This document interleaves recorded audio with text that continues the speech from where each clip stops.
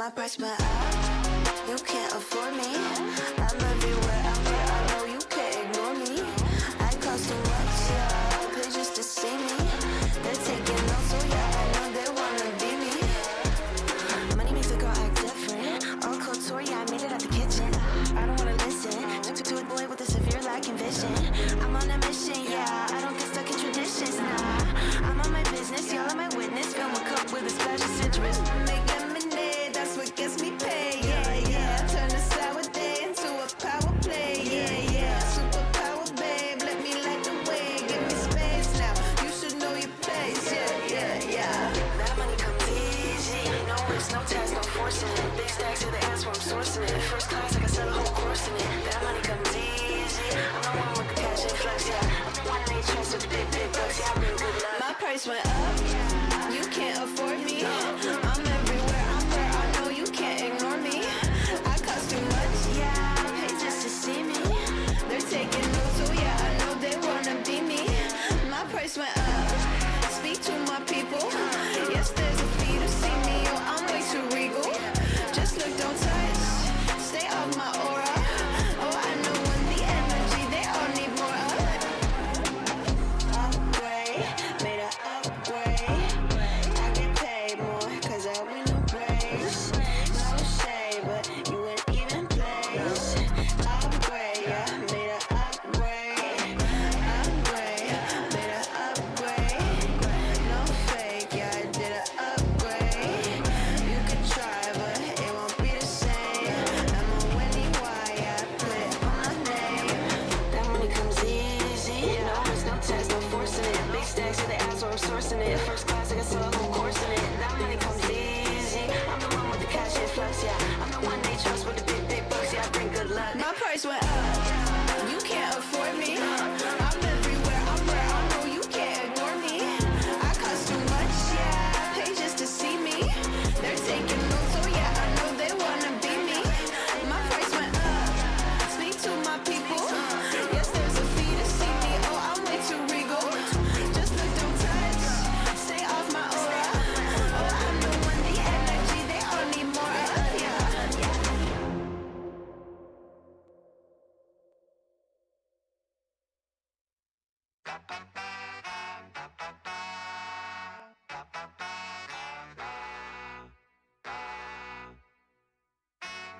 I know I'm dope, going hard on the beat, sound unique, going ape shit with the flow. Ain't tryna compete with a fool in the street, I'm out tryna make this dough. This game ain't sweet, better move your feet if you not what you came here for. I'm around the elite, y'all worry about tweets, that shit sounds so loco. Like a top athlete, my skills concrete, moving up your head, honcho. To a high rise suite, on the throne, have a seat back, feeling me, mango. Being obsolete, you don't grind, you don't eat, y'all already know the motto. My life upbeat, never on deplete, but it don't repeat. My life upbeat, never on deplete, but it don't repeat. What's the dealio? Snapping like this for a minute though. Hold it, they know it, no Angelo. Looky, no rookie, I let them know.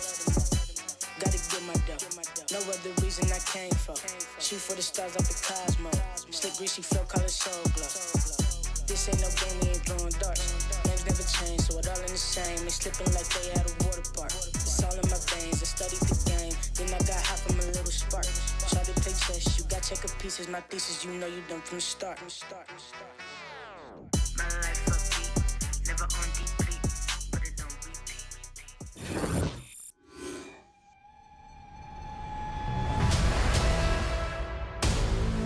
We back for another one. Here we go. How I like that. We back for another one. Here we go.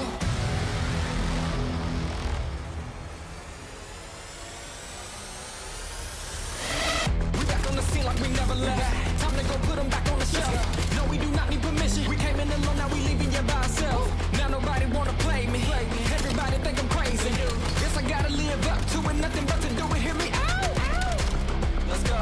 They know we done been there before. They know I done been there before. I think we gon' do it again. I think we gon' do it again. Let's do it again. Let's do it again. Do it again. You know what we doing. You know what we doing. Do it again. Do it again. Tell them I'm here for another one. Another one. Let's win. Let's do it again. Do it again. You know what we doing. Oh, I like that. Oh my God. Do it again. You know what we doing. Oh, I like that. Do it again. Do it again. Yeah, you sick. Whoa! Tell them let's do it again. Come on, kid. Welcome to Call of Duty! Super has sniped the world apart. Oh, he's done it again! No way you find another! He's done it again! Super! Looking for back-to-back 3-kill rounds. He's a pop, and he's gonna fry Mambo. 1v3. And this should be the capture. Mercury's dominance. Nobody does it better. Is this a repeat of Surge? Are you going to be wrong? You can do it. if Rip you want. it. Yeah. Just rip You it can to do if you Toronto. want. Yeah, throw it up. Gotcha. I backed up his own. He's on the bomb. Joe, weak. Open. Go. He's safe in the water. Yep, just coming up for a little air. He gets look like a little turtle. To the middle of the map. So you. I love it. It's over. It's over. Bang, bang, bang.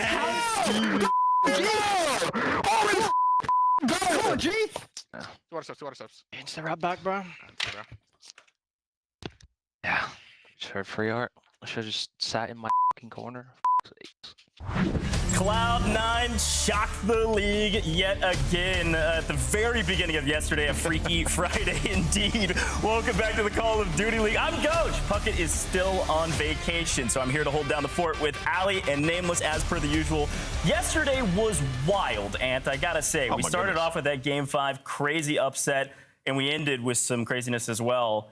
How'd you feel about yesterday? I mean, 2 Game 5s, they were absolute bangers. I mean, the grand final rematch lived up to the hype, some special moments, and obviously C9 getting another win is insane up against Toronto, who looked like they were, on the upward trajectory. So anything can happen in this league, truly. Ali, we ended yesterday with some chaos as well. Of course, it went to paper as of current, but it was insanely close. Yeah, no, because, I mean, everybody was looking at that matchup like Gentlemates have been on a downward spiral. Optic could just come out and slam them. Thankfully, we got a really good rematch. We got a Game 5. Optic still ended up taking the win, but maybe some life out of the pair of Gentlemates. Maybe some life. Let's take a look at the standings, though, because things have just gotten more murky. I gotta say it. You're looking to be on the left side of the page, ideally. If you're on the right side of the page, well, you may be in trouble or may be in the play-in. And of course, after their round 5 loss, or Game 5, round 11 rather, Gentlemates are in trouble here, Ant.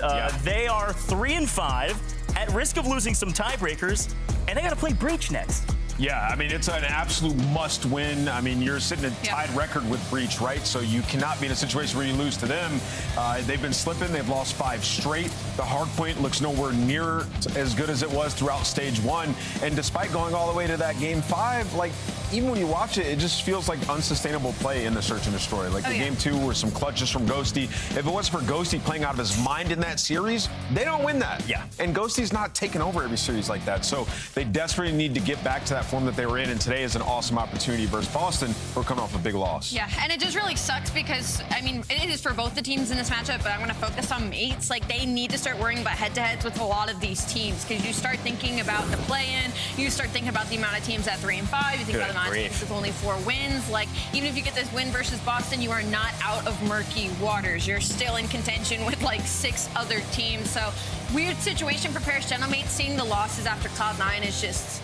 you can't even make sense of it, man. You can't make sense of it. And if they lose to Boston, they're going to be down there with Cloud9 and Boston, who they've both lost to. They're losing tiebreakers. This is crazy stuff. There's a chance they don't even... Yeah, that's right. There's a chance they don't even make it to the major. I mean, we got crazy stuff going on. But, of course, we got to keep moving forward because there's a lot of murky waters right now. And one of the teams also in murky waters, somewhere in the middle, is Koi. They get upset by Cloud9. What does that do to our standings? What does that mean for some of our other teams? Yeah, the good thing for Koi is that they still have 4 wins, right? Yes. So you're looking at play-in situation if you continue to play this way. But the problem for Koi is, like, they make the roster change for Kips. Statistically, Kips has been great. Even in that series, he was taken over in the search and destroy. He's like their only lifeline there. But their S&D has just not been what it needs to be to make it to a Sunday. This is a team that gives up so much space in search and destroy. For Toronto, they're 11th in total defense, and they allow the most plants in the league, 72%, and they cannot retake. It's been so problematic. You need to be more active if you're Toronto Koi on the defensive side. You saw what C9 was able to do. Hyde and Nebs were getting away with murder in the water, flying around, repinching. Koi, S&D all over the place. It just sucks because last week, like, we saw it, like, they were sweeping teams, very momentum heavy based on the style of Toronto Koi. And with the addition of Kips, you're like, okay, now this is the Toronto we were kind of expecting to see at the beginning of the season. But with the loss to Cloud9, it doesn't wrong all of their rights, but it definitely makes things. Man, I see Anne's like, Jana's like, wow, maybe it does. Yeah, I think it kind of does. I think it hurts it for sure, but we're also just in a situation where we have never been in this spot with all these teams. You know, like, where everything is so close. Usually there's at least 2 or 3 teams where it's like, okay, you're going to beat Cloud9, you're going to beat Vancouver Surge. We can't think that way anymore, and so nothing is guaranteed. Too much parity. It's crazy. Nothing's guaranteed. And speaking of guaranteed, at the beginning of this split, LAT was a top team, and I would still say they currently are. But if you look at their record right now, let's talk about them. Yeah. Lost 3 straight. They're 4-3, folks. There's only one other team besides Optic that has 5 wins right now. Yeah. This is nuts. Yeah, it's nuts. And, you know, for this LA Thieves team, it looked off the rip like they were just going to be dominant at HP. And then they started to play some stiffer competition, right? It started off, I believe, 4-0, and they played Texas, FaZe, and Minnesota. They're 0-3 in those matches, and they've looked pedestrian. I mean, I would say the Texas match, they showed a little bit of fight, right? But ultimately, in the end, like, even with finding kills in that Colossus, they started to get steamrolled. So for them, just trying to find consistency, and you want to see in Search and Destroy the Abizi and Hydra that everybody expected. The guys finding first bloods. Yeah. They're both 41 and 52 of total players in the league in opening duel win rate right now. That's not going to cut it if you're LAD. This roster is star-studded, and we're having some issues here, Allie. I put them in the same category that Paris Jailmates is in for me right now. I think they are the exact same team. They have the talent. Their ceiling is unbelievable. But the problem is you don't know if you're going to get the superstar team or the team that can't beat Cloud9. That's where I'm at with both of them. And for LA, you look at Dan's performance versus Optic, I'm thinking the same thing for Scrap. He's in the same situation where Guy is putting down the damage, trying to put his team in these favorable positions, and they're still not able to do anything about it. 0-3 in their last 3 series, 2-4 in Hardpoint, 1-4 in S&D. Map 5s aren't great. That's the key one out there is the map 5s, right? Yeah. A roster like this, you need to have some ice. But, hey, man, the good thing for them is Ali just mentioned it. There's 6-7 teams in the same exact bubble that they're in. Yeah. All these guys, nobody has been able to separate themselves. We're starting to see maybe Miami a little bit start to separate themselves. But other than that, everybody's in the same boat. The good news is if they get a win here, which on paper looks like they should, they're going to be in a category of their own up there with Miami, right? So it does give them some separation. They're not totally in a huge tailspin yet, but it's certainly starting. We'll see what they're able to do. Now, as we kind of look at today's schedule, folks, it may look like some free wins, but if we know anything about this league right now in this split, nothing is free, everything is earned. We're starting out with G2 Royal Ravens. That's where we'll be starting today, and ending with Gentlemates versus Breach. These are must-win situations for pretty much all of these teams on the list in order to secure their spot to land, folks. You're not going to want to miss any of these matches. Surge versus Koi second. Good grief. We'll be right back with some G2.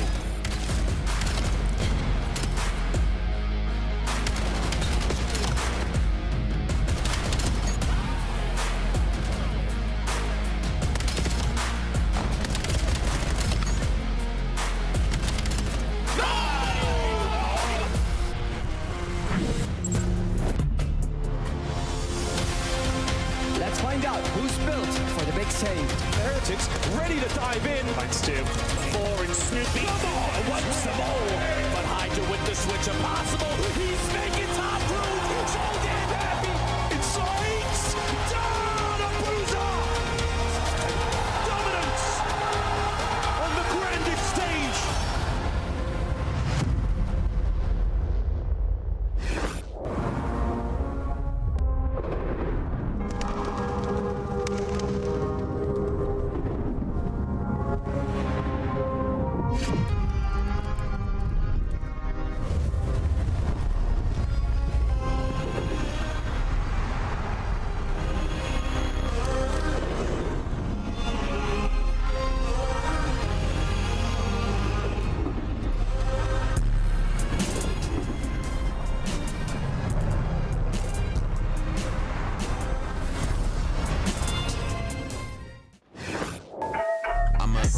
stepper when I walk, money maker when I talk. Another boys on a mission, never put them in a box. Clawing to the top, jaws open while they watch. Yeah, I'm getting to the chicken, I ain't never gonna stop. I'm the life of the party, know it's going down. If they wanna talk about me, I'ma tell them how. I'ma tell them, I'ma tell them, I'ma tell them, I'ma tell them, Everybody wanna be like me, fast lane, steady whipping 2 doors off speed. Everybody wanna be like me, but that's something that they never gonna be. Gentle Mates versus the Ravens, folks. This is going to be a fun one. I think it might be one of our closest matches of the day, is my guesstimate. Is it going to be the G2 of old or the G2 of new? Are they going to come out slow? And what you got for me, bro? Yeah, I mean, I like this G2 team. I think they're a top 4 team in the world. I mean, we've been watching them improve slowly but surely. The Search and Destroy is unbelievable. It's like them and Miami right now in my mind, and Optic, obviously, the best search teams that we have. And, you know, for them, they're 7-3 in that game mode. Top 2 first bloods, converting them 90% of the time. You can see on Monster Energy pregame, like that's their backbone. And when you look at this matchup, both these teams, 7-11 in respawn. It's been up and down, a little bit inconsistent, and there's some players who can take over on either side. S&D, as you can see on the Monster pregame, is going to be the strength for G2. That's really the only strength either team would have in this series. I think these two teams are incredibly close when it comes to where their hardpoint is at and where their overload is at. G2 just has the edge, especially with the way they've been able to close out game 5s. My biggest standout here is I love teams that are good at attack. I feel like that's one of the most difficult things to be in Call of Duty, and they are the #1 post plant and #2 attack team right now overall. So they've been doing really well with their setups and being on the same page. Yeah, great point. And as we switch over to the Carolina side of things, you guys just heard Ali talk about how good G2 is on attack. Carolina is comically bad at retaking. Can you guess? Horrible matchup for them, though. 8% retake win percentage. Unironically, I think it was 0 a few weeks ago. Well, yeah, it was probably after a map, yeah. But, Well, you know, let's there's a talk sample about size them. now. Right. It's like... Let's talk about them, because if that's their biggest weakness, what's the upside for this roster, right? Well, the upside is, you see right there, Exceed can take over with the sniper, right? You don't allow the team to get bombs down, and you know you won't be in that situation where you're trying to do 4v4 retakes if Exceed's popping snipes. So that's when they're finding success. When Craze is getting up, getting mixy, and Exceed can come in and clean up those kills, they have the playmakers to do it. It's just all the teamwork's not there all the time for this Carolina squad. Yeah, it's an interesting conversation, too. After their win over, it was Surge, I believe, that they got their win on. There was an interview. We were talking with the team. It was Nero. And he was basically saying, look, we've been taking practice way more seriously. We know we needed to work together as a team. Team's been an issue. We aired everything out, and we got it all fixed. And they had a pretty decent showing against Optic as well. So it's an important matchup for both of these teams here, Ali. Listen, both these teams are in better spots than Gentlemates, than FaZe, than Breach, and than Cloud9. So, like, they're not in the worst spot. But, again, they're still in the 4-3, 3-4 kind of chokehold that we have on the rest of the league. And for G2, they're on the upward soar, where Carolina Royal Ravens is kind of in the mud right now of like trying to figure out why some things in scrims aren't translating to matches, why they can't find consistency, especially in the slaying department. So that's going to be kind of what they're working through and what I'm watching for in this series. Yeah, I mean, it's interesting, too, because G2 rolled Gentlemates, but then I believe they got rolled by Heretics. So it is a lot of up and downs. And I think when we talked to Estriel on his interview, he basically was saying, hey, look, our floor is actually pretty low. Yes. It's just a matter of coming out hot. So if they come out hot today, there's a chance they should be able to roll this team. But I don't know. Ravens look a little scary recently. Let's take a look at maps in modes and break it down for me. What are you seeing? Yeah, I just got to say, yo, listen, Ravens, I know they tried it in like 4 of their last 5 series, but Colossus on out here. Let's get a round of applause. Come on. 0-9 on Colossus. They finally got rid of it. And then for G2, respecting the Blackheart. Carolina's been playing it recently, getting rid of that. Yeah, but overall, I mean, I think for G2 in a good spot, they like the search and destroys in the series. The triple exposure, I'm just leaning on the aggressive players on both these sides of these teams when it comes to this. So Crimp, Estriel, my eyes are going to be on them to find success in the middle of the series, because we already know on the other side, Nero's going to have one. Yeah. And I have a feeling it's going to be one of those exposures. And on top of that, Lurks has been doing a lot in the engagement in the KD department as well for this team. So I think it's going to be whichever of these SMG duos come out on. Who's going to come out hot? Who's going to come out hot with Blackheart off the table? Maybe the Ravens' chance is a little bit lower. It's time for our scuffed pick'ems, though. So far, I'm leading, by the way. Low low sample size, but I'll take it. 67%. Ant, let's start with you. Who are you going for? I'm going to go with G2. I have more faith in this team. I think they've been, getting better, and I think they separate themselves. Allie? I'm not going to say the only reason, but for jokes, I'm going to say the only reason I'm not picking Carolina, I'm going to go with G2, is because Exceed told me they're good at Colossus, and they still haven't put in the series since that interview, and I'm upset. So I'm going to go with G2. Well, I'm going Ravens, all right? I'm thinking they've been in the lab. I'm thinking they could shake things up here. I think G2's a good team, but G2 might come out slow today. Maybe they didn't have their coffee. I don't know what's going on. Let's see what the fans are thinking. They're thinking G2. I am alone, but I'm going to hold the line. Let's swing it over to the casters, Merc and Maven. Will I stand alone with the Ravens, boys? It's possible. Who knows? Who knows? Anything can seemingly happen. But no, I think G2 are going to be that second team to get to 5 wins. Well, I guess third team technically after Heretics got to 5+ yesterday. I think G2 get there, but can Carolina walk away with the win? Who the hell knows? Sometimes online, they're the supreme masters. Yeah, I mean, listen, and this G2 team has come out slow in some series, right? Some series where we think they're going to win or should win, and then they're down 0-2 in the hole, right? Sure. That has been a problem for them in the past. But I think the big thing is when you look at these two teams' resumes throughout Stage 2, on the one side for G2, you have a lot better quality wins. You're beating some of the top teams. The other side for Carolina, you're just kind of handling business. Okay. They have the one win that stands out as Koi, but that was the first match of the stage, right? That was the old Koi, the Koi that was broken. So it's a little bit different now. Yeah, and I just feel like every team outside of Optic has a bad loss though. If not two. Yeah. Is this? I don't know if I consider this a bad loss for G2. No. I mean it's not. I guess, man, it's not one of the bottom 4, I suppose. But I think for them, they should win. Yes, if you want to, argue for that top 4 spot for sure. No, 100%. But we're getting ready to rock and roll into this best of 5 here shortly. Players getting ready to go. Hope you're excited for some fantastic action. Mamba on your screen. Why? It was his birthday yesterday. Oh, happy belated. And we love us some Mamba. Special day for the Rook. Happy birthday to Mamba. And he's been, listen, man, you just have. You have some players that come into the league that don't, you know how I've always viewed this, bro. I view it more like WWE. I like entertainment. I like players that can provide some trash talk, some fun. He instantly came in, added some energy, but he is one of those rookies that comes in. He's 24. He's not that. Just give you, 24. I think Sim, Shotzi, Hydra, they're all 24, 25. So he is not a young rookie by any means, but he's came in and made an impact. I'm surprised you're a fan, honestly, because he's been the face CEO. I mean, I love him. He's been walking up to Sim and beating him with a cowboy boot. That's crazy. No. I just, players of personality. I'm a giant idiot. So when people come in or talk trash and have fun, I'm all for it. So yeah, even though, seeing the phase loss on land and him yelling at him, I was like, whew, that's a tough loss. That was, that's the energy I want to see. Beat somebody, let him know it, especially for a rookie to come in. It's been really, really cool. So happy birthday to him. We'll see if he can get a little birthday W today. 10 points are massive. They can get out to 5. I haven't done all the breakdowns yet. Teams have enough matches left that I haven't really thought about too much. But I think if you get to 6, you're probably good for top 6. If you get to 6 wins. So this would get them to 5. Listen, our top 6 teams right on that bubble, it might be a 5 and 6 team that gets in. But I'm thinking you get 6 wins, you're in a really, really good spot. You should be good. So they're getting very, very close. If they lose this though, then you get 2 teams that are going to be.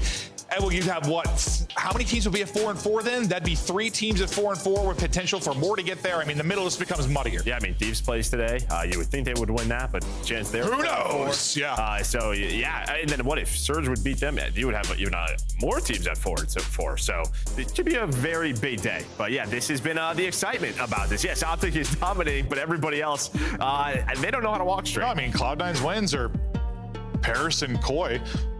They could be Thieves. Why not? Sure. No, honestly. Yeah, I believe anything is possible. And I think we'll talk about more later, but Thieves, clearly, they're still working on stuff.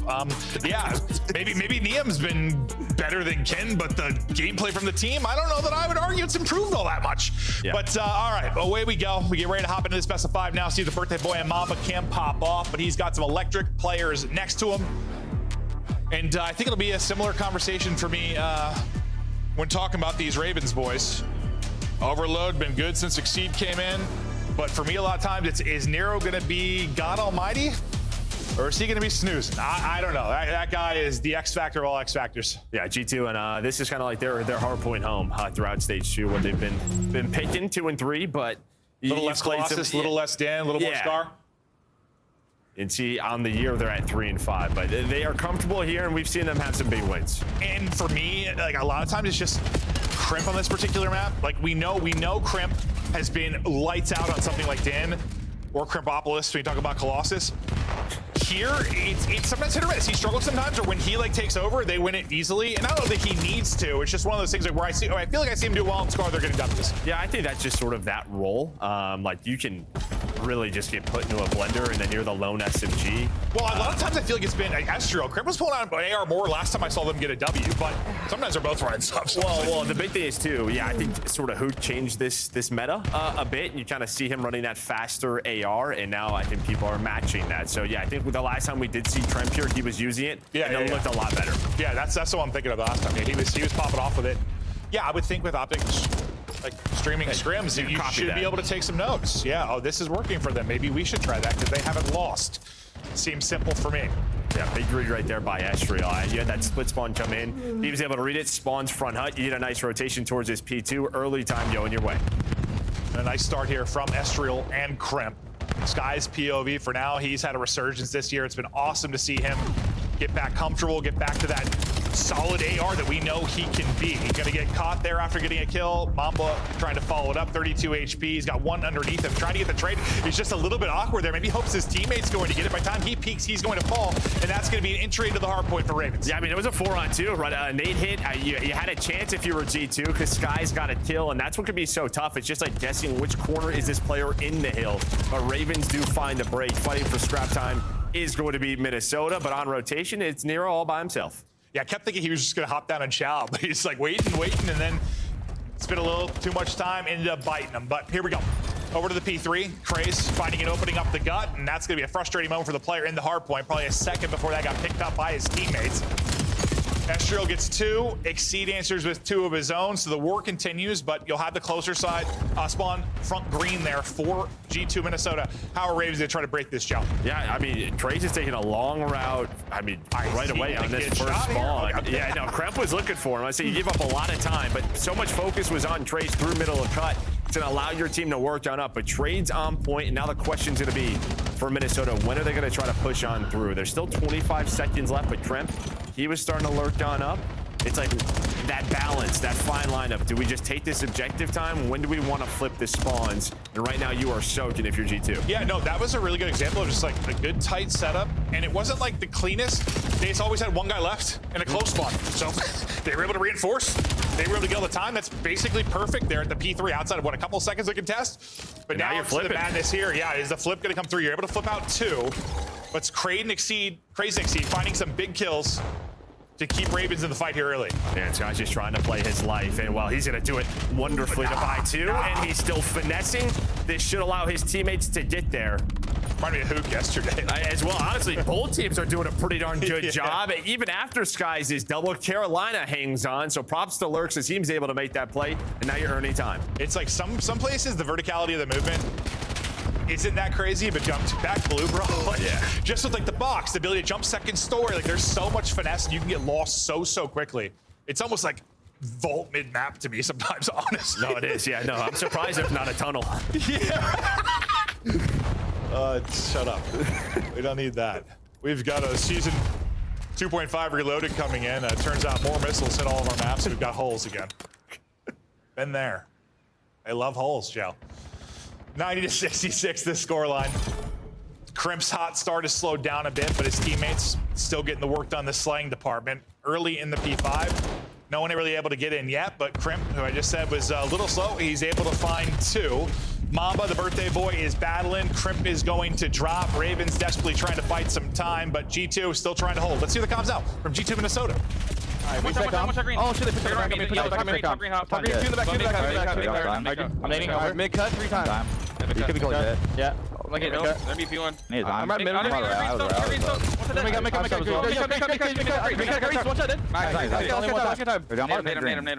I'm sending time into Johnny. That's it. Across, I'm waiting for you guys. I'm playing I'm green lane out lurk. He's laying out lurk. Stop green.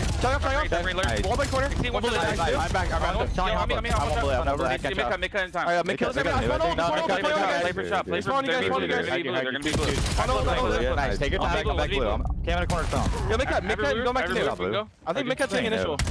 Crazy, we can do. We can do. No. Two cats. I haven't pitched. Two on time. Wait,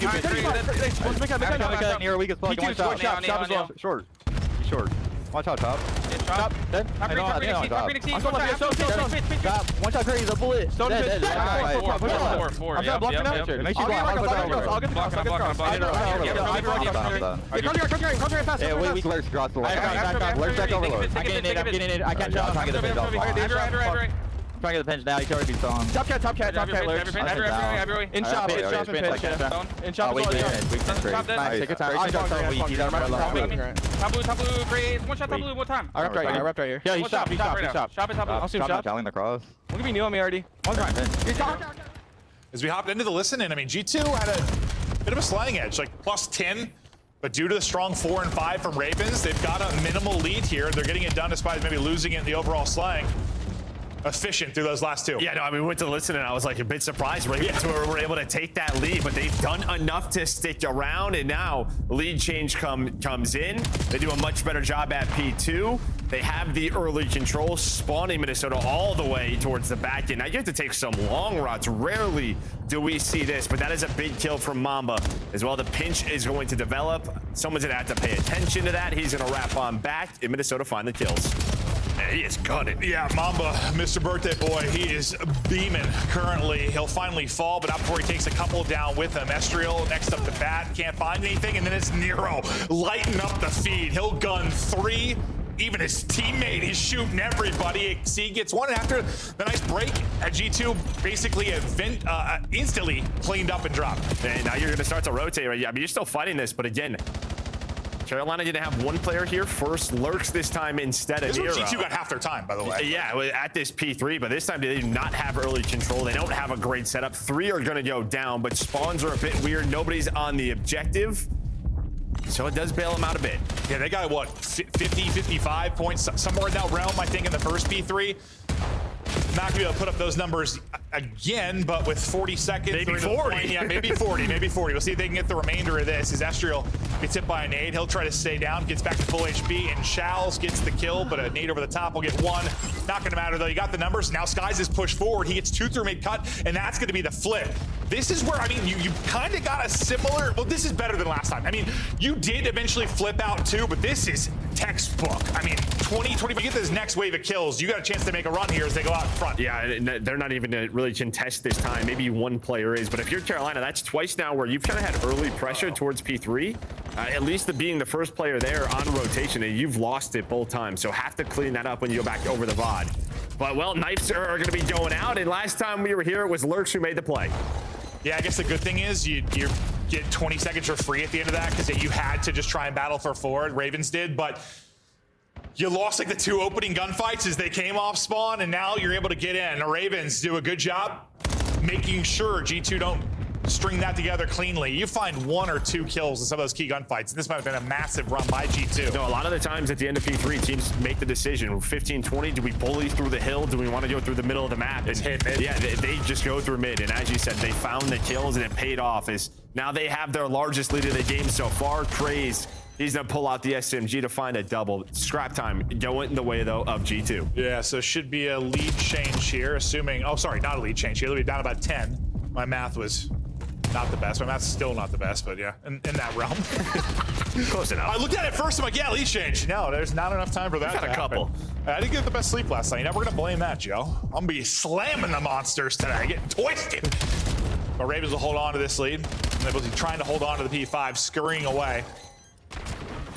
Is Lurch trying to finesse. Crimp just playing a ring around the rosy, and he's able to get 2. Crimp now on 5 straight, battling back towards even. Teammate Mamba through mid-cut, able to find 1, and good, healthy 40 seconds or so remaining here. That trophy was dodging bullets right there, but it was able to connect. Was able to connect. Nades do hit, though, for Raven, so you get them off this time, so you're just fighting for position. How are both squads? The potential of the lead changer to come in, and as soon as I say that, Carolina get 3. Dude, I'd just be a rat. I'd just like hack trophies. I don't even know if you can do that. I don't know. You can't. You might be able to. I was thinking about it there because Crimp. I'd be like, dude, screw it. Yeah, that'd be a great strat. Yeah, that'd be all I'd be worth really in the game. Lead back to 20 out for Ravens. Into our 3rd set we go. Mamba wins 1, Delhi. Watching the topside push from Old. That'll be number 3 in Estriel. You lose your forward man in Kremp, you lose Estriel, and now the numbers are gonna fly forward. Nice pickup on the pinch by Skies. Nice pickup again by Skies. Honestly, his 2 kills are what really keep you in the fight here around the point. I thought it was about to dissolve with the quickness once you lost your 2 forward players, but G2, hold on to at least fight this. Well, I thought Estriel's play was going to be the difference, and then you get them spawning back green, but Nero, he spawns up, gets an opening, finds a double. So you really don't have a setup for either squad. This is just a battle. Just punches back and forth. Maybe Mamba's double will slow things down. All right, next. That was a maybe, it didn't. Yep, next getting close. No, this title more than any recently, bro. You'll think one thing and you'll think another thing in about 2 seconds. Yeah, just the pace of play in this particular game. But a massive P2, getting ready to go. Keep an eye on that number 8. He's in behind enemy lines and might be able to find some massive kills, but yep, Skies will turn based on his teammate's spawn. Now they're able to pinch this out. And that ends up beautiful. I thought for a second, looked at the minimap, like, if nobody turns here, that's going to be bad. No, they didn't, because Estriel spawned up. He's calming this. Yo, I spawned green. Somebody turn. And I think there was a delay there, but they're able to catch the timing, find that player, then leads to 4 dead. Yeah, that kills the difference of him shooting 2 in the back, probably. Yes. That is some great time for Ravens. But that is a really good example of why, when you spawn up, you better be calming where you spawn, because that's going to be telling you where the opposition positions are. Nice win on the second there from Estriel. Still a 14-point advantage for Ravens. Mamba still putting in a map. Honestly, well-rounded, really across both sides. Yeah, no, even slaying really across the board. This is the first time, though, G2 will be here. But Exceed finds a little timing, and well, he's gonna find a kill. That could be the difference, because now there's going to be a trade. Carolina, can they have a better P3 to close this out? Crimp just thought he was there first. Yeah. One got past, and that was so awkward for him. If Crimp spots him, he probably gets him, and maybe a second there towards both, but not how it's gonna play out. Our 400th lead change now in. Our Ravens, they go out in front. Nero trying to go massive mode from the point. Only able to take down 1. So G2, even though they haven't got all this time, this has been their best hardpoint really throughout, and they did a much better job breaking than Ravens have been able to do. And you've got time to win it here. Pressure to G2, sorry, pressure to Ravens, because G2 have got the side they want to be on. They're also getting the time. But Ravens can break this, and I think you have the tick. You have it. I think you have it. Yeah, you have the tick. So you're going to have to break this one more time. But yeah, P3's been the difference maker, at least for G2. But they're going to need to find it. Finally, you're getting a good hold. Tremto able to find 1. And now you got to wait for your teammates off spawn. You're waiting for a couple of nades, but you just don't have the presence here. Playing control. Can Mamba get there? Not going to happen. The tick is in. Ravens get map 1. Of course. The conversation throughout is G2 really dominating the P3, but it's a P3 hold by Ravens that close it out. And yet I'm just staring at the clock. I'm like, dude, they get this right now. They have the tick perfectly to win it. And that goes from looking so good for G2. Like you had hardpoint control, you had the spawns for next. If there is 1 less second there to be earned, you might be able to close it out with just P4 hold. No, 100%. But, yeah, I mean, honestly, based on P4 is gone, though, I don't know if that's the case. Yes, yeah. The early breaks for Carolina, a big point for them, but they stayed in it, man. It felt like, just throughout the first set, I thought they were up like 30, 40 points, but Carolina kept it close. Then the slaying got going. Lurks drops 42, 5,200 damage. Estriel on the other side, he had 5K. It was a battle. And this is what we've seen on Scar. These like 20-point games throughout the year. I'm telling you, when Crip has like a good map, they win this. This is a Maven stat, 100%. Like, no, Breakpoint, they probably have that stat for you. Yeah. Like, dude, he has a solid Scar. They're winning Scar hard points. But not that it was like a horrible one, but he only had 3,200 damage. Like, didn't have a monster map by his standards. We'll look at the final moments again, though, and how this played out. Like, look at right now. This is right before that kill in Disguise. You're in a great position. You've got spawns for next. You're in the hard point. You got a player on plane heady. Lurks is double there. Well, wall bang plus just plucking ahead. And then here, it's just, you don't have time to really take a route. Like, you do have time to take one route. The one person that goes is Mamba. He loses his fight. If Mamba wins that, obviously a head turns, things go differently. But now you don't have another chance. Like, this is just a funnel. It's just a funnel. You have to hit a nade. Yeah. And it looked like there were a couple of trophies down. There was at least one down around mid-cut. But this is Guys where... is hitting the nade if he needs to, you think. Yeah, this is where the stuns and the nades make all of the difference. At least to get that player out of the hill. but it does not happen, or get someone off the heady. Whatever it is, you get one and get an opener, maybe there's a chance. But Carolina clutch up. The boys fired up as well. Yeah, no, a fun story just with the P3s. I mean, G2, they got like 50 or so on the first, 40, I think, about on the second. And then that one, it's just a Carolina hold. That's the difference. You can take a look at all the different lead changes you had throughout that. Might have exaggerated with the 400. But there were a bunch of lead changes throughout it. And, I mean, that's a steal here for Ravens early. No, it is. And again, G2, they've had this sort of slow start. Shaky starts? I mean, Search has been their backbone, so you're feeling good, but like you have these map 1 picks, you go with Scar, and now you're 3-6 on the year. Yeah, and it's just, yes, the Search has been good, but, you know, one of the better things for this Ravens team since they see this joint has been the overload, so that's going to be a test as well. They're definitely, I mean, they got to win this Search, otherwise I'm thinking this could be 3-0 Ravens, which is not what I was thinking in my head. I think I thought 3-1 G2. Just start thinking the opposite. That might be honestly, what you have to do. Yeah. Yeah. Just go the opposite way. That's what's like actually weirdly impressive that Puckett's picks are so bad. Because Puckett's the first one that'll like troll and like pick upsets and stuff. But he's under 500. I mean, it's impressive what Puckett's managed to do. I mean, he's just flipping a coin. It's just not letting his way, dude. It's just not letting his way. 100%. But yeah, no, we get ready for the Search, and that is yeah, I mean, we talked about last time we cast him. I think Ali was talking on the desk, like the post-plant percentage for the G2 team has been so good in getting round wins. They do get plants a ton. It was like, I think it was 42%, somewhere in that ballpark for them getting plants in, which is a solid number. And just the way they're getting a plant done. They are almost always winning the round. So we'll keep an eye on that for their offenses.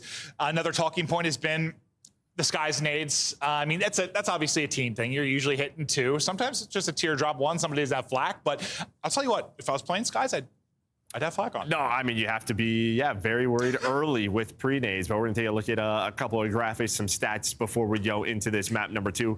Regarding this guy, Trep on your screen, and well, going for Bloods.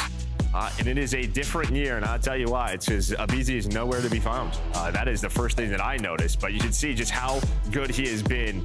Normally, the best are right around 60%, so he is leading the way. That might go to show some of the struggles in the Thieves camp. Well, just the differences of the game, too. Maybe. Yeah. Maybe, but I feel like Abizi is comfortable and he's still finding Bloods. He has not seen the same Abizi in Search. He has not. I mean, he's had those games. He's had he's like 12-1. He's had some wild ones, but I don't know. To me, that speaks to he's still capable of that. There's something broken in that camp, and they'll continue to work on it. But I mean, that is weird though. I mean, he's been on 75% of the matches. The guy doesn't even have a sub out. So no, it's true. Yeah, but he's been top 3 in that regard for 7 years in a row, or 8 years. It is interesting to see him not there. He's not even in the top 10. No, yeah, right. Or 8, whatever that was. I mean, I'm sure there's been times he's out of it, but it hasn't been often. That's for sure. I don't know if there has been. Yeah, no, I could be wrong. He's been that consistent. It's insane. 3v3 here early. Narrow spotting. He's got one underneath, one behind. Bomb carrier's in a real tough spot, and yeah, timing awful on a couple spots. Exceed. Not going to be able to hit the snipe. We'll see if Craze is going to get picked or find a wonderful timing. And I'm going to assume that. I thought he got hurt or something for a second. The way Estriel snapped, but not going to be the case. He gets killed into Estriel. I assume Kremp saw bomb down. So you're going to see the way they're playing this. He probably checked that body, and he backed all the way up. Now starting to play a different corner. But you're not really playing a search and destroy around here. It's a bit of TDM right now if you are Ravens. They're going to have to try to collect this bomb or hunt him down. They got to go soon. He's worried he's still back up. He has repositions, gets eyes, and Sky's got the AR advantage there and will win it. Craze, best of luck with this. One underneath you, one deep, can't get it done. G2 will close out the round. What was the winning moment for you in that round? I mean, just sort of the Nero play, as unlucky as it is, but both teams, you had, Carolina go low dirt. In G2, they were sending 2 through solar right away. And you saw Nero just kind of looking both ways. These are options. It's just the timings didn't go his way. You just don't want the bomb carrier to be by his lonesome. Then he starts to move, gets caught, just a little bit unlucky. Yeah, no, I thought he was going to spot the guy in the doorway for a second. I thought he was going to spot the guy behind. Instead, But I think that was just around of both teams seeing the space that was given and kind of taking it. Okay. Getting info, taking space. Sky's a nice start, and we'll see if he can find more. He nades over the top, maybe towards mid. I'm not sure where. It doesn't connect. For some reason, I'm expecting his nades to hit 90% of the time. Mamba, it's his birthday, so he's finding one. I mean, you were happy to get that one. I wasn't sure if he spotted the mid rush, but Trays and Lurks, they just went right down the middle of the map. But the fact he gets one turns this into a 2-on-2. So nice stuff from Mamba to readjust. Now can his teammates clutch up. Estriel trying to chase it down. They don't realize there's two here. Skies actually gets the play the other, or kill the other player, so they know the last person scrambling away. Weak, Exceed can't really go anywhere, and that's another round for G2. Their search and destroy prowess continues to dominate here at map 2. Yeah, I don't know if Mamba spotted them, if he gets a calm, whatever it was, but he felt the pressure and he had to back up. And then he just sort of re-snaps. He re-centers and finds one. I was awesome to see, and then yeah, they just played the round through the middle of the map as Skies found those final two. But yeah, no, I thought he was team shooting him, but then he like snapped up to the guy. Yeah, no, 100%. I thought the second player there was going to get one. Honestly, yeah. like they kind of got baited into that, but then Skies just laced him. So never mind. Skies is 4-0. Ravens looking for their first round, and it's all up mid.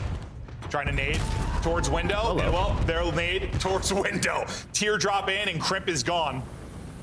A much needed blood. Number 2 on the map, that's Skies looking for an opening. We'll see if someone turns to pick it up. If not, it's going to line up for him. It's actually Mamba that's going to be able to get 2. Skies is still out towards mid-map. He's now at the clutch in a 1 versus 2. He's yet to die, but his position is given up. He's taken some damage, and bomb has been recouped. Yeah, he put some shots in XC. XC was down to 59, and they don't know where he is. You're hoping to get a freebie if you are Skies, but now a 1 versus 2. Bomb going to be planted. He spots both of them. There we go. I didn't know if he got shots in with Mamba or not, but I don't know if he took those first shots, but I don't think so. Until the second time, but Skies, 5 straight. Looking to clutch up in this 1 versus 2. Just trying to get info before he chows. His teammates see him? Yeah, I think he spotted him there. He did. Time to go. He's gonna have to peel him off the heady, or he'll just get slide and chowed. Lurks with the movement, lurks with the gunny. A big round in the scheme of things. No, 100%. But what an effort out of Skies there. I thought he had it. Yeah, you could just kind of tell, like, his teammates probably saw you get a little calm, like maybe you weren't looking there, but able to spot him, and then just a nice little spot there. But Exceed with the nade. I'm just so happy for Skies, bro. I mean, I don't use social as much as I used to, but bro, like last year between was a lot. The number of people I saw, like his time is done. He's out of the league. This and that, just from people on social, and now to see him, start to play well again, and it's great. Well, and I think a big part of that is sort of the team believes in him, and we've heard multiple interviews with that. So hopefully they can keep this up. It's a fun squad to watch. No, it really is. It really is, and they can actually win map 5s. So they've started to. That's good. They started to win some. So Looney's growing his hair back. Poor guy. Plant coming through. We know how good they are in post-plant, but they're going to lose a man, they're going to lose 2. So this is going to be hard to keep that 95% or whatever it is. No aim assist there for Estriel. Well, all on Mr. Skies. It was a 1v2 last time in the attempt. It's a 1v4 this time. Checking it, spotted, good luck. It's been windy here in Columbus. The wind gusts continue up to 50 miles an hour. But yeah, no aim assist can make the best of us. Look a bit windy. It's a great example of why you do not see those smoke grenades in respawns, because yeah, no, that was a literal tornado. That would be insane. That was the Skies twister. But I think the key here is Kremp's just having a rough map. He gets naded in back-to-back rounds. Right, he's solar side, and Lurks drops nade onto the car and blows him up. Kremp's like out of the play. He's watching the flank, maybe gonna go on a pinch, whatever it may be, and instead he gets naded again. So he's probably pissed. Dude, I still, I don't know, man. Sometimes in, Warzone or somewhere we're playing, and I'll see people, shoot through smoke, and it's the best shots I've ever seen. And I'm like, I don't know, man. Well, those guys definitely. I'm like, I'm literally painting the map in that sequence. This person didn't miss a bullet, Joe. Help me out here. Oh, hello! Well, yeah, like I said, he's just not having a fun map. No, he is not. 1 and 4. Crimp gonna get caught. Struggled a bit in that map 1 as well, and Lurks is not struggling. He is sending it. Hot off that 1v1 clutch a couple rounds ago, and he's now on 4 straight. G2 in these last couple can't buy a kill. Mamba, though, we'll see if he can pull off the 1v4. Honestly, I was gonna say, if he gunned the 1 on that first slide through, that became very winnable, but only hit a bullet or 2. There's also the player behind him, middle of the map. That's kind of what they were waiting on, was just to bait his attention that way. But yeah, it's just tough because, I mean, a great round out of Carolina, but if you're Kremp, you just have to find one. Oh yeah, if you're playing gotta get 1 spots. Yep. And when you don't, Oh, look at, dude. The nades are just a second early. Or sorry, second late. But I think the stun, it was a stun and a frag, I think, and both just hit right behind, yeah? Yeah. I mean, that's the difference between Crimp popping up and shooting a weak player, or Crimp, 2 players are stunned and Crimp's able to pop up and get a freebie. So, Nade's just missing. Ravens too much pace. Crimp trying to turn things around, and he is in the thick of it. Explosions everywhere. At least he's still playing with confidence, right? Switching up, this is what you want to see, and he's going to find that first blood. But he is down to 17 HP, and, well, Ravens, they have been all over the map and quickly as well. Early on, it did not work, but throughout these last few rounds, it certainly has. Able to grab bomb back. The one player you weren't sure where he was. Exceed, he's still deep. And he now gets out to 4 straight. Ravens looking to get 4 straight rounds. They've taken over here. And this, I mean, I think this is like a must-win map right now for G2. They got to get this. Ravens 3-0ing them wasn't on my bingo card, but we're getting closer to it. And just stylistically, right? I mean, Carolina on defense, they have pretty much shown as soon as fights start in the middle of the map, first, we'll also take mid-map control away, but as soon as they start, we're all running out. Whether it's through Zay bottom window, as soon as they go, we are here. It's catching them off guard. Yeah, and Skies, it looked like never really had a good angle to hit like a snipe. He's kind of watching over the where are you? Yeah, like how really can you? Yeah, and middle of the map is a mess. Yeah, we were talking about that a bit just in the green room. We were chatting through like what the Falcons search yesterday and how do you avoid super and how good he is. And like it's tough on Ray, but at least here mid-map, like there's more cover, more ability to like avoid a sniper at times. He kind of saw it there. Skies just couldn't find the angle. Well, he finds the angle here. M15 out. Yeah, I mean, I think a nade hits and he just beams. Yeah, I guess so. Yeah, no, I think you saw the nade blow. I think it hit and he hit a couple bullets. Yeah, Hellstorm in though. I'm assuming. Yeah, Hellstorm in. That's why they're having a party in there. Yeah, well, well. Boy. There was a P3 party that has turned into a bloody massacre. Yeah, no, the pinata popped. That is for sure. Candy all over the ground. I thought blood. Somebody give me the Mike and Ice. I love them. Ravens looking for 5 straight. Man advantage after the first blood from Skies to Ravens. Mamba Nestriel. You need this one. They're going to try. Exceed, though, he's streaking. 6 straight for him. Not going to be a fun fight. Hoping to get a timing. Doesn't happen. They're almost got the second one as well. Teammate will finish it off. And the Ravens keep flying. And they just don't expect them, right? When they're running out of the window room, they don't expect them to be top solar. And a nade lands in between like 3 of them. That nade might have done 200 damage. Yeah. Yeah. Did a lot. You ever see that CS clip? Back when I played with Fwiz, bro? Yeah, I have many times. He threw that nade, it dinked back and hit all of us for like 80 each. I mean, that might have hit all 4 players like that. So who got it? Lurks called that streaking? When did he get a Hellstorm? Was it a Lurks? He's 4-4, I think. Good question. Good question. Nero, I guess. But I thought it was Exceed Nero pushed up. Anyways, into the next one. No, I didn't expect that cruise at all. Like sometimes it's like obvious. I did not expect that at all. Observers didn't either. Yeah. This guy's been kind of operating with the snipe on the offense. Hasn't been able to find much luck with it. They're going to isolate him. Or sorry, Mamba in the back. And Mamba's going to get caught. Frustrations continue here for G2. Ravens have done their homework.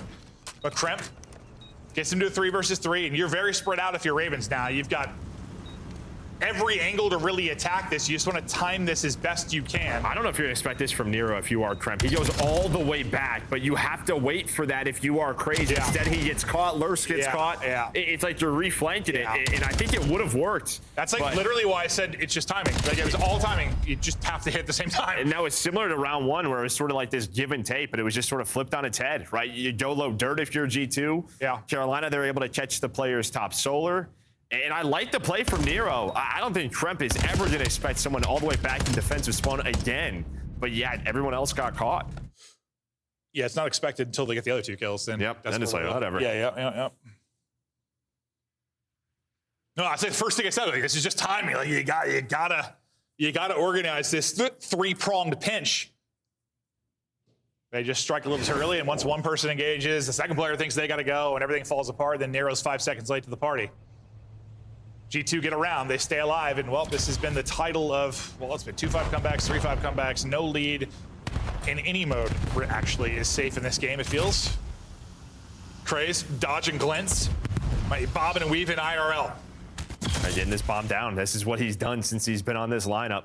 Aggression, playing the objective, and now it's all about the retake here from G2. And they're going to go all the way through flank. This is going to take a while. I think that's why you see sort of they're going back and forth with Estriel and Mamba, but Lurch gets taken down. Yeah, pull the trigger there, son. Got some help though. Estriel helping out. Mamba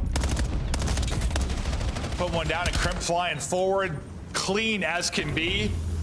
I almost wonder if Sky's like eyes were on teammate screen for a second there. If he looked at the minimap or something, he had to have, like, cause that was a gimme, I thought, at least. Like just that 1 second you glance at the minimap. I think that's why he's laughing. No, dude, it had to have been, because he had that hard scoped and he was in his line of sight. That wasn't like some super omni shoulder. He was just like, I'm gonna look at his eyes here. Hold up. 100%. 100%. Well, he's just not shooting the shoulder. I think he's just playing for the info. No, you're right. No, you're right. It's honestly, tough with the X-ray. Well, I saw his eyes look, but then there was a little more delayed than I thought. I'm gonna say it's out of sync, and that's when he looked away. Yep. Sometimes though, an X-ray, yeah, I think it's like a gimme. It's not quite as open as it actually is. We do not have game sound. G2 trying to bring it back, get it to around 11. Craze though, he'll find the blood onto Crimp. It's back. Skies and Estriel got to pull this off at a 2v3. When they've been man down, they haven't found a ton of success so far. Royal Ravens have played their numbers well throughout. Just got to do it one more time. Lurk's biding his time, waiting for the engagement to happen until he's going to make a play, or just hoping maybe they actually opt to go over towards B. And you're reading this, right? You kind of work through bottom dirt, and you know they're pushing through the spawn. Did Trace see him right there? That's going to be the question. No, his teammate will, though. Skyzo is able to play his life, so you're still alive. I thought he saw him for sure. You're in this one.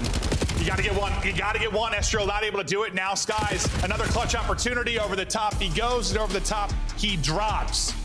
Ravens up 2-0. And a beautiful search and destroy win there. There were a couple realistic clutch opportunities for G2, but for the most part, you were in 1v4s, 1v3s. I think Skies is 1v2 the most winnable, but you had numbers early and often for Ravens, and I thought they played their situations really well. No, their game plan, they knew exactly how they wanted to play it on exposure, like especially on defense. Whenever there was a chance for them to fight middle of the map, they were doing that. They were on point. It reminded me of like stage 1 Ravens when they made these team changes, just how quick they were together. Pacing was there. And as you said, you had some early chances, and there were chances, but like early nades, we saw 3, like you have 4 first deaths for Kremp. Yeah. The guy's just having a tough one, and we know the impact player he is. Honestly, I thought the first bloods were more lopsided. Genuinely. Like, I know you had the first 2 rounds, the G2, but then it felt like... There were quick trades, I think. Yeah, probably. Because it felt like Ravens had numbers so often, but this is how our series goes so far. We now get ready for exposure. Joe, you think it ends here, or is this going to be an extended one? I mean, this G2 team, they've like done this before where they start release. I feel like it's always first match of the day and they're like down 0-2. I think they have the chance to do it, but I don't know, it might be a little too late. Might be a little too late. We'll see if they can hit another gear. We had some game 5s yesterday. We had a lot of fun series yesterday, hoping for more of the same today. If you're watching at home, we love you. Don't go anywhere, just a quick break, and then we've got the exposure overload.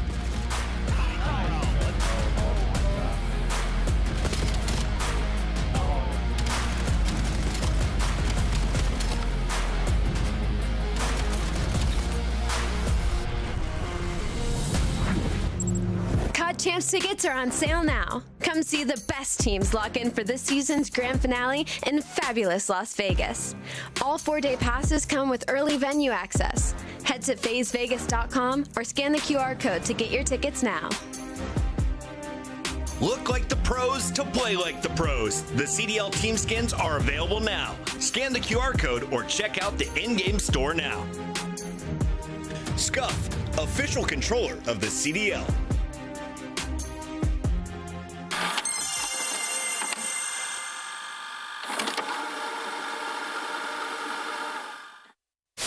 It's the Emmy-nominated Esports Engine Crew.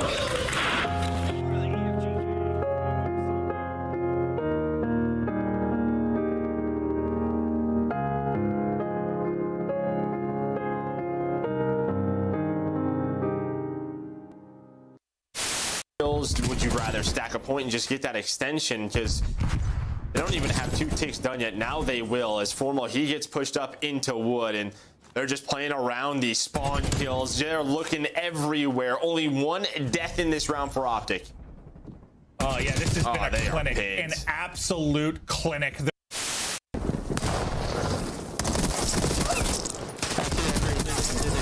Got me. We have the overload device.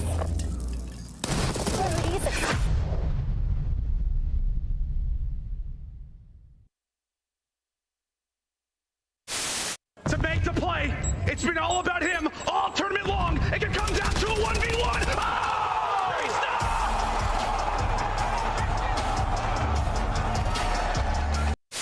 he's Ravens are a work-from-home team. Nero setting up Hydra from putting together a very congestive spawn trap.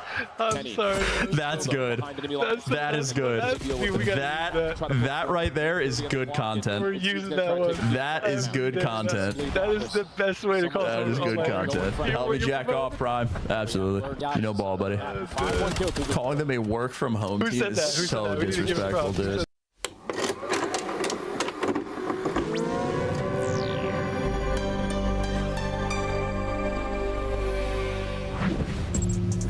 Hello, welcome back. 2 maps in, 3rd to come, and here's a beautiful floor plan for Birmingham. If you haven't got tickets, if you want to go, I believe Adam another set coming? Yeah, more set Monday? Tickets are coming out on Monday, I believe. So follow Mr. Adam App, as he'll be tweeting about that. And then if you take a look at the floor plan, I think it was something like 5,000 seats they're going to have for Call of Duty. It's going to be packed. It's going to be very drunk, and it's going to be fun.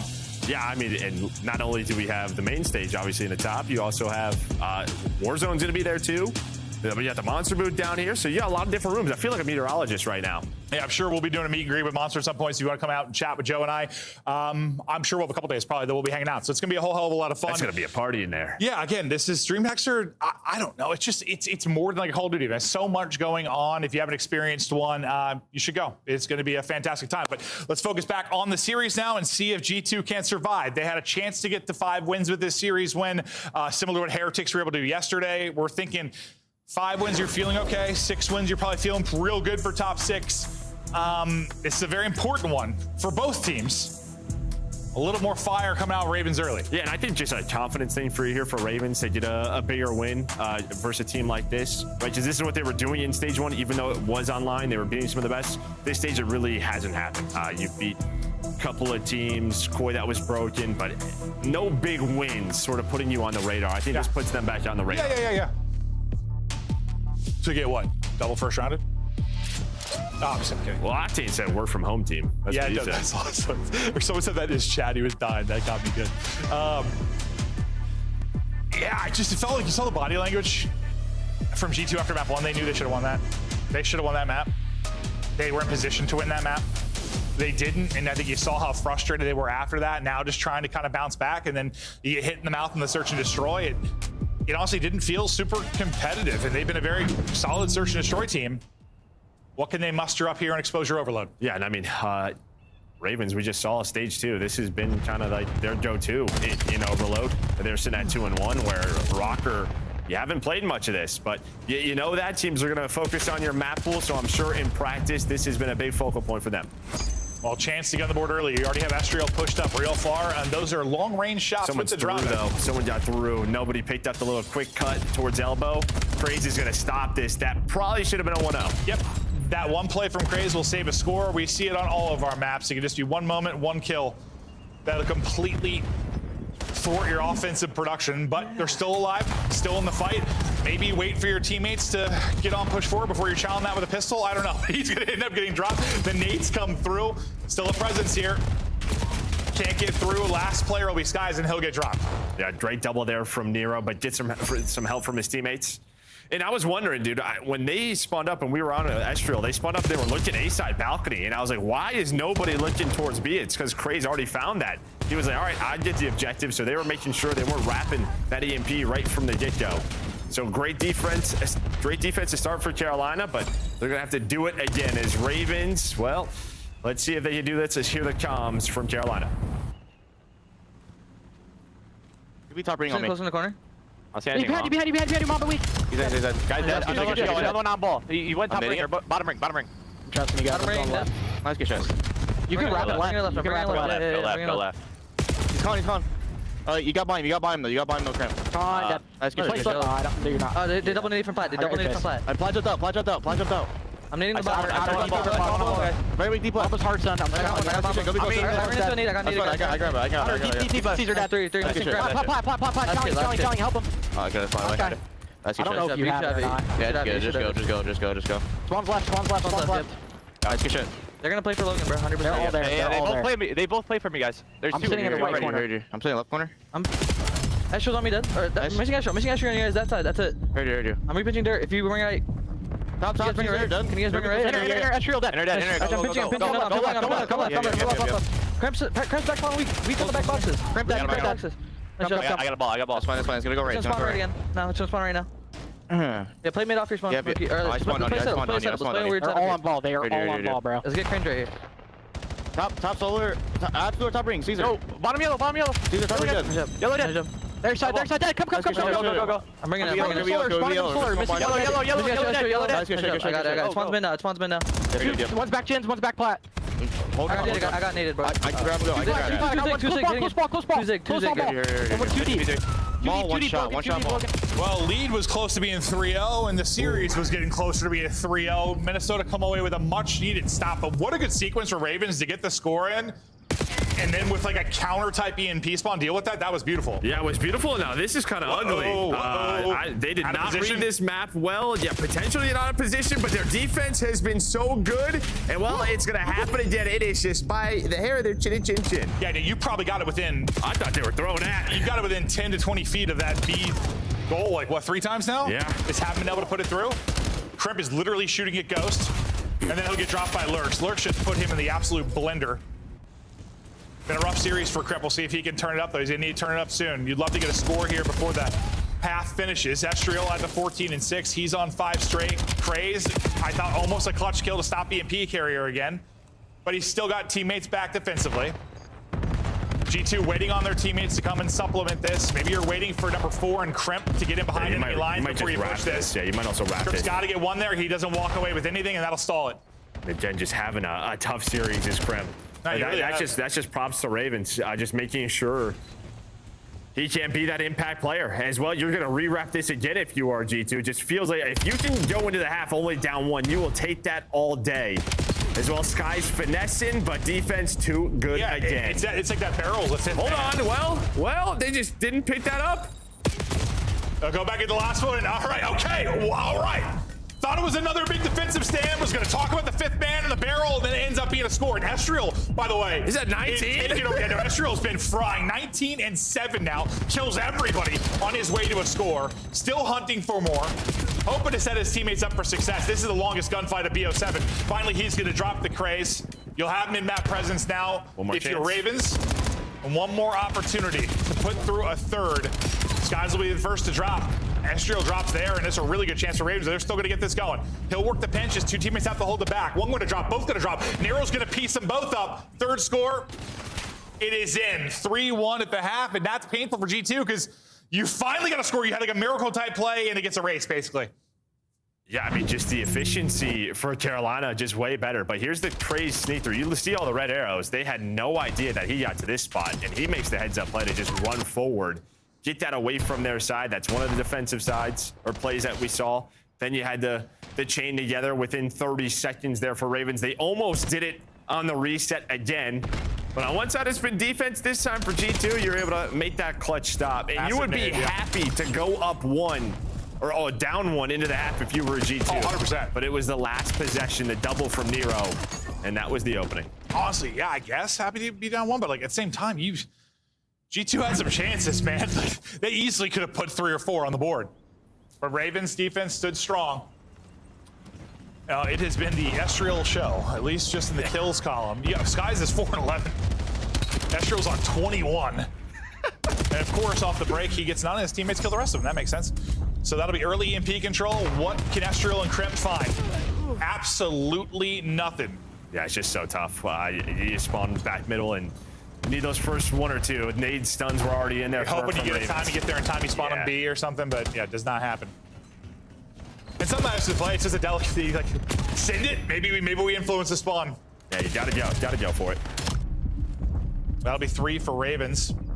Lurks will get back to full HP before the engagement. He, I think, did, but not going to matter. His Estriel's too dialed to let him get through. You still have numbers on this side of the map. That's Solar right now. Yeah, they don't know it. We know it, but if he would have just went, maybe a scoring opportunity there for Ravens, but now it's just a fight through connector for both squads, just trying to control this EMP. And while Lurcy's all by his lonesome, his teammates spawn down low dirt, so he's going to try to get to them, doing a good job so far, but Trent does hunt him down. Comes out on top of the mid-map blender. Nice snap from Exceed. Otherwise, that's numbers for G2, but his 2 keep the fight here. Crimp starting to find some kills. He needed to get going, and he's starting to get going. Got 3 there before he dropped. Crimp turning it on could be the difference between this being a series and this one being done. 3.5 to go. Still trailing by 2. EMP control, though, it's in the hands of G2. Craze, though, finds an opening, and that's a beautiful slide underneath, and now you're away. Here we go. I mean, you just get caught with your knife out if you're Mamba. I mean, don't have weapon out. You cannot help your teammates. And well, Craze is going to wait here.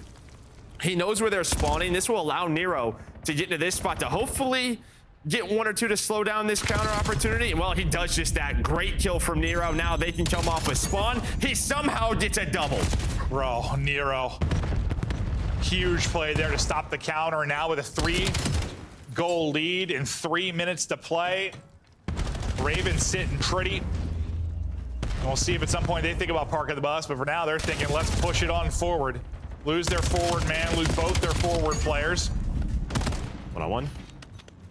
Lurks, buying time for Exceed to maybe make the play. He's gonna pick up the pinch, and 1 more bullet, he might win it. Exceed lost his fight too, so you were probably screwed there. Would have looked cool though. No, it would have. We're stalled out here for a moment. And it's great, yeah, time of possession is 50-50, but yeah, Ravens, efficiency is the difference maker in this particular mode, and you have been far more efficient on the Ravens side of it. You're just gonna scoop it and go. Crimp's gonna try and find a timing through. He wins this 1-on-1 and he is in. Not able to win the 1-on-1 though. Another clutch defensive kill. Another clutch kill for Nero. Yeah, it's all about the goal line stands, man, for Carolina. And that was just right off the reset, so you're hoping to catch a timing just based on players' positions. I don't hate it, because if you're G2, you need a bit of a miracle. But yeah, 2 minutes to go, and it just has to be better to close out this map. Or, yeah, 3-0 for Carolina. Yeah, if there were like field goals, and not just goals, if it was football, they'd be all right. Dude. Last minute, just double points? Yeah, No, like, can't do that. they've been like, it's like they're getting in the red zone. They're just not able to actually put it through. Done now. Oh, my. Sir? Around and around we go, but the score gets through. As Craze will find 1 on his 6th spree.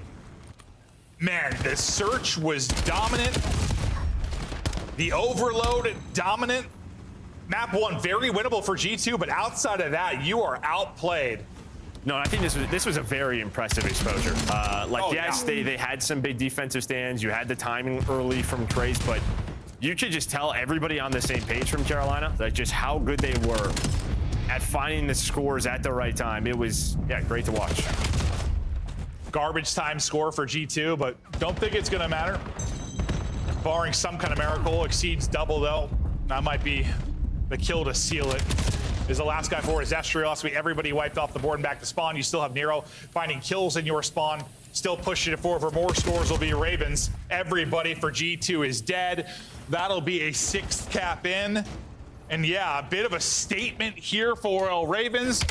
Anything we think we know continues to be nothing at all that we know. It's just so tough. I don't know if that makes sense, but you know what I mean. Yeah, no, we don't know shit. That's really Yep, that's it. I mean, and it's just so tough when you're finally feeling like these.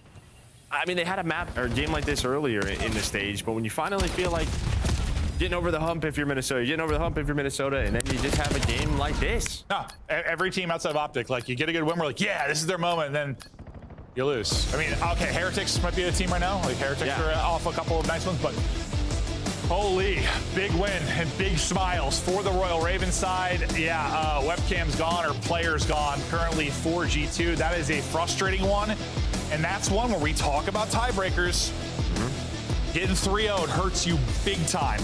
Especially one like this, which is a team you might have the same record as when it's all said and done. Yeah, but this is great to see from Carolina, right? Because we haven't seen, even online throughout this stage, we haven't seen a win like this from them. Yeah, they haven't matched like that 5-win spree at the end of qualifier 1. And this was just a convincing one. They stayed alive in the hard point, felt like they were on the same page in the search and the overload, put them to bed quickly. Somebody quit. Oh yeah, no, I'd be furious if I was G2. Like that's just, you got dominated. That's smoked. Yeah, no way around it.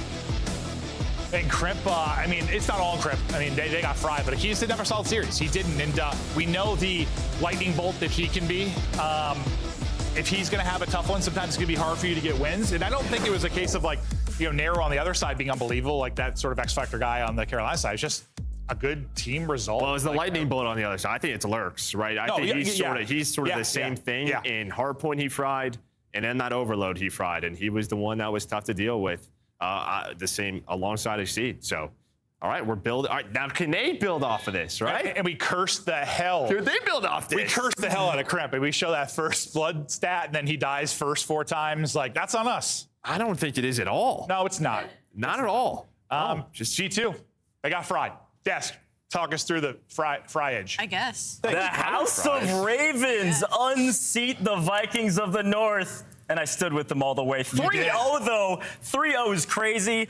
Yeah. A shout out to Ravens. They've been in the lab, and it really paid off. I think Merck said it best towards the end. He said they played so well as a team together towards the end. Obviously, some standout performances. Ant, what do you think? Yeah, I mean, I thought they built off of the match versus Optic. When you watch that match, they played them pretty tight. And, there's some critics of Carolina if they're efficient enough. And I think in this series, they kind of proved that they can beat a lot of teams in this league. And you see, like, they have the makings to be a great team. They can contend and respawn. And then in the search and destroy, they took Crimp out of the game after the first couple of rounds. And when you can shut down Crimp, which they were able to do throughout the series, you're going to have a good time against G2. So well done. Winning S&D against G2 is a feat in and of its own right. But, Ali, they go 3-0, and it obviously started here.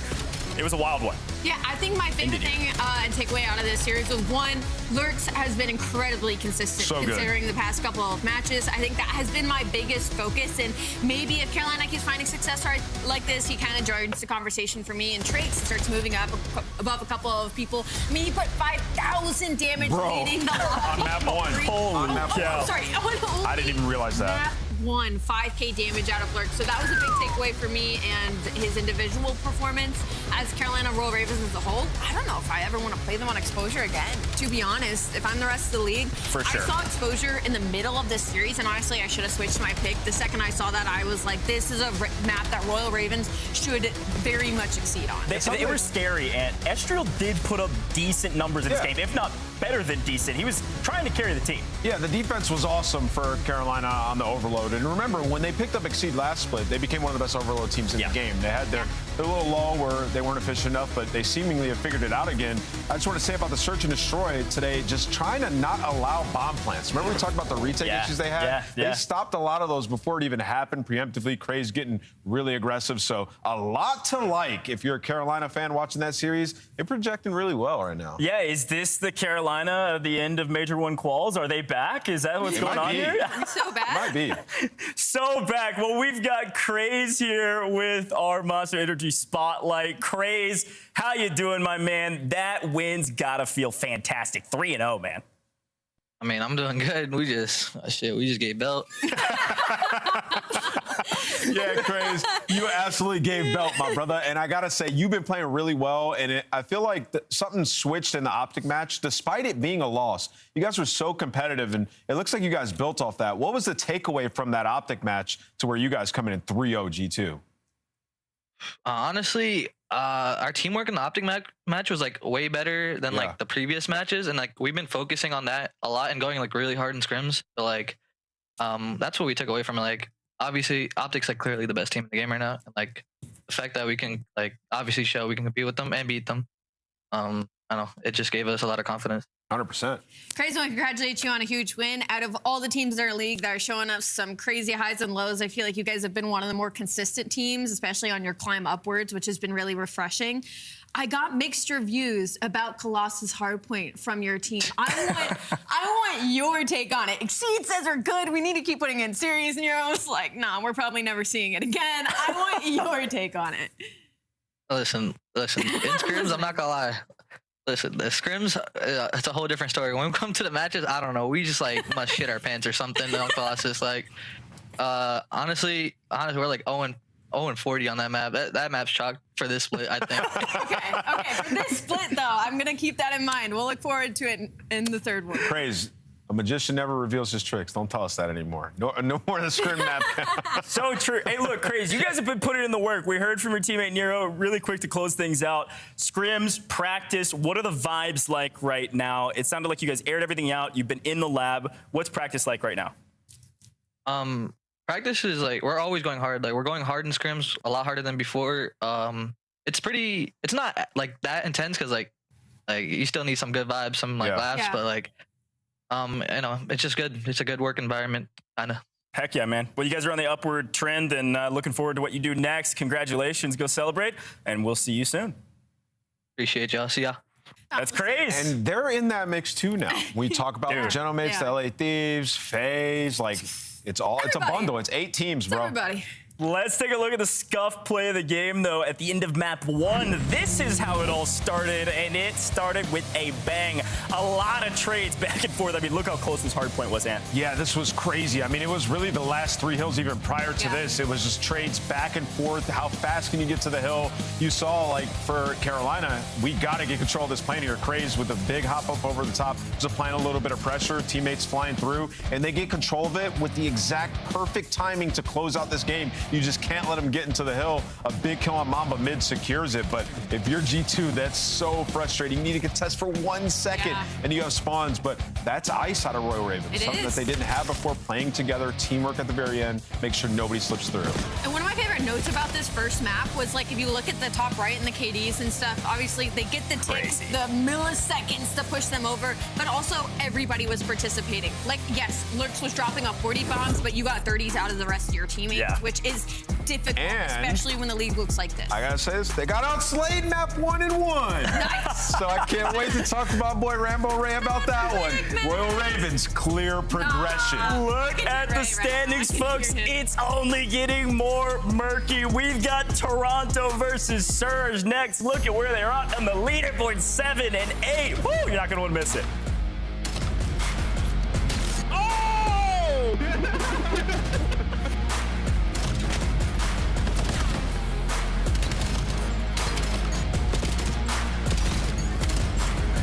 Gone! Black Ops 7 returns to the Esports World Cup in Riyadh this summer. Scan the QR code to be notified when tickets go live later this month. Start the season strong with the 2026 Call of Duty League Pack. Grab yourself the CDL operator by scanning the QR code on screen or check it out in the Call of Duty store in-game now. Scuff, official controller of the CDL.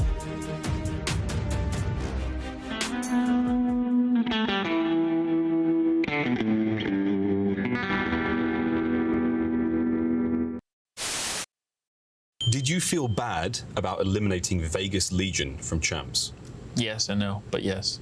They're seeing them like, ugh. I don't know, actually. You are like... I'm lying? Them guys.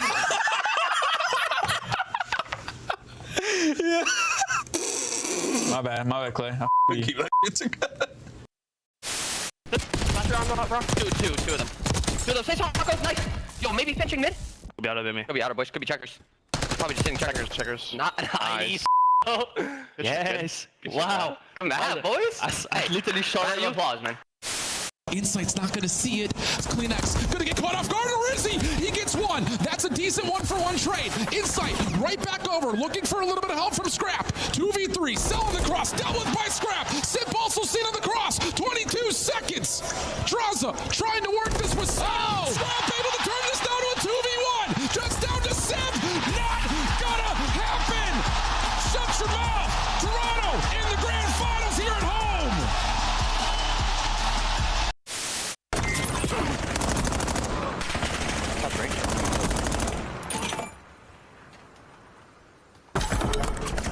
I'm watching mid cut.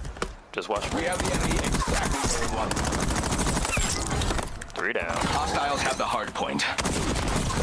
System was a eliminated. Oh my goodness. Control the hard point.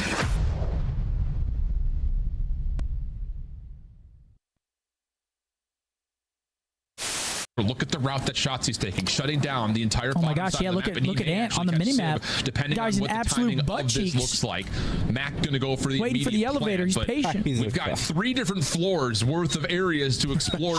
Your Shotzi, and now the time starts to tick against Optics defense. And I don't know if Sib got a sound cue that potentially someone's coming in the elevator. I guess not. Here he comes. Shotzi on the pinch. He gets the someone's playing towards top window, and unfortunately, Sib, you just were not ready. The tides are rising for the Surge. They're on back-to-back wins, albeit the Gentlemates and Cloud9 those wins, but hey, we'll take them. They've got a chance to take down Koi, who just got upset by C9 as well. And this is an interesting roster with Capsule on it. Yeah. Looking pretty good. Oh, yeah. Hardpoint's gotten a lot better. They've won their last 4. Search and Destroy. Their last 2 Search wins have been dominant, like 6-2, 6-3. So the teamwork is there. Cap hasn't, like, lit up the stat sheet, but everybody else has been getting better since his arrival, right? So he brings a little bit more structure. And when you watch their game, he's picking up some impact positions on the map, picking up pinches on rotation, and you see the cohesion is there. It's a way better Surge. Yeah, I think we heard from them. They were like, once Capsule joined our roster, his confidence changed our whole team. We all followed that confidence, even if he's not top of the score sheet. And that's been something that's been happening with a lot of our squads, right? Just bringing in somebody new, and maybe it's going to help the team chemistry overall. Maybe they aren't going to put up the biggest numbers, but it's going to impact everybody else. We call it maybe the Neptune effect or the Exceed effect. And when I look at Vancouver, yes, Cap hasn't been putting up huge numbers, but you know who has? The ARs on this team have started to become consistent. Lunars and Gwen have been putting up the numbers, putting up the damage, and there are similar teams that have this kind of dynamic. I think of Miami Heretics when Rancor and Super are doing well. The problem is they're just a couple of steps down from that kind of level. And so Vancouver Surge are certainly foundation building right now. Yeah, you put Gwen on the hill, though. Things change, I'm telling you. Bro, he had over picks up an 4 SMG, you're done minutes across 2 Hardpoints versus the mates and dropped 40. Like, he was taking over from the hill. So, yeah, try to replicate that performance. Hey, we'll see. It could certainly happen. We've got Toronto Koi, though, up onto the opposition, and I got to say, they didn't look so good yesterday. Obviously, an upset from C9, but Ali, talk to me about Koi. Very momentum heavy right now, and momentum might be on the downward trend. Okay, momentum heavy, yes, but they had a good period. I mean, it is kind of sweep or be swept when you're on the side of Toronto Koi, but for me, everything kind of depends on their search and destroy. They're 4-6 right now. They're the worst defense in the league, and even though they are getting the opening duel picks, they're like top 5 and getting the first bloods. They're not converting them very well. They're not doing anything with the information and with the room on the map that they give themselves. So that's going to be their biggest focus. I will say, though, like we talk about outside of Den, you know, they really don't have any maps. Well, they won a Scar and Colossus Hardpoint last week. Now, it was versus Cloud9 in Boston, so take that with what you will. But regardless, they are putting work in those areas to try and expand their map. Listen, everything about Toronto defensively and S&D statistically is bad. I just want you guys to watch today. If they try to play that same brand of S&D, it does not work. These 3-1 splits where you give up all the map and you try to like retake the space, that does not work for your team. I mean, maybe for like a team like Miami, because Super's so good with the sniper, you could take one side of the map away. They can't play that way. They don't have a sniper that's doing that. So Toronto have to revamp their approach to search and destroy, especially on the defensive side. Well, also, our biggest storyline yesterday was no Den, no win for Toronto. Den was of course, completely banned out.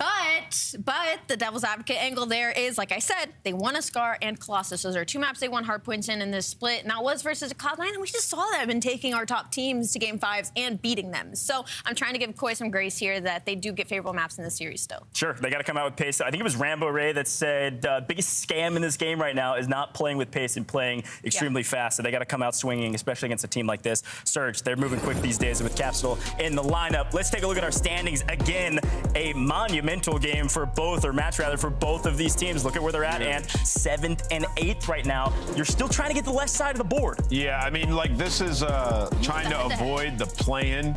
And, you know, for both these teams, like, like Surge coming off of a huge win versus the mates, full of steam, and Koi coming off of a loss versus C9. So the inverse where both these teams are currently at. But yeah, if you're Koi, this almost just feels like one morale-wise. Like, it's the most important match of the split. Well, if Koi get this, they're going to hit 5 wins and jump like 4 teams. So that's another angle to take of it for Toronto Koi. Like, you want to be in the top team conversation heading into Birmingham when there's all this chaos in the league. You not only need the head-to-head versus Surge, but you need to jump all these other teams. Yeah, and like, to your point, Ali, about the maps, like the game 2 and 3 is where it gets real tough for Toronto. Like the Expo Overload, they haven't won in so long. And the Expo SD, they played 2 this split early on, and it was 1-6, 2-6, I think that right? Overload was like a month ago that they won on Expo. Exactly. So you have to win that first hardpoint, right? You lose that first HP, all of a sudden you're looking at this series like, damn, this could be over with. Gotta set the tone. And going off of that, they are still technically the best number for map 1 team on the season. Yeah, so. Okay. On the season. Well, here's the thing, Scuff Pickers, we got to do before map 1.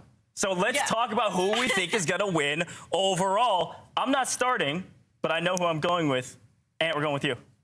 Yeah, I mean, I think this could be a competitive match, but Toronto, it's just so much pressure. I think they win today. They have to win today.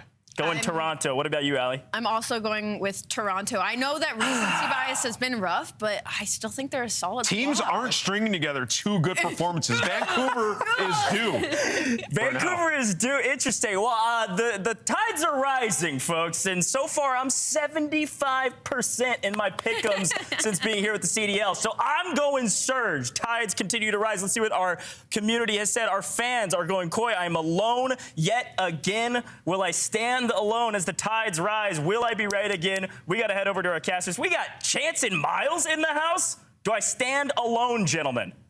A touch alone, just a smidge alone, my Goji Berry. Just a smidge. But again, anything can happen right now in the Call of Duty League. And at the most exciting time imaginable, with Birmingham weeks away, we're really at the point where a single map win, a single loss could really hurt.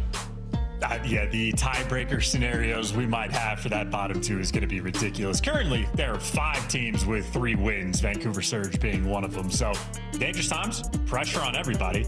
Like Ant's talked about the pressure that's on Toronto, trying to establish themselves as the top team, trying to bounce back from a recent loss. Vancouver still need to make sure they actually qualify. And granted, the teams look good. Win is coming off the back of just an absolutely incredible series. So, good signs maybe on both sides, but good signs in the realm of the ultimate mixiness. Well, caution to the wind. The fans will be hit this kind of series, folks. No one has a clue. And that's what makes it so exciting. That's what makes it so beautiful. And a map like Colossus as well. Yeah, we're really going in on this one. But, folks, again, how important this is for the run towards Birmingham. We test Koi down and out after a loss to C9, or Vancouver Surge flying high with a P1. Let's see who gets it.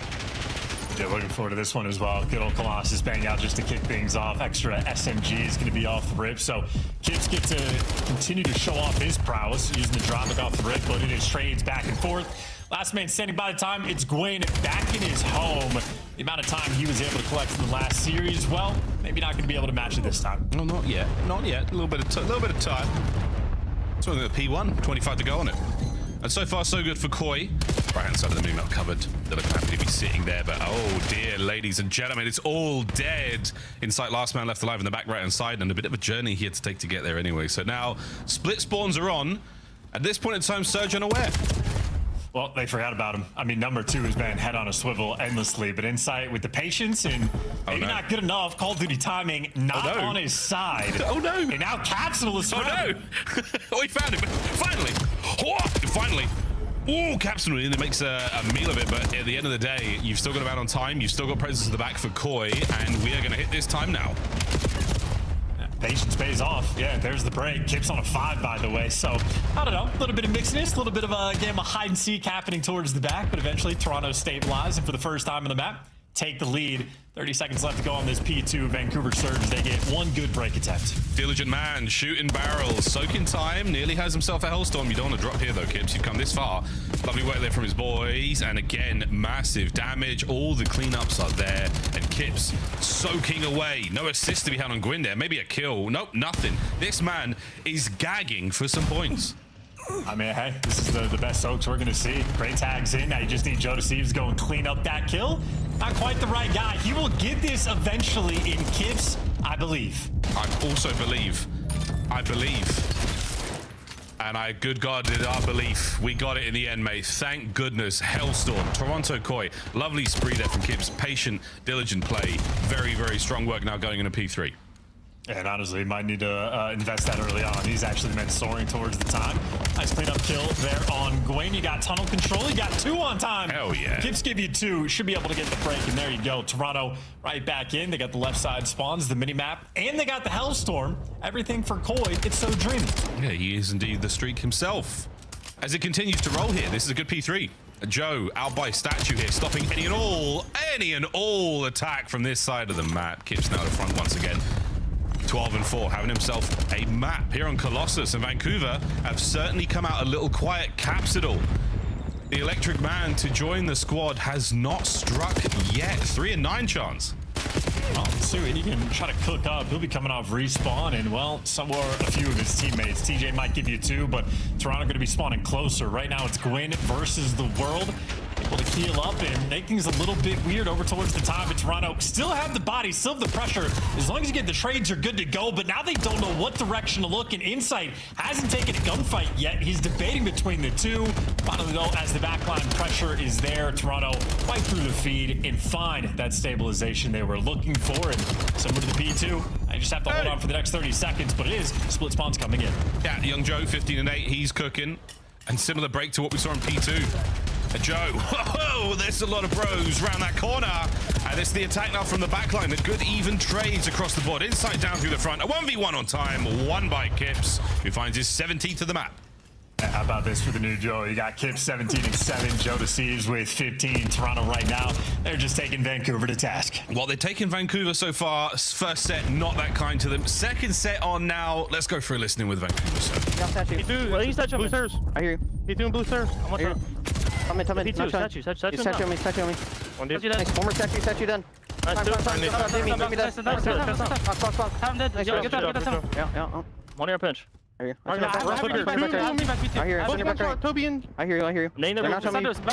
there. You pinch. Okay, quick. Nice. I throw blue.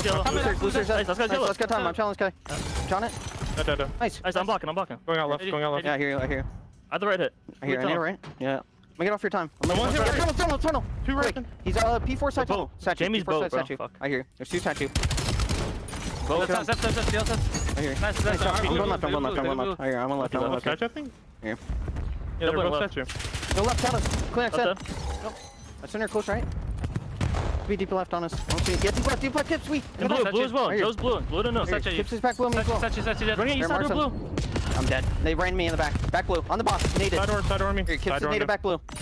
Fine, back side. Yeah, I said him. Here. Okay. Yeah, the top mid's open right now. I'm gonna need this time. Close to that. Here, I need her close up.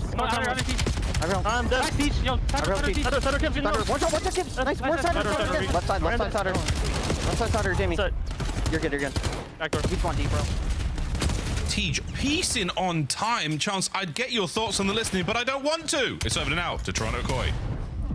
2. There could be P1. I'm wrapping over. Nothing right. Guys. Okay, P4. One P4. I need a P1. One shot, fries. One P1 now. P1. Nice, go left. Nice, shots. P1 still. I'm going to go. Drop his auto. Alright. Went front. Close. He needed me.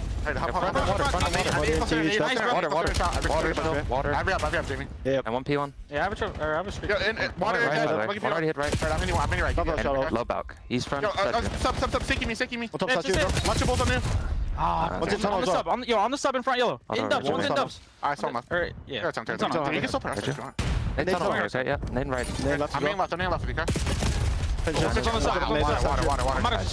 I'm out of streak. He's gone tunnel, okay? Tunnel? Streaking, guys. Yeah, he could pinch up you. Two in time, move going dubs. There's a channel. In yellow. I'm one shot, bro. In yellow. In dubs. Go for spawn kills. Give me tunnel. Yeah, tunnel, bro. Two touch as well. Got it. Okay, one. Side yellow on once. That's one deep, bro. One could pinch blue late. Definitely. Dubs in time. In dubs 2. One's on the front heady. There's 3 time. In dubs 2, one's on the front heady. Tunnel dead. Nice, bro. Tunnel. Both teams, good listening. I think for Toronto Koi, having a little bit more fun. And both teams very quiet and patient as well. And the fun was only at the start of the listening. Capsule just made one of the better plays you're going to see on Colossus and is trying to set his team up. So the deficit now cut down to 30. Vancouver Surge first towards this new time, but they don't quite have the numbers. Joe Deceives and Kips absolutely running it down. And maybe a moment for Vancouver where they just drop the ball. They do not handle those back spawns at all. Not this time. We'll see if there's going to be another opportunity. Well, just shy of 3 minutes on the game clock as well, so it's been a pretty close one. We'll see if that comes into play a little bit later, but for now, inside shot. Once again, the man in the back line who gets given a freebie. Unbelievable timing. Assault now through the back, nearly over. Joe trying to maintain a foothold. Kips might have caught a head unaware, no. And now the trades are on. The battle continuing for this hard point, and what an effort from Vancouver Surge this has been to pull it back. Yeah, just a weird mini-map as well. Neither team really able to stabilize those back spawns. Toronto, though, good for it, maybe for the final 20, but that's a hill where I think Vancouver Surge probably wish they could get it back because they cut down the deficit to 40, and, well, unfortunately, they're going to be in roughly the same spot on the new rotation. Good news for Surge, their P1s have been fantastic, and once again, the kill feed on P1 is looking great. It's a 30-point game. Third time the charm now in our third set. We'll see if Koi can close this one out. Vancouver Surge, what a wonderful P1 they had in the second. So far, the dance is on. The kills are not there. Capsule alone on P1. Backing down, waiting for the nades to roll through. You got a pure standoff right now. No flanks round being taken either. Nades, though, with no trophies, going to give the advantage to Toronto. They're in the time. They give you the first extra, and they kick off the trade fest and keep things under control. It's the difference that trophy made. Oh, it allows that player to get on the inside of time, get a corner, and then set up the kill box. That is it, folks. Well, Koi, P1 looking good. Kips pressing the advantage. A counterattack now on for Surge. They've got to get themselves over towards P2. Tej with the tunnel play offers a little bit of space right now. The Koi want to buy back. Oh, Joe, what a kill there on a capsule on the slide. Keeps the P1 pressure on, and Gwyn fights his way through. Opportunity for his reinforcements to get there, maybe not. Koi, such pace here on P2. Yeah, doing a great job of pushing out past P2 to pick up the guys coming from P1. Well, now it's going to be Lunars with the Hellstorm. Has to make the impact here. Yeah, big swing. Banks it left. Connection on 1. Good enough for now, but you've got to worry about where the rest of those players are. His teammates got kills, but unable to press forward. And Joe Deceives. Strong arms, the boys making their way through. No third, no problem. Still holding time. Yeah, and handling P2 properly. I mean, Kleenex now the guy pushed up from P2 doing the damage. They have been taking turns. Insight the first guy to do it. Kleenex has done it twice. Now it's Kips trying to take his turn. The only man that doesn't actually get a kill while doing it, but nonetheless for Vancouver, I mean, this has just been an absolute blender of a hill. Getting shot in the front and the back constantly. They were afforded no space. And Toronto should have just won the game there on P2. Unless Vancouver can orchestrate just a miraculous comeback. Yeah, truly miraculous. 3 trophies in play, over by time. 3 dead for Toronto. Koi on the way through tunnel. The only man up now is going to be Kleenex. Will he be identified and dealt with, though? That's the next question we're going to ask. Sure can. Luna's lovely stuff so far.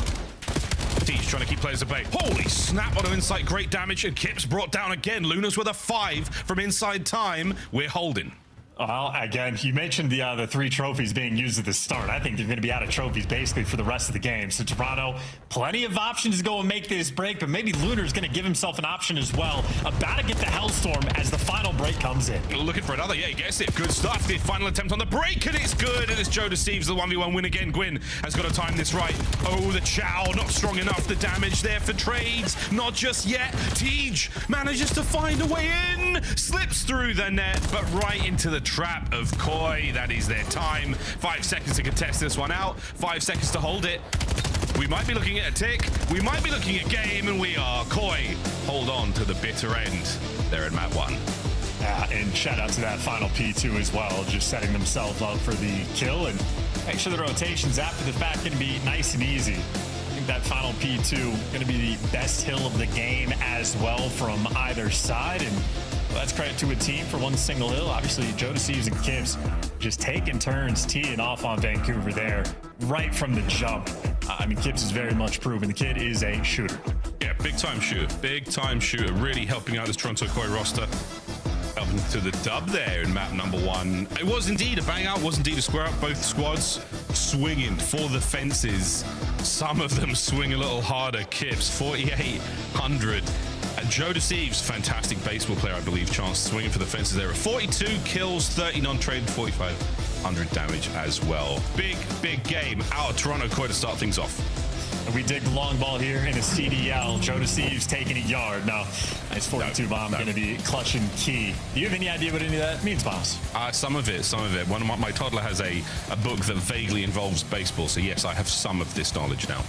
I appreciate it. You're going for the Grand Slam clips here for Joe Deceives. Again, just an absolute monster performance. Really from start to finish. And even if the map of Colossus isn't the easiest to keep stable, maintain the back spawns, this and that, ultimately Toronto, I think, played a pretty good game start to finish, other than the P1s. I think the P1s probably gave them the biggest problem for whatever reason. Yeah. Vancouver Surge had the number in that capacity, but all's well that ends well. You ban Den. Still got to deal with Toronto on some other maps, and as Ali pointed out, they have some other things in the back pocket. They're good at a lot of the maps, and they're just exceptional at Den. They are exceptional at Den, but the map pool is not that bad whatsoever right now for Koi. We'll see the section stories in a moment, but until then, lovely look at the highlights again. That capsule 3-piece was really good. The nade, the martyrdom nade that Insight had to run across to stop that whole flank happening, that counts as his kill as well. That's 3-piece as far as I'm concerned. That's how it goes. Well, here we go, ladies and gents. Good look at the game flow there, as Surge unfortunately fall a little short there in map number 1. Again, congratulations to Toronto Koi. Big dub. Happy to see that go through. And again, not that much of a difference. I mean, one set of P3s for P1 there. That's about it. Tiny bit of a difference, but otherwise, Colossus start to finish, all Koi. Every single P2 is a spike there for Toronto. From start to finish, the 113 to 154 jump, the jump towards the end, and even the first P2. So I take it back, maybe too much P1 gas there for Vancouver. It was the second hill where Toronto were able to set themselves apart, but that's enough for the Colossus. Going over now towards the S&D, and I think maybe the most interesting game mode when it comes to the Toronto camp, just because maybe a little atypical. Both Kleenex and Insight, longtime staples of the CDL, right now sitting in that 0.8 range there for Search and Destroy. And I think for the team of Koi, that is the clearly identifiable issue of where things have to get better. Whether Nameless is correct in that you got to either lock down your defenses or figure out the snipes, Toronto have their work cut out for them.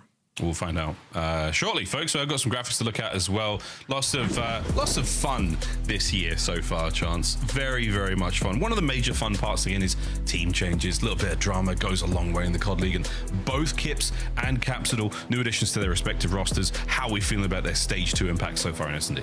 I mean, I've seen Kips have some Herculean efforts coming through. That raid S&D certainly a standout, where he was the top performer on the team by a country mile.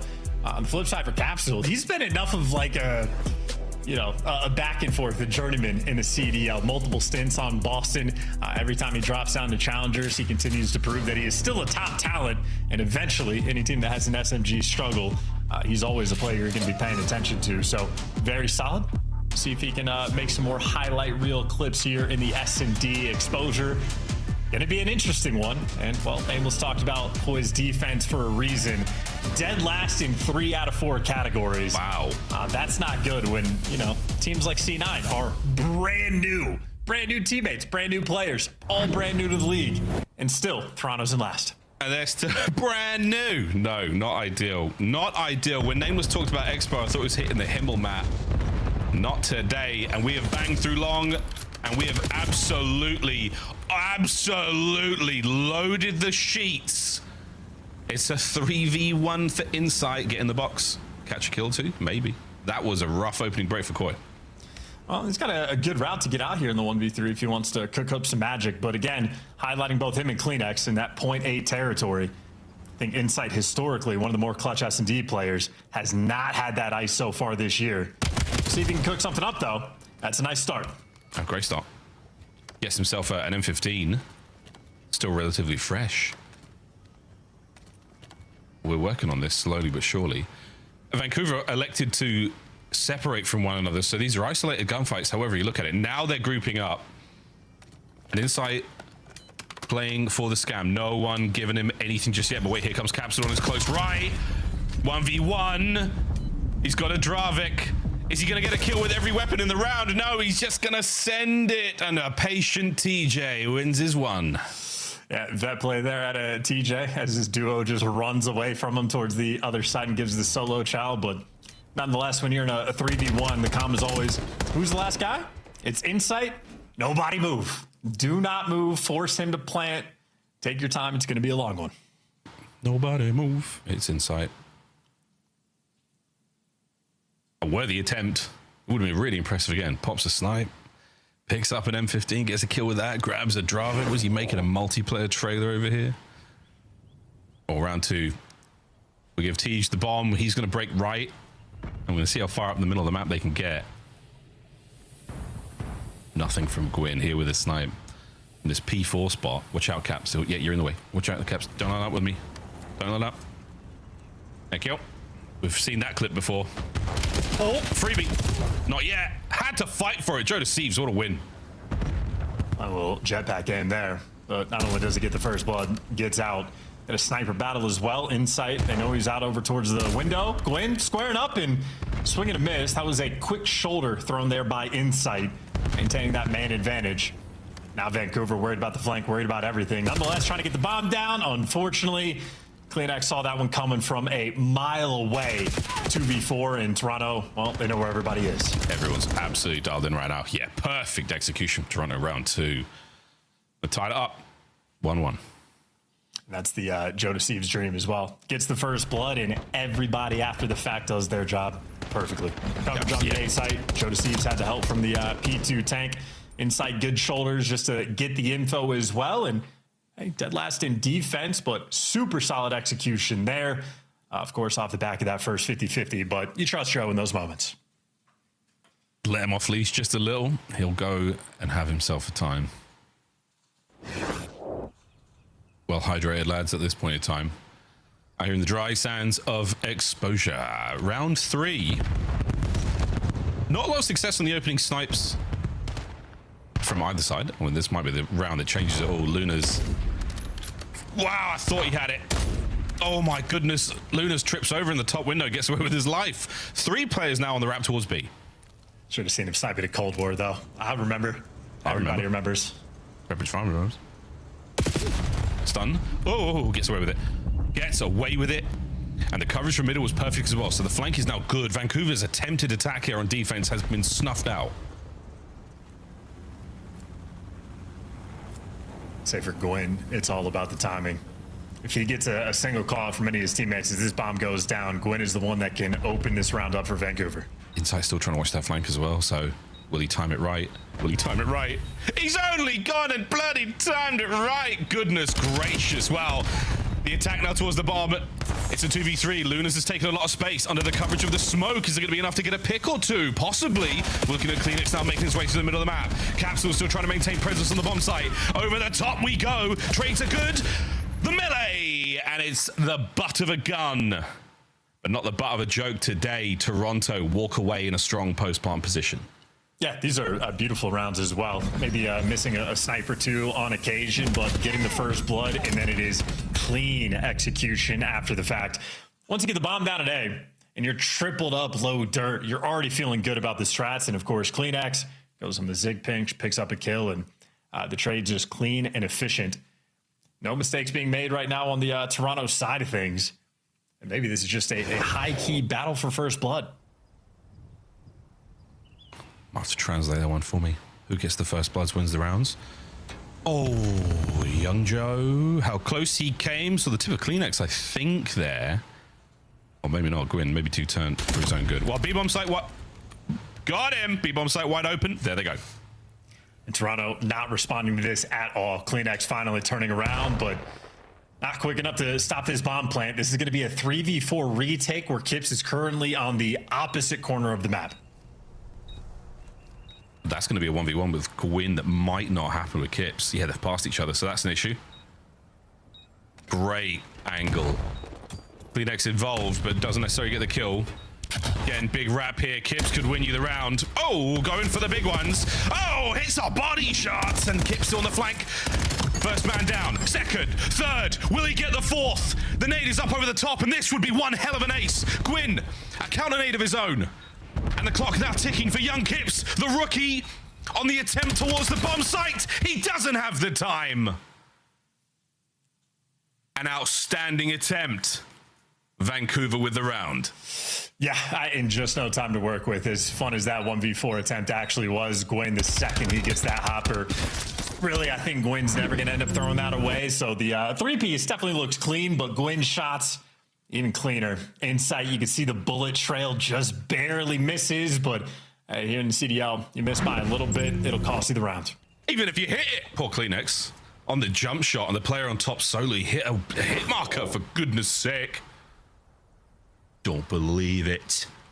A shocker to help Vancouver find the equalizer. And now into our 5th round we go. We've seen the B-bomb site get a little bit of love. Still the hot spot for both of our teams.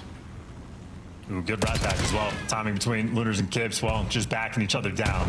Really enjoy the paranoia as well of players hiding up in that floating crate. At least initially. Toronto showing their hand. They are leaning heavily towards this A site. Joe Deceives going right for it. No time wasted. Going for the bomb plan, and they're not going to give it to him. Lunars jumping all over it, gets it, and that is bomb down. Again, we've seen that play. I mean, this time the other way around. Oh, my word. Vancouver. All down to Kleenex. They know where he is. They know where the bomb is. You have nearly all the pieces of information you could need to take the lead here on S&D. And there's simply nothing you could do. It would require, at minimum, 2 scams coming through for Vancouver Surge. I will keep using this type of terminology, Miles. How do you define a scam in normal English? Offline English? An over-the-top mistake in which, if you had just not played the game, it would prevent you from making said mistake. You could put your controller down and be in a good spot, but if you play too much and die, that would be a scam. Yeah, I'm very prone to the scam, I think, in my gameplay. It's like an unforced error. You know, you didn't need to do that, but you did it anyway, didn't you? Didn't you? You idiot. Sorry for the folks at home there. I'm in therapy. All right, 3 for Gwen, 2 for Lunas. It's been a good look for Surge. That's likely to work with now, and again, a bit more B-bomb presence this time around for Koi. And yes, lads, you do need it. Doink, inside, first blood nearly gets the second as well. And T just so damaged, not in a position to really pick this up. Koi forced back in, and they're all going to plow their way out through the bottom now. Wait a minute. 1 by 1 they creep on through, but the kills are good at this point in time for Surge, down to Lunas. Good luck. Not over yet. Kips. In the dance against young Lunas. And they've shuffled. Are we checking every possible cover? Yes, we are. Every angle's taken care of. Koi, back in it. Yeah, and well, you know, speaking of scams, that's what Lunars was hoping for in that moment. You can see through X-Ray, he was trying to play for the second guy, knowing he had kids trapped on the van, expects Kleenex to be coming in for the protection. Reads it well, but just neither Toronto players really gave him too much. And inside out here trying to deliver haircuts throughout the lobby. Lunars gets 1, Capsule gets 1, and it really has been a game so far of just the battle for first bloods. The moment Insight gets that initial kill, entire team group up together, bangs out low window, and just the trade fest kicks off. So first bloods right now, hyper impactful. We are on the hunt. Well, that's your first blood from Lunas. Throws an absolute gem from the opening break. And pressure now from TJ there by that P5 spot, that low tower. Keeps an eye on the A-bomb site if anyone crosses it from top, and it goes for the actual plant. He has coverage there from Lunas as well, so nice setup here from Surge with a man advantage. Good luck, Koi.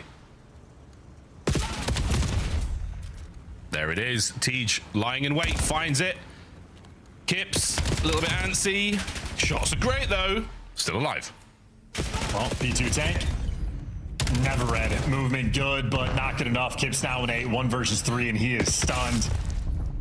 He took the isolated gunfight. Gwen's going to give him one, so a 1v2 opportunity. And I'm a Kips believer. He is 10-3. Yep. That's a knife. Never mind. All right, that's a knife. I'll just... Hey, look. Hey, look. It's fine. Wrong weapon, wrong time. Right place. But an air of frustration again. I mean, Kips, we're giving him 2 chances now to find the big old clutch. sadly come up short in both of them. But again, that's more kudos to Surge, playing aggressively and playing very cohesive COD right now. So good stuff from them as well. Brightness setting is an absolutely crazy thing in the CDL. The blinding light Lunars is having to deal with. It's not the sun. That is his monitor. You would not be able to tell the difference. It must be his camera exposure settings. It's got to be. There's no way. Well, speaking of bright lights, it's Kips who's got the superstar performance on right now. He's our diva here on exposure at 10-4. Stronger presence here once again from Koi. Back-to-back defensive rounds over towards the B-bomb site. They are definitely not letting those plants go through because the retakes have not been ideal. Joseph back on up. Trevi's going to be there to help out. Reinforcements now being pulled from Koi. 3 towards the B-bomb site on the back. Everything covered. And insight upstairs as well. Koi with the clock on their side. Here we go. This is just about to be an 8-man hit around this B site potentially. Or maybe Toronto get baited out just based on the timing, and Vancouver Surge have timed that perfectly. Their internal clocks right now on point. Daylight savings did not bother them a bit. No, it's hurt me quite a lot. And it might be hurting Koi as well. There's the bomb plant. Capsule, oh, tuck it in, mate. They're coming in. Teach on the back line. Damage is in. And Kibbs should be able to get the boys through. Over the threshold. The lineup is there. The damage is not enough. Cap from up high. Trades back and forth in this 2v2. And to the pistol. Gwyn gets it. And another post-plant position with Vancouver Surge. Smells like victory. And outthinking their opponent as well. I mean, that minimap genuinely looked just nutty. And Toronto making these moves without information as well. So the minimap just insanity. And of course, the trade fest getting kicked off as well. I mean, good luck keeping track of this. Imagine the comms in this moment. You don't have bang out. Like, this is a Colossus P1, but in search and destroy form, where you are on the clock to defuse a bomb. That is a very strange situation to be in. And, well, Vancouver up with the 5-3 lead. That's wonderful stuff. Well, Vancouver. Oh, God, no, it's the P1 break. It was the round 1 break that didn't work. But this time, a lot less damaging for Koi. And Kips, you've been gifted a treat, my friend, finally. At 11-5, looking very impressive indeed, but not when you're 5-3 down. Big advantage right now for Koi. Surely. Oh, God. Joe gets it. Trades. Another red dot to play with. And Lunas, he sends it. Damage. Oh, boy. He wanted to end the map then and there. But another round we will play. And Koi, by the hairs of their chinny chin chins, word to Joey D. That's such a nerdy final moment as well. I think Kips, the idea is to bang out the mid cup, but then the final guy in line just has the sniper pistol. But nonetheless, pistol shot on point there, coming in from insight. So keeping it under lock and key. 5-3 curse potential underway, but nonetheless, Vancouver Surge still just a round away from calling game here. We talked about how poor the defensive side of things has been for Toronto. Well, they are now reliant on their defense to force this round 11. A matter of survival here on the search and destroy. And a good defense is a potentially very good offense. They force Capsule into the smoke play. And there's the kill from Joe. Advantage now taken. You have it, lads. What will you do with it? A-bomb plant right now for Surge. It's going to be a retake down a man defensively. Here we go. Gwyn, check your 6. I told you to check it, and you didn't. Right-hand side of the map now covered in Koi.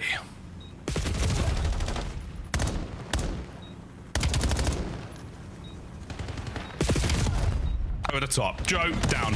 2v2. How is it now? 1v1. Kips, for the map. It's done. I believe it not. How the hell have Surge just done that? 2v4 clutch, man. Lunars with the lights devastating in his eyes. Him and TJ managed to clutch up there in that 2v4. Great plant spot from Gwyn, but even with that is a situation for Toronto that should just never happen. A 4v2 retake on the site where you have all the time in the world to make something happen. They should be winning that 10 out of 10 times. Instead, though, Toronto and S&D this year, they simply do not have it at this point in time. Kips continues to be the shining light, but that's the only good thing there for Koi. On the flip side for Vancouver Surge, double digits out of TJ, double digits out of Lunars as well. In spite of the fact that the First Blood collection wasn't as on point as you'd like it to be, well, if you can clutch like that, you don't need it. No problem at all, team. Wow, that was a surprise. You did everything right, Koi, until you didn't. Exposure overload, we're going to stay on it, folks. Got that map number 3 underway. And we will see the Scar hardpoint at the very least. So, God, we have to go to the section straight again. I think if you're a Koi fan, you want to see these 2 respawns really go through the net, and pretty quick. If you're a Surge fan, we'll find out how they're going to do after the break. But we're going to be going now to a quick one, ladies and gents, when we come back. More Call of Duty played on this Saturday. Don't go too far.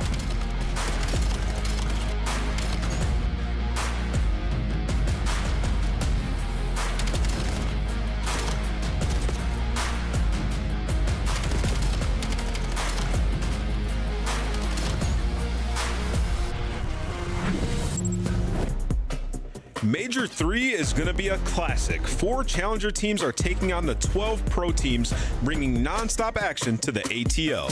Get your tickets before they sell out at DreamHack.com/Atlanta. Dominate the competition on main stage with the CDL Major Hunter Tracer Pack. Collect your chip by scanning the QR code or heading to the in-game store now. Scuff, official controller of the CDL.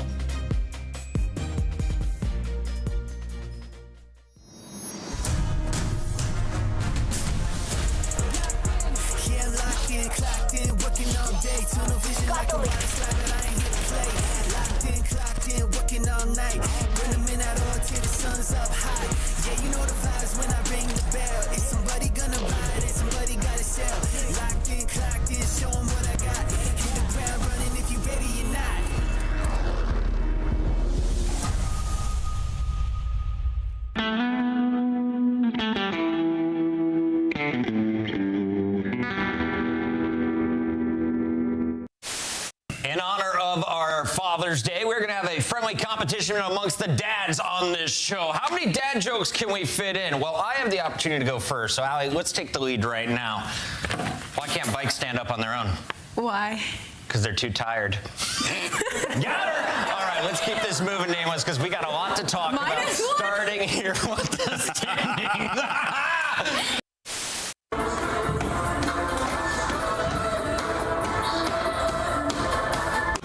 Absolutely loving the Rio addition to the asset. And you get into the Karachi S&D just so... We were hearing good grenade. Oh, he just ice skated on him. Yo, that was a skateboard move right there.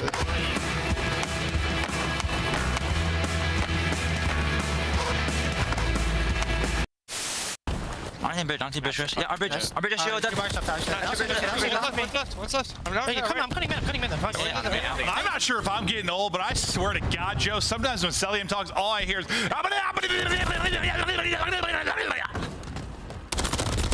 Yeah. Steals the record for most kills dropped in a single match. It's 115, and it's Gwyn. On the collapse, he gets the angle, he gets the kill. His series continues. Gwyn's here. Yeah, this is his place. Double headshot, 7 in a row. He is taking over. Maybe he's just trying to end the Rookie of the Year conversation. Just put himself back in front with just a dominant performance here. Time to go. TJ gonna drop. One has fallen. Second will drop as well. They collapse. Oh, on Gwyn! Of course it's on Gwyn! One player left. Hunts it, finds it. Gwyn seals the deal with a record-setting series for Gwyn. Gwyn is different. Gwyn, different indeed. Gwyn, not bad at all in the S&D. Gwyn in the Overload. Well, we got to go and find out how that one goes. Well, if you're Koi, you're pissed. You're mildly irritated, but hopefully not too irritated that you can't shake it off and try and detonate those EMPs. Yeah, they might still be talking about that final round as well that they just lost. Lunars was able to piece him up relentlessly, and TJ there for the follow-up. So alley-oop's coming through for a Surge, and we'll see if they can continue that chemistry in the overload. Problem is, having in stage 2, once again, I'll just throw the exact same shade I threw at Toronto earlier.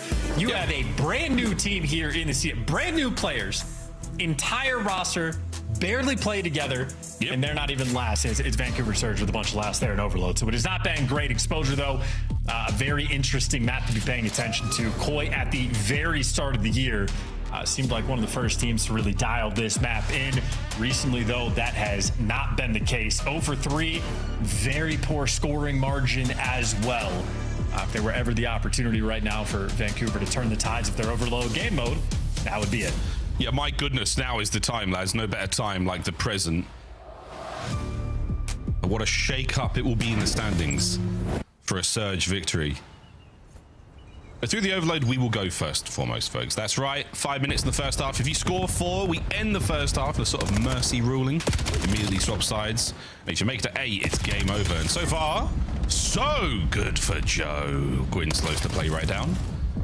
Back over we go on the pickup, inside possession. Phoenix at a perfect spot here to keep this going, but sadly, the stun not quite enough. Surge hold defensively. Call of Duty timing all over the place as well. And yeah, that does not pay well for Joe. You got Insight, though, with 2 players nearby, so you're still going to be going for it. There's a nice nade over top. Now Lunars has to kill the entire team, or maybe Insight going to go right on through. First point there for Toronto. That was a 50-second capture. It took a minute, but again, strong possession. Toronto Koi keeping everyone there for Vancouver Surge. Guessing Gwyn in your spawn, that's an issue. If you start to lose this fight, you've now got an open lane to fly through. Joe, the dead nade's got to work out. Slow these players down just a touch. Wait for the reinforcement from spawn. The lineup. Oh, Joe gets gifted a pair, and the third is his as well. For what the f? I mean, hey, listen, sometimes you make the absolute perfect play. You detonate, you do everything right, and your teammates just do not trust you at all. I get it. I've been there on both sides. It's fun. Wow. Still top side of the map. Can we get another cap into Toronto Koi's hands?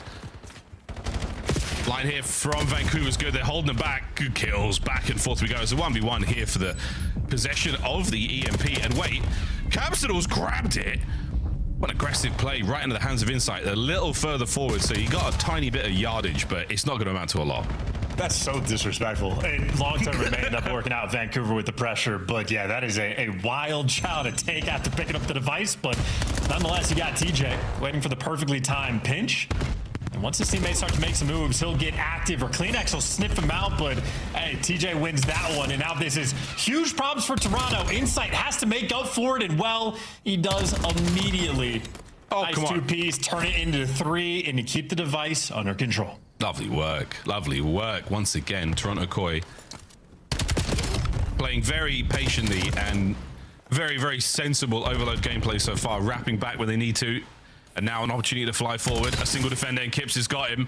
Kips is now trying to make the play happen. Oh, Caps on the flank as well, so you got to get moving quickly. Flank dealt with. Here it goes. Kleenex is in. TJ taken care of as well. No opportunity for the rally, but Insight. Oh my goodness, look at him. Heads up gameplay. Bottom side of the map already. He's hitting stuns. He's got a kill. He's looking at a piece or 2 more. Jay McCraven on board once again with a nice play. Calling out the entire team as well, and he's checking the corner, and he hates Joe Deceives with a fiery burning passion. He's back-to-back team kills on young Joseph. Again, massive possession right now from Toronto Koi, and again, Insight quite literally doing it all. Has an overload, he's killing everything, he's got the possession, and we're still waiting for the kills here. The rat back on its way now from Surge. Good shots over the top. Oh my! Jamie Craven makes up for it with a big cap. Yeah, nice pistol shot as well, but Insight's looking pretty good with it.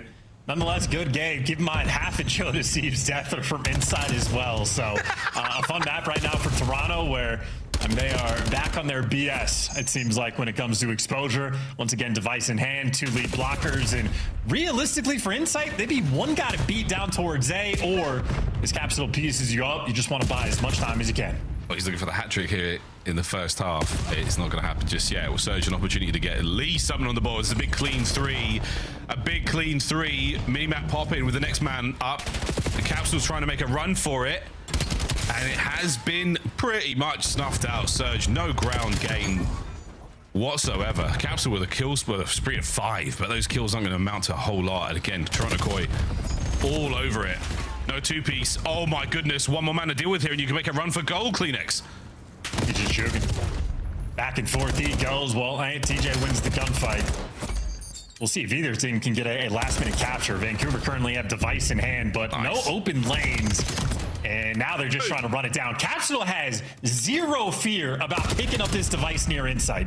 Yeah, he just presuming that the noises and the lights, the flashing sounds will disorientate or maybe discombobulate his opponents. It's not going to happen. 10 seconds to go. There's the pickup. There's an opportunity for a goal here, lads. Wait, Gwyn wants the chow. Oh dear, it's not going to happen. And that will be that. No extra time.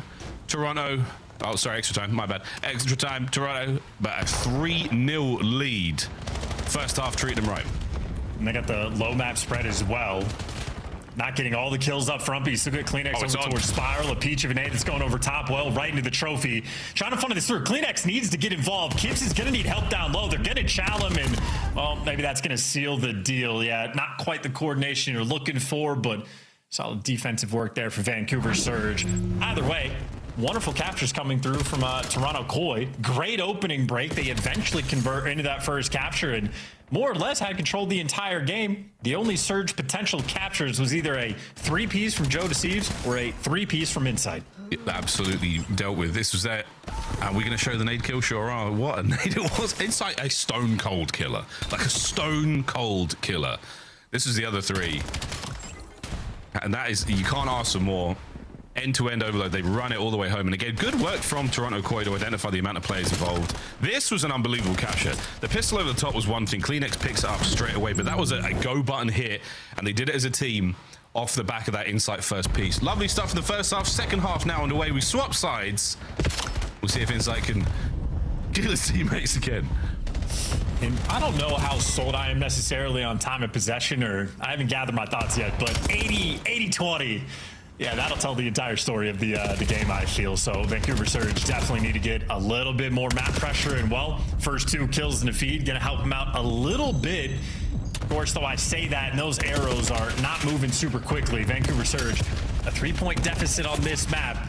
You're going to have to play faster than you're used to. Yeah, Surge, I mean, if Surge have got 20% possession, but they've got 3 goals, I mean, that is a unbelievable amount of efficiency when it comes to making these runs. And they're on a run now towards B. Capsule in a prime position to slow these players down.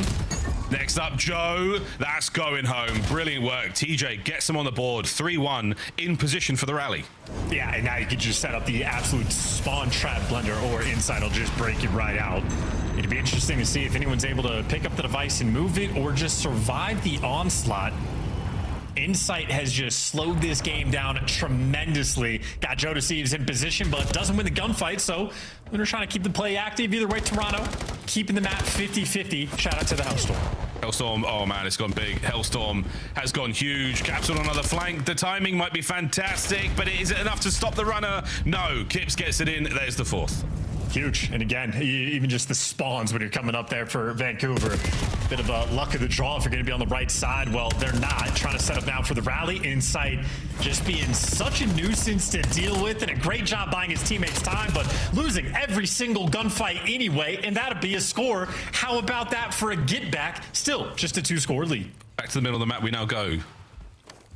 And goodness gracious, what an exciting start. Hello to the second half.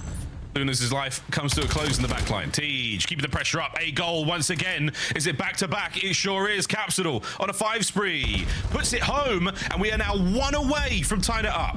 And for Toronto, it's 2 kids in front of you, 2 kids behind you. And they're playing that 2-2 war right now, looking for the guys coming up on the pinch. Well, nice catch there from Insight. The device is out away from TJ. He wins the gunfight towards the middle of the map, but the score's going to go through. So was that the right decision? I don't know. But for Toronto, absolutely was maintaining that 2-score lead. And as soon as they spawn up, they go towards A immediately. Now it's an opportunity here for Surge to get a bit of possession. If they can get a kill or 2, cross over to B. They have TJ in position on that goal. Now he's gone. Surely now, Vancouver Surge. Still trying to keep the pace up, still trying to keep the fight alive. Let's go for a listen in. Yeah, random mid, P1. I've left. Go left of me, clear next week. Go blue barrel. Come in. I'm going to right. Long. Short. Short, random mid. Long. He's in con now. Con corner, one's still long. We're missing one. Right. No, dude, front, low ring, Clinics.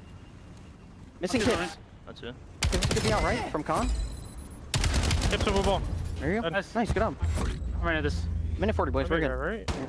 Yeah. He's close solid. We're good. I hear you. One shot, he's absolutely. I hear you. Missing one inner, one outer. Outer, Clinics, one shot dead. Joe's running forward. Joe's close.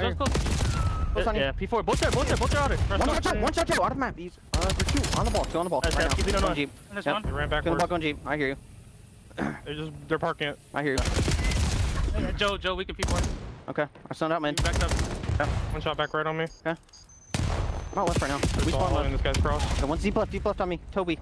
He ran low ring. I'm in P4. He might jump top ring. One back P4, one back.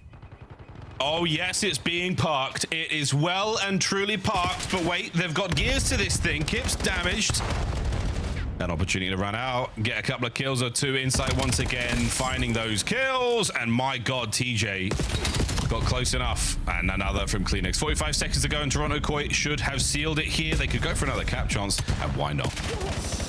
Just because you don't want to lose the game. Just making sure you get the kills. I think Kip's going to absolutely play it safe no matter what happens. And there you go, retreating back towards his spawn.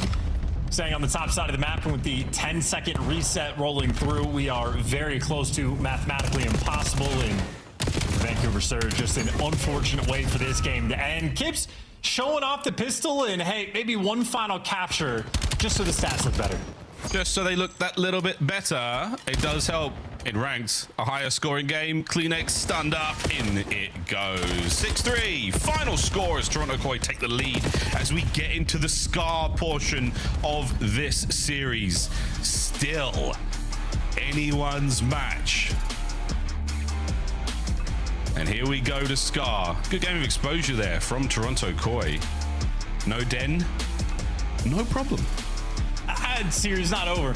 We don't know that just yet, but nonetheless, at least there for the map 3, you are absolutely correct. Just a tough one there for Vancouver Surge, currently the worst overload team in the game. Not an ideal thing to have happen when you're tied up 1-1 in the series.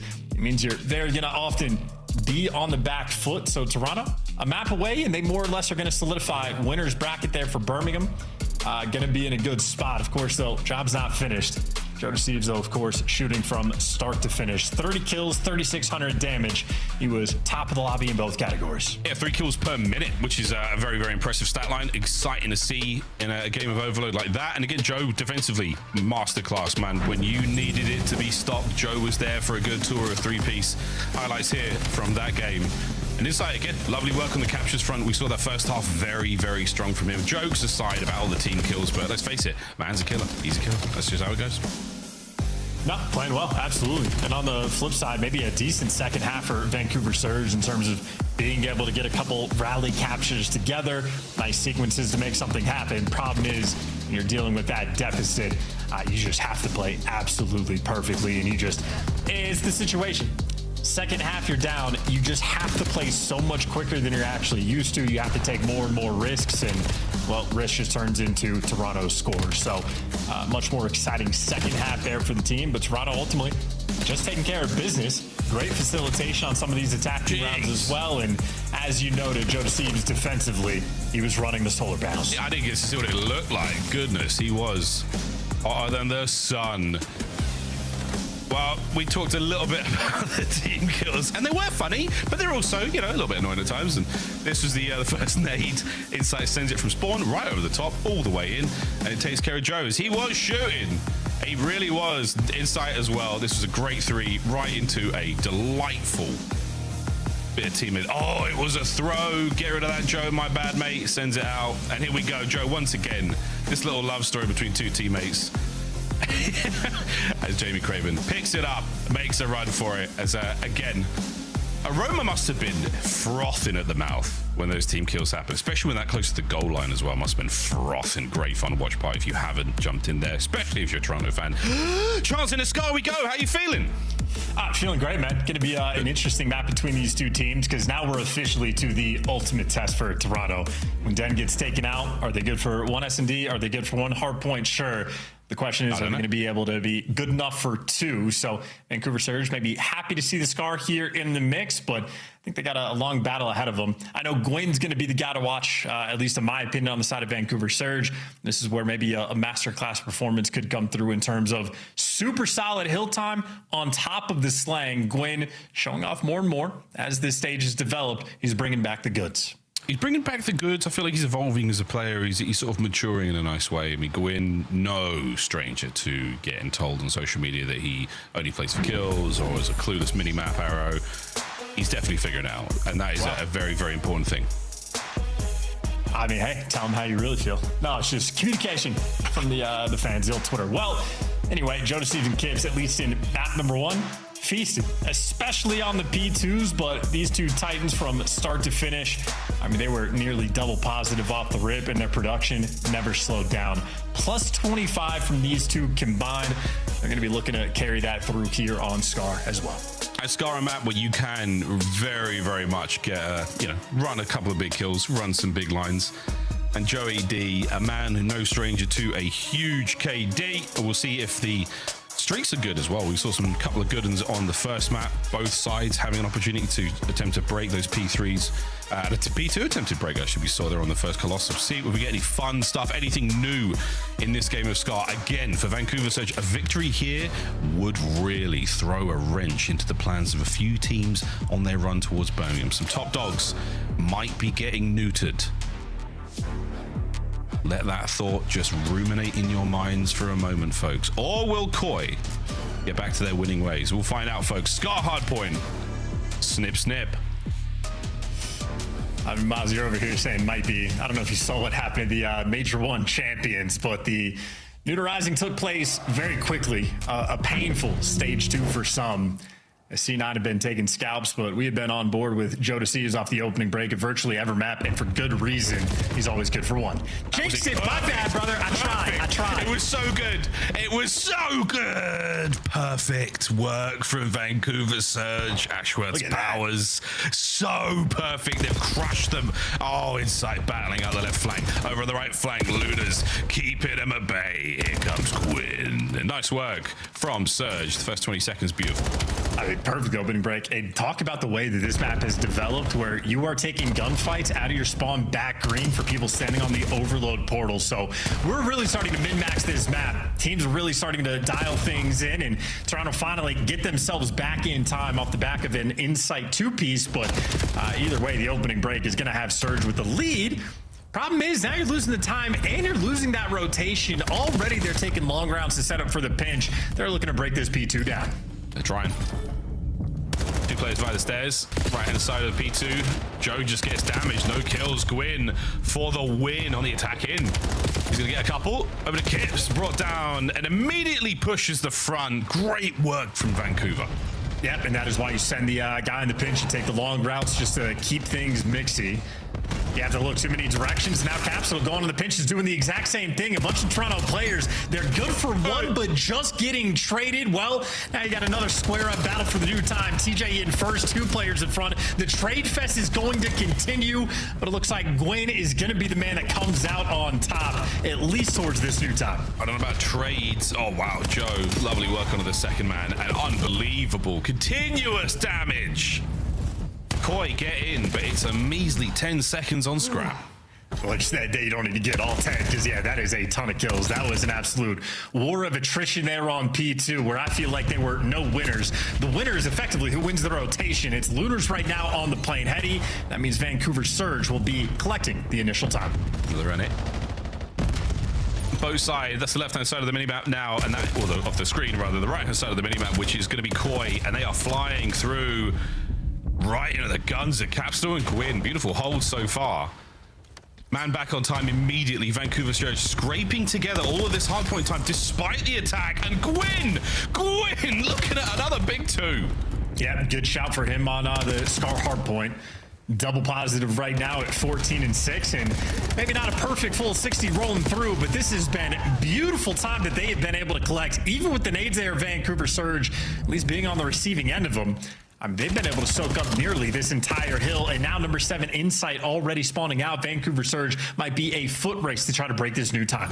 And when they're on it, more Koi members in position, but right now Kleenex, we are taking casualties on the new Hardpoint, and they are desperately trying to hold in. Capsule making his way around the back. Joe's on the hit.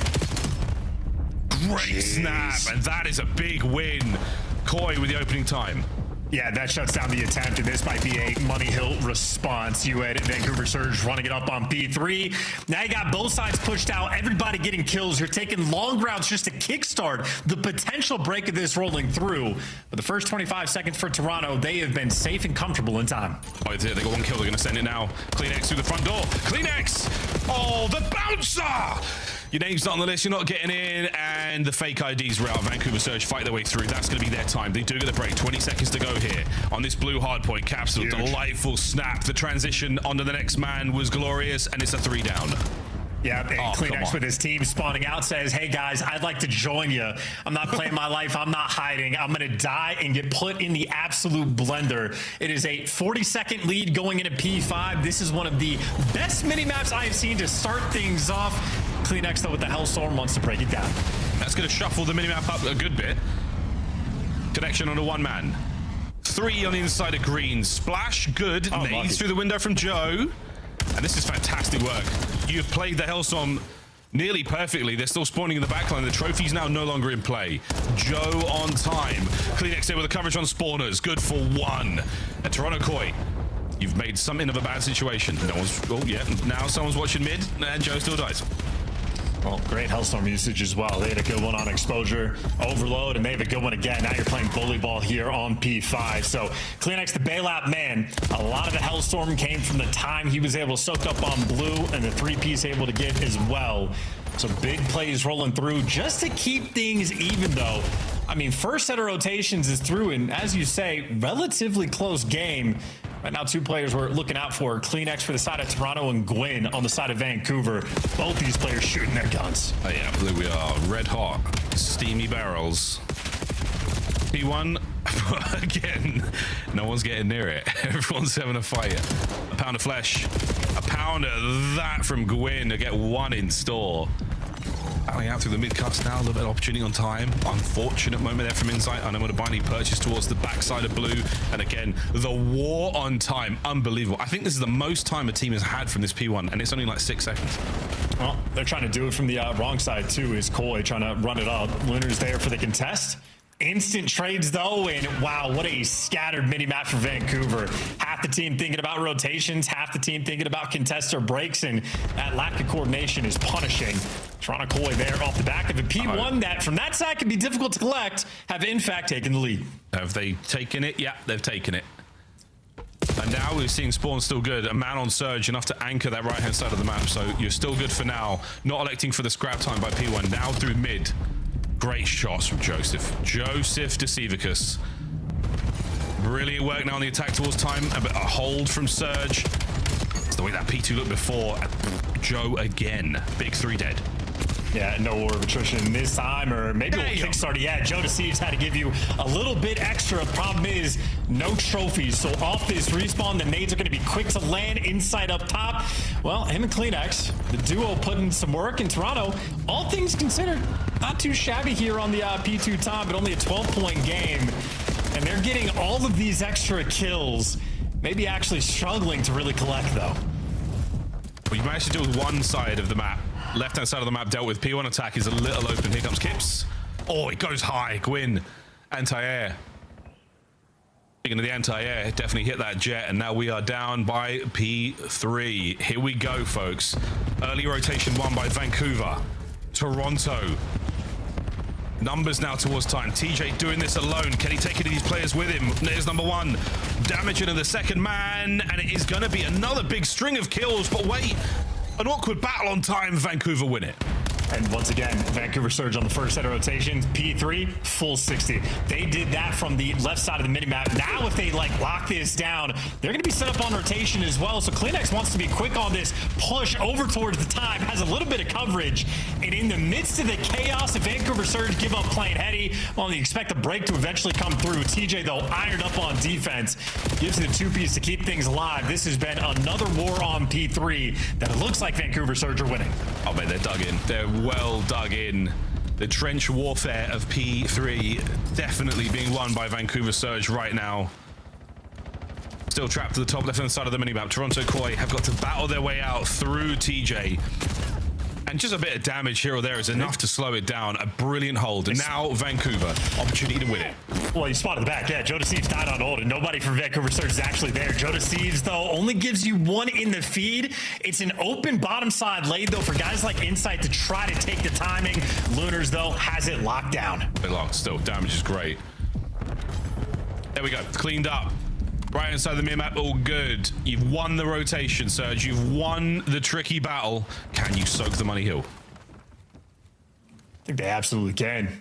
Once again, Insight, last man standing in a bit of a spot, but with number 2 spawning up awkwardly, they're going to read that he's here. So you're lacking the pressure. You're getting bullied out. Now you're trying to break into the hill for the final 20 seconds, which you might not even want, because now at this point, it might be risking spawning in the back, but hey, they bully him out. They work. Vancouver Surge is the one spawning the back, so you're happy for that moment for Toronto. Joe Deceives giving you a little bit extra on time as well.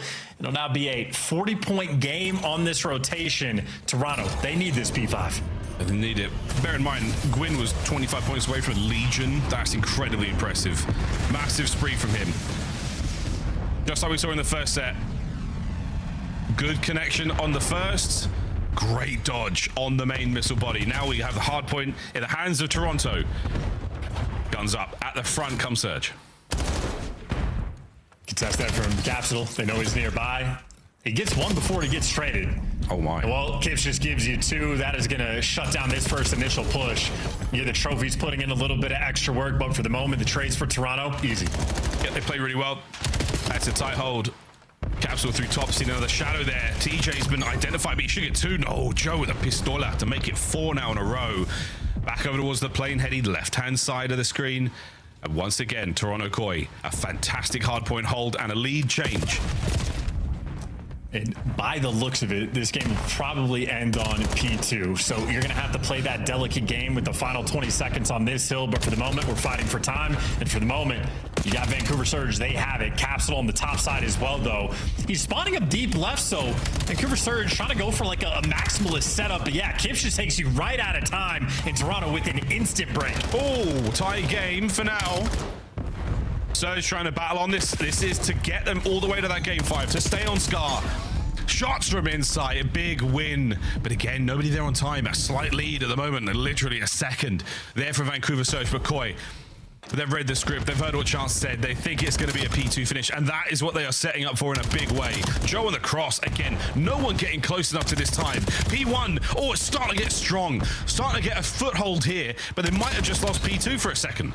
Well, I mean, enough time on P1 that you got Vancouver Surge really going to be feeling the pressure. 5 more seconds on the old time. All Torontos. They're going to be 20 seconds away from ending the game. Vancouver Surge now hoping they can force this to a 3rd hill. That's been their moneymaker. And on time, it is going to be Insight versus Capsule. Well, Insight wants his teammates there for the help. Everybody respawning close. Oh, wicked damage. Young Joe, can you find another insane piece? Can you find another insane piece? This player's up close. Contest is good. Trade's now complete, but once again, Koi on top. Nobody near this for Vancouver Surge. They've got to send it. They've got to fly now up into the hot and ready guns of Koi. First line down. Over the top into Kips. No kill. No problem. He finds himself a cheeky corner. 5 for the win with the break good. Well, they're surviving. They got the pinch through as well, but you have to win every single gunfight, and they do.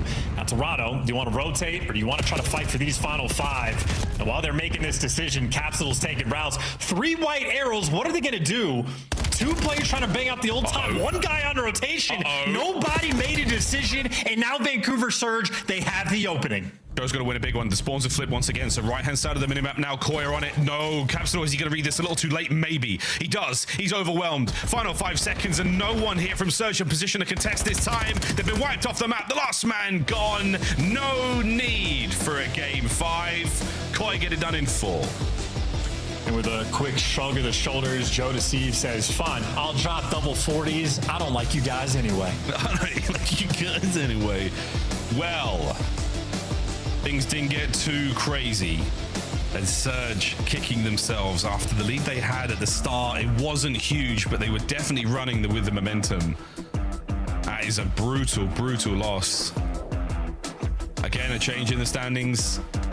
At this point in time, Koi 5-5. Feeling blessed there. But that does drop Vancouver Surge down alongside a few other squads. So we'll see.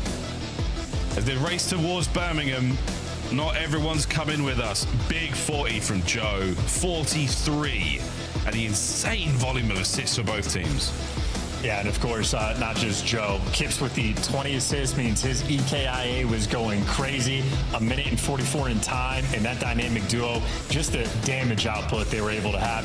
Spectacle from start to finish. A lot of credit to Kleenex. When you had Toronto Cola down by about 50, 60 points, he calls in the Hellstorm, finds 2 to help you break down that P5, and frankly, moment of the game, because Vancouver Surge really could have begun to run away with that map, and instead, well, you end up getting flatlined instead of Vancouver Surge streaking all the way out. That is a moment where Toronto Koi just go on a tear. How many hills in a row is that in the middle of that game for Toronto Koi to run it up? To me, that looks like 5. It looks like 5. It could be 4, it could be 5. I'm 4? It's 4. It's 4. Yeah, bro. Brilliant stuff, though. Brilliant stuff. Despite the flatlining through their way through 2 hills, Koi hold it together. GG's, folks. GG's. Toronto Koi, a much-needed win after the slaughter handed to them by C9. No need for that game 5. We keep on trucking. There we go. 3-1 final score. And Koi, whoo-hoo, just feeling good about that. Feeling real nice about that one. I can't lie. I really did think that was going to be a Surge win today. I just thought it was in the cards. I was there with Goj. I was there in spirit. I was there in the pick. But that doesn't matter anymore. All that matters now is back to the desk. Thank you so much, Miles and Chance. And hey, Miles, at least I had somebody by my side. I missed, and so did Surge, but it was a good series. I gotta say it was tight. And you gotta walk me through it, because I think at the end of the day, the miss towards the end, I really thought we'd go game 5-1. I thought we could get there. But the miss at the end, it just felt like Surge couldn't get the momentum going, with Joe Deceives and Kips going absolutely berserk every hardpoint match. Yeah, let's start on the Toronto side of things, dude. That duo is incredible. Insane. I mean, you're watching them take over games, and you're seeing Joe drop 40 every game, and then Kips is right up there with damage, if not more, in the hardpoints. Like, both pushing 4,500 plus, we're talking about. Like, putting up huge numbers. And in the last 2 maps, this Joe Pop takeover. He did. On the Overload and in here at the very end. For Joe, also, this is, like, not new for us. Like, we know that Joe can put up numbers like this. This is the type of SMG that he is. He exceeds in the respawns when it comes to putting up the damage. And when it comes to the search and destroy, he's also usually putting up the double digits. He's the playmaker for this team, and that's what we were kind of waiting for. And now with everybody's roles kind of back in place, Kleenex is back on the SMG, you add in Kips. He's an incredible support when it comes to putting in damage, allowing his teammates to clean up these kills and have these big moments. This is the Toronto Koi that we have been hoping to see, and this was a really pivotal win for them as we head into Birmingham. Yeah, and now we got to start talking about Koi a little bit in their hardpoint game, because they're 8-1 in their last 9 HPs. And it's not just Den. Yeah. You win a couple of them in this one that aren't Den, and you saw the breaks on point on that Colossus, able to break some huge P4s, and start to think about this Koi team as like what's possible if they figure out their search. Now, they beat Vancouver, not one of the greatest teams that we have, and the search still didn't look great. Yeah. So that's still the number one thing for me. For them to get to a Sunday, it has to be S&D. But as it stands right now, they have a backbone. They can rely on their hardpoint. 100%. They lost 5 in a row, by the way, on S&D in rounds. And then, obviously, as we get into round 3 in particular, we've got our scuff play of the game from round 3.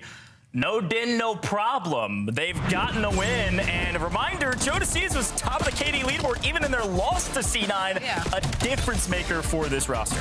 Yeah, so on the second half of this, Vancouver actually started generating some momentum. They had back-to-back goals. It was a close game, and they were pressuring the ball in their base. And so Joe was like, no. I'm just going to pop takeover. They gave him, if you're Surge. After your team kill, by the way. Yeah, and Surge are the worst overload team that we have in the game. But they gave him one by one, 6 individual fights in a row. And that's not the guy you want to do that with, right? So he cleans up all of them. And, Vancouver had a little bit of life, but in the end, Joe, too strong.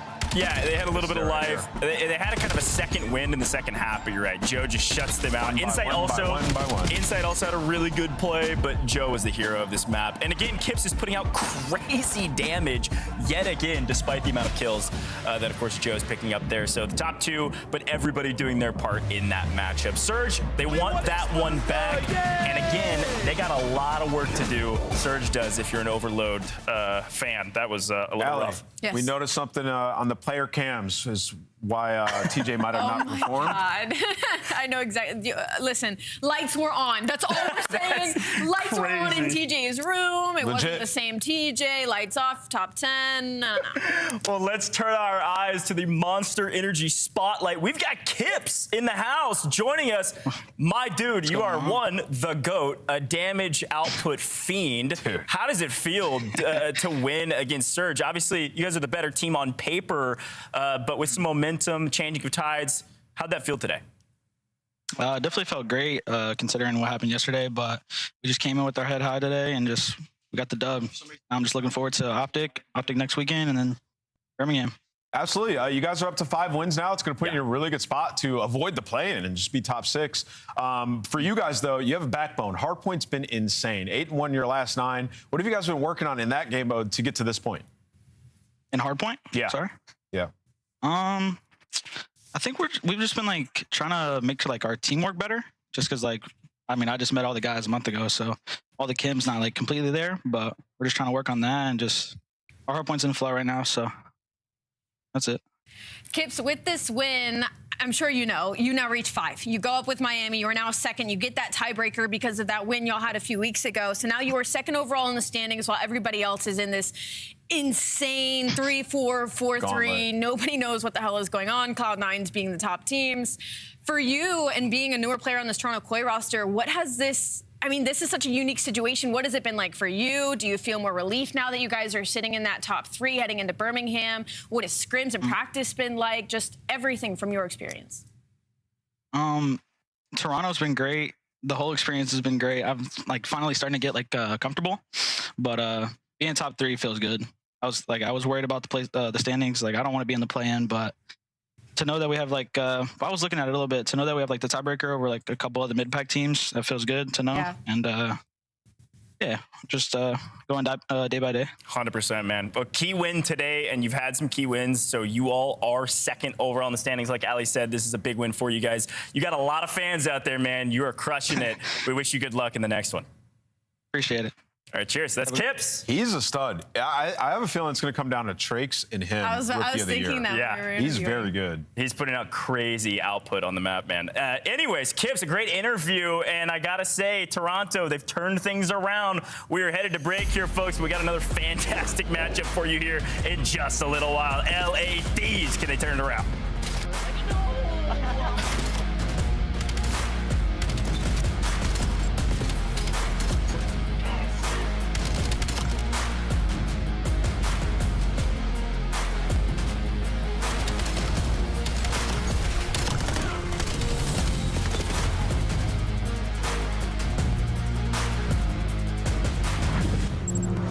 Scuff, official controller of the CDL.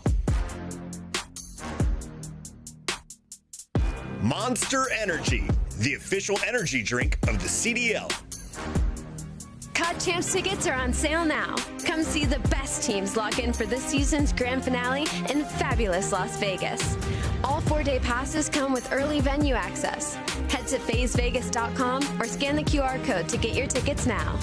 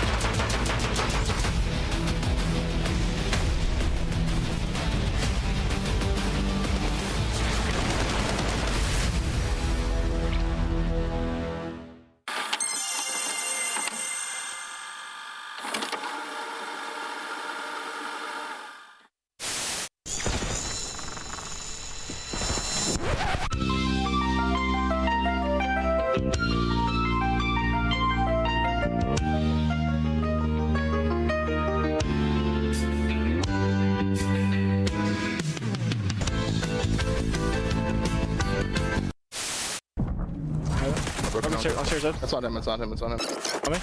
On stairs, should I go string me? Dead. Right by stairs. Enemy control control right station overloaded. Short stairs, dead. Two back right me. Lobby as well. Oh my god, I'm on a mission right now. New EMP. Lobby again dead. Holy f, I'm blacking. In a good way. One back right still. Subs one out. Couches, bro. How many D back? Oh my god. They're spawning out though. Dope ball.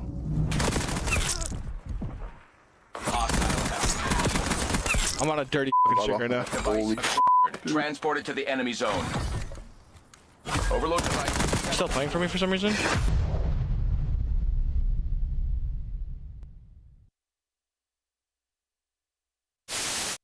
Weak. One shot low. Rug was weak. He was weak. I'm just holding the iron. I couldn't get him. He's one off a streak, Teach. He's working bomb quick. He's playing confident. You saw him. You can't get on till 8. Oh, frag. Wait, what? Alright, we gotta regain. He's one off a streak. Come on, Teach. Let's go. All good. He's one off a streak. Ain't no other frag on, bro. All good.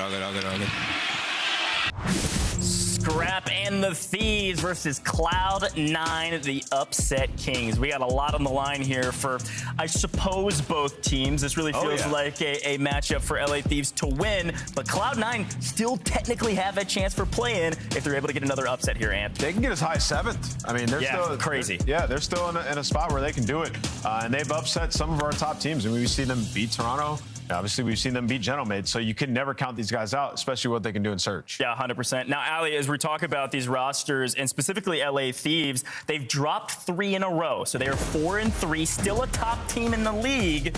They've got a star-studded roster, and I gotta say, the new gun to the roster, Neum, is playing fantastic. Talk to me about the rest. No, for sure. It's just been, you're not getting the Hydra that you're used to getting. You're not getting the Abizi that you're used to getting. I mean, they're technically still trying to find their gel, but they're okay. Like, their 3 losses, Miami, FaZe, and Texas, like, those are those are 3 really difficult matchups for them. They're still 8-4 in Hardpoint. The biggest thing S&D has been kind of their problem child. They're bottom 4 right now in opening dual win rate, which is just a weird stat in general when I look at the lineup of this roster. And also they're number 1 on retake on defense, but they're one of the bottom 2 teams in getting first bloods. Like, there's just a lot of weird areas where they don't have any consistency statistically in any of the game modes. And talk to me, because this is a key factor we've been talking about, is what's going on with S&D in particular. All right, well, if you want to start with Search and Destroy, Ali mentioned it, the first bloods. It's jarring when you look at it. Abizi and Hydra are 41st and 51st of the qualified players in first blood. Abizi used to be the first blood demon. That was his nickname. Bruh, how in the hell is this team not insane at S&D? Like, they have to just, come together as a group and get back to what they were. You heard Clint Joe talk about Abizi and Hydra were the first blood demons for years that we have in this league. So that has to get better. And then you think about this roster, the numbers statistically, Hydra's having a good stage in Respawn, right? They beat a lot of, I guess you could say, easier competition early on. When they've faced some formidable teams in the last 3 matches, they've lost all 3. 100%. Right? So still a lot of questions need to be answered on the side of LA Thieves. In theory, this could be an easier matchup, but again, Cloud9 has been playing spoilers at some of our top dogs, so you never know what could happen. Let's talk about this Cloud9 roster, though, because they've been scary to some of our top teams. They've had a couple upsets now. Top of the leaderboard, not Optic, but now Toronto just got kind of rolled by them last matchup. I mean, I guess it went to Game 5, but Ali, talk to me, what makes Cloud9 scary? How can they upset teams like Toronto? They're Search and Destroy. I mean, it's been terrifying. When you look at the pregame, 1-12 in records. They're on an 8-map losing streak in Hardpoint. Respawn hasn't been awesome, but their S&D has been pretty unreal. They're technically top 4 in the league. They're top 3 in post plant, so they're good at attack, which I've touched on before. It is really difficult for teams this year to be good at attack and Search and Destroy in this game, and they have wins on almost every map except for Den and S&D, so they kind of have a deep bag when it comes to it, and that gives them a net, right? And when you look at Overload, they're on a 3 Overload win spree. They've won 2 scars and an exposure versus teams like in Vancouver, Boston, Koi, not necessarily teams to sneeze at other than maybe Surge in that specific game mode. So they have some areas of opportunity, but the problem is versus a team like LA could win all 3 respawns and not even have to win an S&D against a team like this. Yeah, I mean, I kind of look at the series Steve Thieves had where Super took over, I think Ocus can have a lot of success with a sniper in this series. Sure. Yes. And also, like with C9, when you watch them, the help is just always there. Like if Hyde or Nedge are making a play and like pulling them out of position, the other one's going to be making a play on the other side, and all of a sudden you're in hell. That's what we saw in that raid in the last series they had. They do that incredibly well. They're always there to help each other. So yeah, Thieves got to be on point here and leave no gaps. They got to be on point. You know, it's a surprise sometimes that we get to say 4th versus 10th or 12th rather. And it's going to be a real game, or it could be a real game, right? And it's an important game. It could also just be Thieves. It could also just... But Finally see a 3-0. Right? Finally see a 3-0. Let's take a look at our bands, picks and bands here. Ali, talk to me about what you're seeing. You're seeing a lot of Scar. Yeah, see a lot of Scar in the middle here, and I don't like, we saw an exposure in the last series where it was G2 playing, and I was like, Risk Carolina, I don't know how I feel about the 3 maps in the middle. You give a lot of momentum, especially whoever wins that first Scar. But like I said, LA Thieves, they've been unbelievable in respawn, so I'm looking at this like Cloud9, you gotta take these S&Ds and hope that you still win away. Yeah, the Scar for Search and Destroy, we've seen some great performances on the side of C9. Yeah. And then the Scar Overload, that's Niam's playground, dude. Yeah. He's been going off on that map. So same thing for C9 though. They've liked that. They've won their last 2 Scars, so I think the Overload could be the win condition in this. Yeah, 100%. I really liked what you said, Ali. I think it was like we don't even have to care about S&D technically if we go to, you know, all the way or close to it. So I don't know. It's going to be a big question mark for a lot of folks out there, but I think our fans know what they're going to pick. It could be cut and dry. It could be LA. My pick'em's reign has ended, okay? Yeah. I missed on Surge. I'll start us off. I'm not going against the grain here. I think LA will roll them, even though it could be a game. I think LA actually take it 3-0. All right, I'm going to just rip it. I was going to say, if you want to do it. No, don't curse us like last time. Oh, no. No, LA winning this. Going LA all the way. We got Merc and Maven probably with us as well. Take it away, gentlemen. Producer just told me good Yeah, luck. they should. No argument coming in from us, but I think a lot of this is going to be the focus on Thieves still working on things. Yeah, Niam has looked good, but the team overall, I mean, you got to remember they were 5-2 last qualifier with Kenny when we said they weren't good. Yeah, beat Optic as well. Now you're 4-3. They still need to right this ship, and you and I have talked a lot. This is across all modes. I mean, most importantly, Hardpoint, like this concept of needing to play tight setups. Once you get a couple kills, the ability to instantly take space. Like, what step of this sometimes is going wrong for this Thieves team? Is it like a lack of decisiveness? What's going on? I think when you look at Hardpoint, like they sort of look at like that Optic match, I think that's one that maybe stands out. They did a lot of the first steps right, like finding the brace. It was sort of after that. That's what I kind of finding figured. the next set of kills, just sort of maybe trying to do a little bit too much. When like a BZ or a Hydra need to guarantee a kill and get to a spot, just hasn't. So they're still figuring things out. This is a series they absolutely should win, but who knows? I mean, Cloud9's certainly played spoiler a couple of times, but don't think it's going to happen here, but who the hell knows? But let's kick it off on Colossus. There's a BZ trying to get right into the mix. It's your route man and Hydra that gets through quickly to find one, and that's all the space you could get. Now this is that step. Like, you got the win there. You look forward to try and get space, give yourself some protection from the Hardpoint, and, well, I mean, they just get off the hill and run it. I don't know. What's a BC doing there? It was like 5 seconds he could have got there, but they're just going to get right back into the P1. Maybe having a little fun this match. Yeah. As putting them in the spawn trap to start. But Cloud9 respond. I mean, you got what you wanted, but then it's an instant flip. Yeah, no. Okay, so what did we just discuss? I don't know what that was. I'm not sure. Just a miscom They literally got, like, it was 4 dead. You had everything you could want. Got your first kill from Scrap, but then a BZ ran at them. Like he had camo on. I don't know. The weird one, but it doesn't matter. He's not invisible. He is tiny, but he can still be spotted. I get it. Should just be sort of how they're feeling this match, how confident they're feeling. Just feel like they can roll over them with their talent. But they got to button things up for sure. I don't know that I would feel that way at all right now with the way they have been playing. It hasn't given me that confidence, at least. I'm just making up excuses. No, I hear you. That was weird as hell. Sure was. It's just funny because the combo we just had, like, what step of it's going wrong? And then that was a good example of that second step sometimes being the difficult one. And then you see it again, right? I mean, you're into the setup, and then the first 2 kills off spawn for C9, they're able to find them. And then they're going to flip the map again, take the lead, get that brace. So great stuff there from Cloud9 New York. Able to bust back through the front, though, is Thieves, but not really much time here, so you'll grab the last couple of seconds. and it's going to be number 4, Hydra, pretty much by himself to try and make a play, unless the help gets there in time, and the help does get there just in time. 1 through tunnel, 1 through the long route. Early control goes to Thieves. Hydra first man in. Hydra still playing. Oh, hello. And I think that is a great example of it, right? Where, yeah, he's trying to find the timing. Timing does not go his way, but his teammates have his back. They're able to find it. Beezy with the double. But that easily could have fallen apart, honestly. Yeah. I think that's where you just kind of want him to sort of lay in wait, but just a little aggressive. I mean, timing goes his way. Doesn't really matter, but his team has his back. LA Thieves still have the spawns for P4. Yeah, this game just plays so fast and so jetpacky sometimes that, I don't know, sometimes it feels like players, yeah, they get caught with knife out or something, but just caught, not preempt. Like, it's the game where it doesn't feel like it can be like slow and preempting as Hydra lights it up on 4 straight. But like, it turns out being preempt for a gun that you're still gonna win a gunfight. Yeah, a little mistake here though, but they are able to read these spawns. You spawn 2 out, you find 1, but you're not ready for the second, and Hyde, instead of shooting the player, shot the trophy. No, that is, listen, if you're a new and up and coming player and you're prioritizing your gunfights, trophy first, player second, Joe. I don't know if I agree with that one. No. But maybe some nades will lead to the break.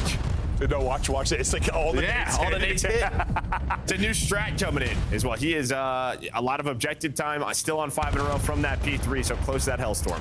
Scrap leading the way in engagements, no surprise there. Most aggressive AR player, one of the most aggressive we have ever seen, but the streak for Hydra continues. He's on 7 straight, 14 and 8. Trying to pound away at this Cloud9 lineup. And yeah, you would think this is one where you just gap them skill-wise. Like, you gap them salary-wise. You shouldn't, Cloud9 should have a chance, but we've thought that a couple times this year, and that has not been the case. But the tide is rolling right now for LA Thieves. 112 to 37, ripping, roaring out in front. Comms now from Thieves. One spawn in the back. Blue dead. One spawn in the back of both. All right, one deep blue. One side on you. Side on you. That's not. Yeah, side door. Side door, he's on the stairs. Nice, in blue. Wait, nade. Nade their door. They naded time. Nade their time. Timing on the left. Yo, one statue. He's on their door. I blew. What the fuck? I'm one bullet. I'm watching the door for you. The bullet. I can't. On statue, on top of the statue. I'm naded. They're back in statue. I stun their time. They're back in statue. I'm shooting people. One bullet on top of statue. I'm nading. People are pitching.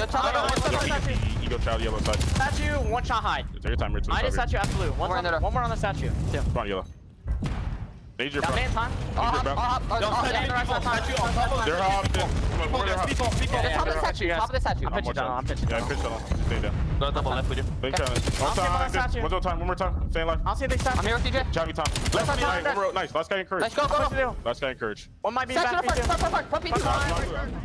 Thieves still up big. Let's see if Cloud9 can get the comms flowing after a double from Encourage. To the back. Nice. I'm playing for the back. One's probably in the back. You gotta look for this guy. He's blue lobby behind you. I'm trying to help you. Nice. One's in the back. One's in the back. One in the back. I spawned out. Repinch here front. One's front. In the back. Strawberry pinch in front. Front statue. I'm getting P1. Yeah, he's still out. He's still out in statue now. Alright, I'm wrapping right for this guy. P1. I'm waiting for you. He's one shot. I'm on P1. Going up P1. One shot on the lip. Wait. Nice, good shot. Son of a Let's There's two there. They're bumping out on me. I killed one. There's another guy. One more. He's bumping out right. Need him. Let's get to middle. They're gonna chop tunnel. They have new. Careful. Hydra see already. There's two here. Scrap and Hydra. I'm nading. Oh, nice. Oh, yo, one more tunnel, Hydra. Okay, I'm just trying to iron. Yo, on spawn, bro. Help me. Yo, someone come tunnel with me. That's it.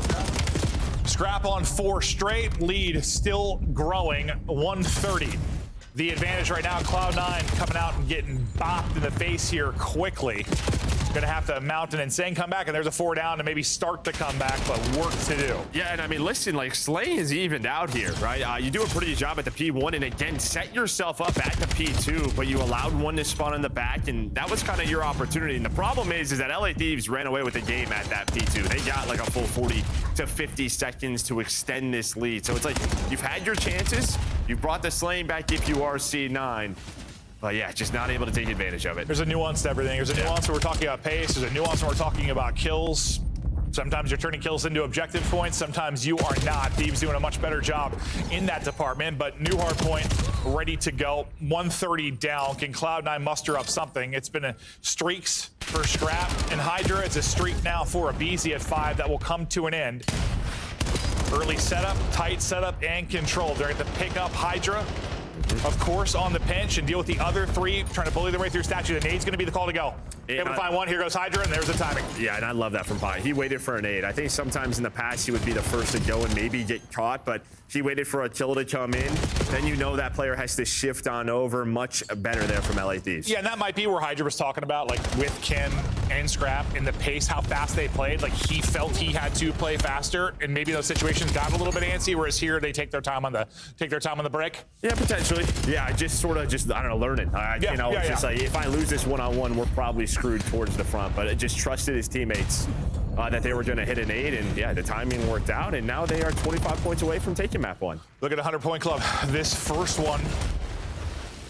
With a little bunny hop goes Hydra off the top, and will a bullet away from taking out a second as well. Can close it out here as Hyde takes himself out. And Nezra drops Neum. Unfortunately, that's really all you're going to come away with. And back into the point go Thieves. At least for now, nobody in the time, but they're finding all of the kills. Someone got to track back and look to close out the game here. Yeah, they will be statted a little bit. Why not? Because honestly, I was going to talk about sort of kills were even, but they're going to look a lot different the last minute, the way that kill feed has just been all a red. Yeah, players on sprees. aBeZy hits that 30 bomb. Well, this was all about the efficiency from LA Thieves, turning the brace into full holds. Yeah. And 100-point club for Cloud9 New York. Well, I mean, you're not wrong, though. It was about, the slaying margin was like 5 kills, and they were up 120, though. So, yes, it looks like much more of a thunderclap at the end of it from a stats perspective. But kills-wise, it was close throughout most of it, really until the final 2 minutes. The stats get padded a bit there for Thieves. No chance for Cloud9 in that one. Or I guess you had a couple of chances to maybe have a solid hard point that fell apart. But yeah, you're going to get gapped a bit from a talent perspective here, and you should. Yeah, and I mean, it's just sort of, you saw the faces of Cloud9, man. It was just sort of like, oh, these guys are good. Yeah, like, holy guacamole is, again, just sort of like, you feel like you're playing well, you're getting kills, but then you look up and we only have 95 points, so another map they'll go over, try to work on it. I mean, they've been playing a lot of Colossus, but it has not worked out at all. But just a solid team effort there from LA Thieves. And this is one of those maps now, when you get to a map 2, we've seen this before, where you just destroy a team, pace changes though in search to destroy, and can Cloud9 steal one? Yeah, that's where they found their thefts. Getting a couple search and destroy wins is where they've taken them through 5 maps with the upset. Decoy and Paris, they look for another upset here, and yeah, it'll start with the map 2 more often than not for them. But yeah, we'll check out some of the highlights. Hydra was streaking early on. Neum had a slow start, but really got it going through the mid-game. aBeZy led the way with 3,800 damage, which you'd love to see for him, but I think the question marks for aBeZy and for Hydra, really, it's the search to destroy. It's at that point now where, listen, I've talked about this with Hydra. Chance has talked about it a lot over the years. Like, Hydra in search, he's had like rough stage 1s, but usually by stage 2, he's like the best search player in the world. That's not been the case this year. No, and again, just sort of what the Dust was talking about, just opening dual win percentage. Like, both of these guys are 41st and like 52nd in the league. It's just insane. It makes no sense to me, but this is, again, it's a much different title. It's very much closer to Jetpacks, and they continue to try to figure it out. But I don't know, I just feel like if I had aBeZy on my team and Hydra on my team, I'd be like, all right, hey, if you go for, I'm gonna throw a smoke down. Let's run through it together. Yeah. Some more. Just every now and then, right? But it just, yeah, you haven't really seen that. Well, I think just when we think of aBeZy in general, listen, we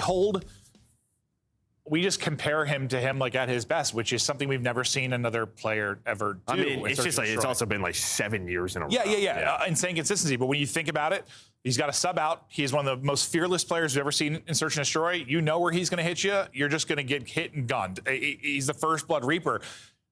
He's had an M15 in his hands a lot more at times in Search and Destroy. He's played a lot slower. And it could just be a confidence thing. Could be something with his team. But I don't think I've seen like that fearless aBeZy. And it's probably hard when things haven't really been clicking for the team. Like maybe once they start to a little bit more, that happens. Yeah, maybe this is just how the team wants him to play, or how they want to play those rounds. Right? We have snipers in play now. But usually he would just do stuff where I'm like, how do you even think it's okay to run to that spot, like, and not get caught? But yeah, we haven't seen it too often. No, We've had like a couple of like takeover dens. Yes. He's had like a 12-1 search. He's had some maps. Don't get me wrong, but not the consistency that we're used to in Search and Destroy. And it feels like it's not even like you need both Abizi and Hydra to be the best search player. If just one of them gets back to like prime Abizi or prime Hydra in search, like this team changes. It absolutely does. But we'll take a look at the graphics. Speaking of Abizi and Search and Destroy. And yeah, we've never seen that. No. It's just an odd one. Yeah, and we're not trying to just like target Abizi. It's just, again, this is a big storyline. It is, and it's really just a storyline because of how good he was for so long. Even like if he had like a 0.9, which I'm sure he's had a couple of stages. Oh yeah. So let me tell you, that opening dual win percentage was still higher than that. He was still in the top 10. Like a different title, different team. He's gonna figure it out. I'm sure he's sick of hearing it. I'm sure he is. So hoping he can get it turned around. This team can get it turned around. Or it's just one of those things like I don't know. Like it's just sometimes you have so much talent, but it's like, do those talented pieces mesh how you want them to? I think the biggest thing is probably just a different philosophy of a squad, right? The way FaZe likes to play Surge to this roster and just how they want to play. I'm sure. Listen, Simp and Hydra are two of the best subs we've ever had, but they are very, very different players. I'm sure playing next to Simp for 7 years, now playing next to Hydra, it is a very, very different beast, without question. A little delay here before we get into our next map. We'll get into it as quickly as we can, giving teams a little more time to chat through stuff. Is Cloud9 not used, or very used, to dropping a map 1 and having to answer back at it, 2 Hardpoints? Yeah, we're seeing some smiles, which I think is good, right? All you should really do is wipe off that map number 1 and just continue to play, which is what they have been doing, and causing these big upsets, and this is where they are catching teams. And they do it in the Search and Destroy.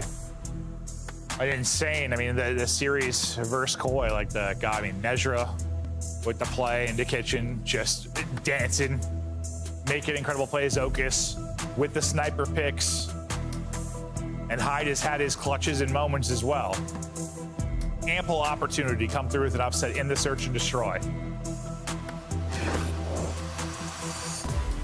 Thieves really trying to get it clicking. You can see chatting through right now, but Abizi's been super vocal throughout this. Is not surprised to see him and Hydra maybe chatting through how they want to open up some of these Search and Destroy rounds. The Thieves are currently 4-3, not safe by any stretch of the imagination, thinking you're going to need to get to 6 wins, probably minimum. They've lost 3 straight matches. The other team, Paris has lost 3 straight, right? S&D, you see the struggles there. Hardpoint, the struggles over that stretch. I mean, I know, listen, community can smoke me if they want to, but I did not think just swapping Kim was going to fix things with the way they were playing. I know Kim wasn't playing incredible, but I never thought he was the problem with their major issues. There were bigger issues, and I think for a second there, people saw him in, they got some wins, and they're like, oh yeah, but like, listen, they were 5-2 last qualifier. They got some big wins, like they weren't horrible. The same problems still persist. I just kind of blacked out. I was just sitting there thinking, I'm like, man, if Hydra and Abizi can't really figure it out. I was thinking about sniping aloud. I know Scrap's not gonna let it happen, but I'd love to see Hydra with a snipe. I feel like he's a sicko. Yeah, probably. Dude, right? Like, I'd love to see it. No, like, Scrap's such a good AR. Like, let's just let Paco snap a couple of rounds. Yeah. No, I'd be down for that. I want to see it. 100%. Well, Hydra's got your first blood. There we go. Bump it up from 41st to 40th. But he'll kick things off with the nade. And now just patient. Don't throw your life away. You found that opener. Well, just the sound, it just hit him in the face first. That was a fastball to the face. Yeah, Niam's gonna need plastic surgery after that one because his nose is gone. Well, waiting for that trade, but you're kind of all over the map right now. They don't know where Hydra went. He's lurking. Trigger discipline there. Want to make sure he guarantees a kill, and he will guarantee the kill, and maybe 2. Got a little scary there for a second when he tries to hit the slide, but teammates got him. They'll close out the round. Hydra starts it off with a little pop. until Neum gets just pegged. But it was just because it was so quiet. And then it's just like that. That hit marker itself was so good. It was so good. Hold that. Oh, I wish we could see that from Neum's POV. Yeah, but I feel like if you're going to hold that spot, I feel like you need flash. That is just, like, especially in a round one where you don't have trophies. And all right, we talked about the sniper switch up. Okay, we got Neum. All right. Well, yeah, just... No chance on that one. No chance at all. But yeah, no, you're not wrong. Flag. Like, flag doesn't matter. It's only a single Flag name. doesn't matter when it hits you in the face. But what title was that? Where like flag didn't actually save you if a nade was like within a certain range? There was a title we had that, I swear. Yeah, no, it was one of the... Was it probably 2019? Yeah. Or the one after. I'll pin everything on 2019. Or maybe it was Vanguard. Maybe MW2. Yeah, I forget, but that was something. 2v2 now. I'm getting planted. Over at B, what's this going to look like for Scrap? How's the timing going to be? Abizi tries to cut across, and he's not going to find it. It's now Scrap. He's going to have the comp where both are, and he's going to have to gum them both. You got eyes on one. Maybe slide out to the heady. Can't get to the heady. Hyde's holding it. Hyde wins it. Get us to 1-1. Yeah, I mean, so far, you've kind of had this two-man BZ and Hydra game, which we've been talking about. They've both been working play inside, and you get that again. They're able to find Otis and then start to work towards B. You're just hoping a BZ doesn't get caught after that so Scrap can get to him. But still, you kind of set up Scrap for a collection of 1 versus 2. It's just process of elimination there for the Cloud9 boys. They turn around, able to find him. Yeah, we'll keep an eye and see.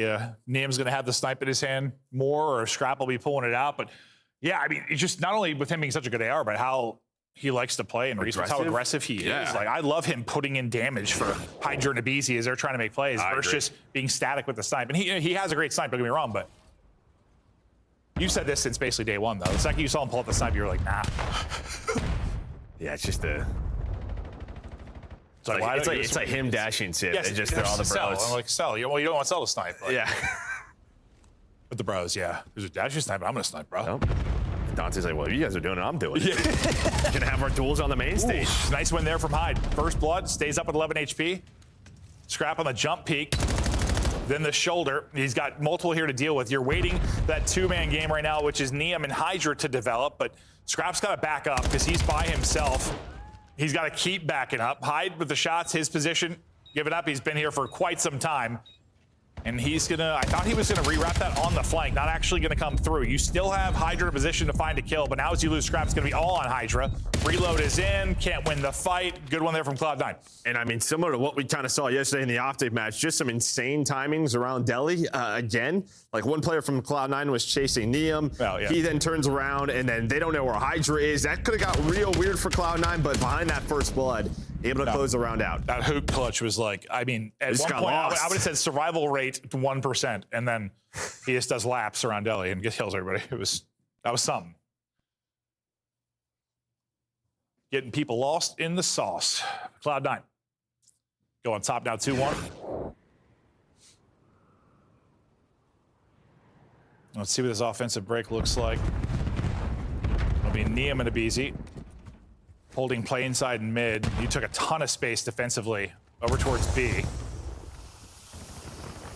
Now backing up and wrapping this, and you had a chance to take some bomb site control of your Thieves. They obviously don't have the minimap we do.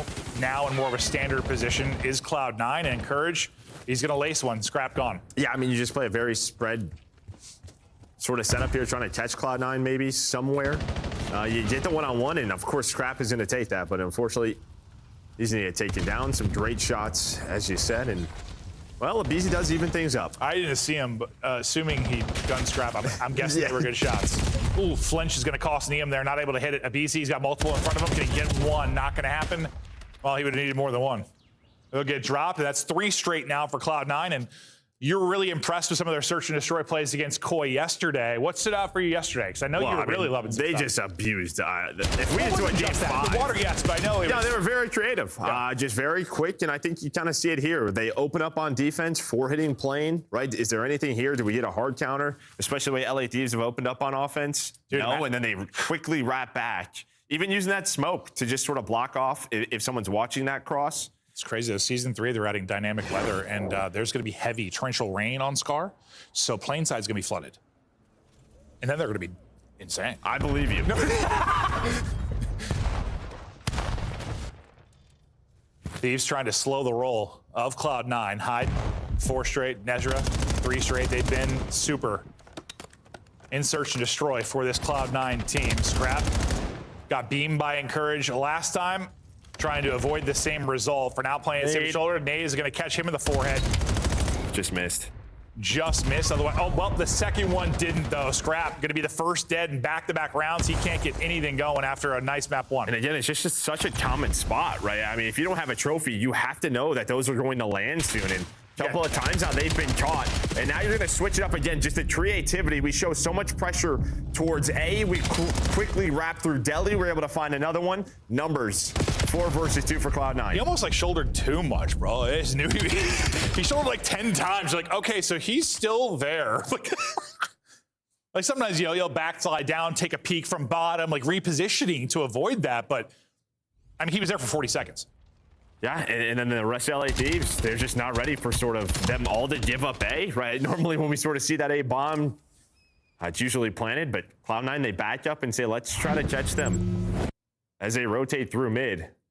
Yeah, first nade just... And that one is right in the shins. Able to dodge one, not the second. It took just enough damage. He's going to get laid out. Dominant right now from Cloud9, up 4-1. And well, this is why we said there's a real chance for them to make this series interesting through the search and destroy. It's just, can they get themselves, can they guarantee a map 5? That's what the combo is going to be with this team right now. Can they guarantee a map 5? What respawn are they going to be able to win? Best chance, probably going to be the overload. Neum, this time, hit. Tried to quick scope one, a little too much flinch, can't connect, but his teammates are finding the kills. Encourage, tail tucked, dip it away. Reload in to try and re-chow, able to finish the first. Quick chow onto the second. Really only chance he's going to have to take that round. Can't win the second. And that's just a good adjustment there by LA Thieves, right? Last couple of defenses, you started heavy if you're Cloud9. Maybe that's their default. They don't want anything weird to happen playing side. And they kind of know that. So let's just go back to sort of day 1 strat. Let's just get this A-bomb down right away. We're not seeing anything early at Motel. It's normally 20, 30 seconds in. So let's go for it. They're able to get the plant and then find the kills. And now on this other side, like when you're talking B defensively for Thieves, can you not get picked? Can you hold it there without getting blooded? Well, they haven't. Yeah, I mean, they haven't. Oh, sorry, Day. They haven't planted yet, so you can give this up. You've either been blooded in Deli or you've been blooded on the stair. Have we seen for Neum and Scrap? Yeah, here's a switch up. All right, look, we don't have to chow top Motel. Let's try to pinch flank. Again, they have not planted the bomb and won it that way. Make them plant. Because what we're doing is not working out. Or have 6 trophies on that stairwell. And this is sort of that same thing where they're showing a ton of presence A, but now they're going to potentially re-wrap. So yeah, just sort of waste their clock if you are LA Thieves. I would say this time he's going to be real weird for Hydra. It sure is, but he's a squirmy one. Able to walk away with the beautiful shots from Hyde. Straight headies onto a BZ as he wall bounces across. Scrap should be able to finish it from up top. He is. Focus, no need there currently, so not able to hit anything. Scrap's going to line up another, and when Scrap makes it deeper into the round, works out a lot better. Yeah, I mean, listen, sort of the Cloud9 play worked again because you want to trap that player who is going to flank, and they did, but Hydra just made you look silly. Nezra, though, in a 1 versus 3, 25 seconds, he does have bomb.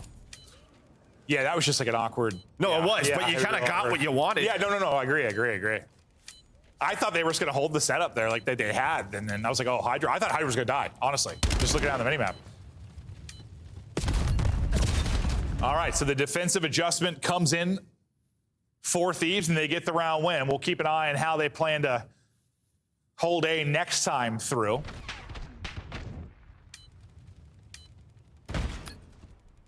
And offensively, last time for Thieves, they're finally like, okay, if you're going to give this up, play a little bully ball. Most of your focus on B, let's just, bully our way onto A.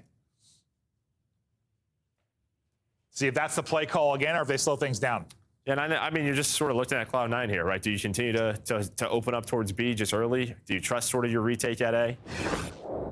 And well, the question is always in Surge. What do you have trophies if you are LA Thieves? And a bit of an adjustment now for Cloud9.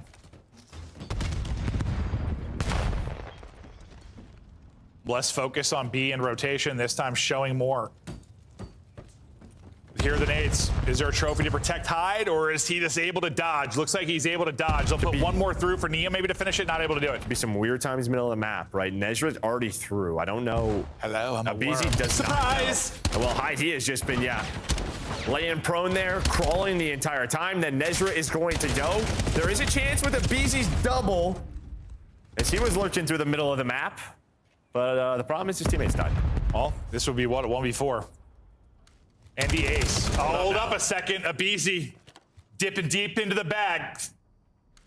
Working for the 1v4 ace. Got the read. He's got the read, and he's able to do it. Abizi. Ice is up with a clutch there. Unbelievable stuff out of Abizi. You saw the circus act challenge. Top window to start that off for the double. And then cool as a cucumber. Gets it done. And just sort of the differences of, between FaZe and LA Thieves. Like, when have we ever had a round? So I guess technically a 1v3. I didn't realize the one kill came in after. But ever had a round where BZ's lurking middle of the map and sort of waiting for a play to develop, right? Normally he's the one developing the play, but he's sort of lurking mid-map, catches the Tommy on 2 top green, and, well, able to find that ace and the clutch. 1v3 ace there for Abizi. They're going hunting, and nade hits. You're in trouble, and that's bomb. That's bomb down in your spawn. And they're going to continue to go. Pistol out wide. Snap from Hydra. Gets a little wonky there for a second, but you set up Abizi to finish off the kill. Now, it's really number 2. We're going to hop to Niam's POV. He tries to get involved, trying to pinch this out. Pistol and pace, but he's going to get caught. And now, some over-aggressive. Okay, I know you're just pissed. I just find it funny because sometimes when we go to Paco's POV, it's like there's nobody else on the map. Like, yeah, like he thinks he's like, what was that? Was it BO3 that had that thing you go and you run on the map? Like, you set the time. See what I'm talking about? Oh, it's yeah, like a CS type thing. I forget what it was called. Yeah, he thinks he's on that, bro. It's knife out, like doing a movement simulator. He like snaps and hits like 3 hip fire bullets too. Yeah, but then just isn't ready for the next player. Doesn't care, and then you throw away a 3v4. And Niam could have just boxed him in and played that a little bit safer, but he felt he needed to get there to help. Like, poor round, It's poor. Yeah. Start's great, but if you're the other coaching staff, it's just one of the No. ones where I just want to be put your effing controller down. Please. And that's could cost you. 1 round away from the tie in the series, or Cloud9 now. For the first time, Thieves looking to take space over towards B. Nezra's here again now. Rewrap. And Nezra is floating in Delhi, as you said. I don't think he get spotted. He did. I think Maybe he shouldered it one more time to peek out. Encouraged though, he'll even it. No one's got eyes just on that mid cut. He gets one for free, or Scrap just doesn't realize he's showing to the mid cut. I think is probably what happens there. Yeah, bomb going down though, so you're in more of a default setup. You had Abizi watching the flank. He's able to find one. Now he's playing his life. And while doing a very good job of it, as he is going to finesse, just waste this player's time. Maybe not been the first blood demon, but Abizi has made some really, really strong plays. Shots coming in through deep. Niam's going to drop. 24 seconds. 2 versus 2. Hydra's got the spot. Abizi's got... No way. No way. Okay. Hold on. Hold up a second. Okay. Well, yeah. It's not... It's just... What the did I just watch? They do so many things right. And so many things so bad. Yeah. Well, this is... and I'm not trying... Listen, it's weird because I don't want to take away from Cloud9, but that was just some obvious just brains turning off. Hydra has the bomb up. BZ doesn't need to do anything. Nothing. Or you can shoulder. You can shoulder. No, like Scrap's death looks stupid through the mid. Yeah, they just had no info, but yeah. If I have no info, I guess I'm maybe just not in the open. Yeah. Niam, I mean, he should be in a position he can at least get the cover from that angle. Like, he just gets dropped at range. Outside of Hydra, every death, I was really like, huh? That meme was just like question marks in my brain. Like, yeah, well, this is what Cloud9 do. They stay alive in the series behind the search and destroy. They have 3 overload wins in a row. But yes, but like I feel like most of the time we're talking about like positives for Cloud9. Yeah, like, that was just like early on there were positives. Yeah, there were. And again, not trying to take away from Cloud9, but that's just, I mean, Thieves, like, holy shit. Okay, so we're tied up 1-1. Maybe it is going to be another upset. I don't know. Search and Destroy and Cloud9 continue to surprise us. The series going deeper than maybe we first expected. We still have this match and another to come. The action continues here on a delightful and beautiful Saturday. Don't go anywhere. We're back with the map 3 after the quick break.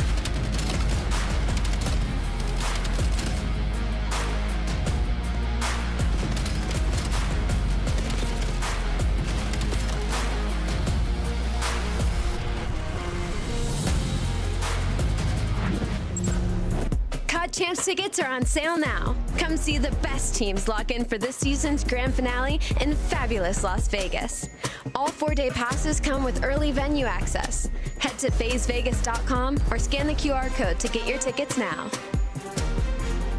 Look like the pros to play like the pros. The CDL team skins are available now. Scan the QR code or check out the in-game store now. Scuff, official controller of the CDL. Come on, now I'm f***ing feeling good. Like, what? And Merc back in his home, might even be able to get a Hellstorm. He is Mr. Do-It-All. Soaking time as well. We are close, boys and girls. Gets it. Streaks now for Ultra. And he clutched the 1v2. Young Rook. Shots. Two-piece. The mighty Mercules takes round 1. It's like Abuza has been the most impressive like A-side player on both sides. Like if he's playing like the back courtyard on defense, like he just finds picks, just headshot, 2 people drop. He's insane. And time is dwindling. Abuza has been the god of dealership, leading the lobby at 11-3, and he just got eyes. We'll see you later. Good night. Now Joe deceives thankfully next. Looking to try to clutch on up. Joe's able to find a freebie, 40 seconds. Now back to the sub. Sees the cross, stun lands, 2v2. Neptune finds one, but it's down to Joe to see this for the full ace. Oh! Little drop shot! That is unbelievable right there out of Joe. 5 versus 4. Pressure building, heat rising.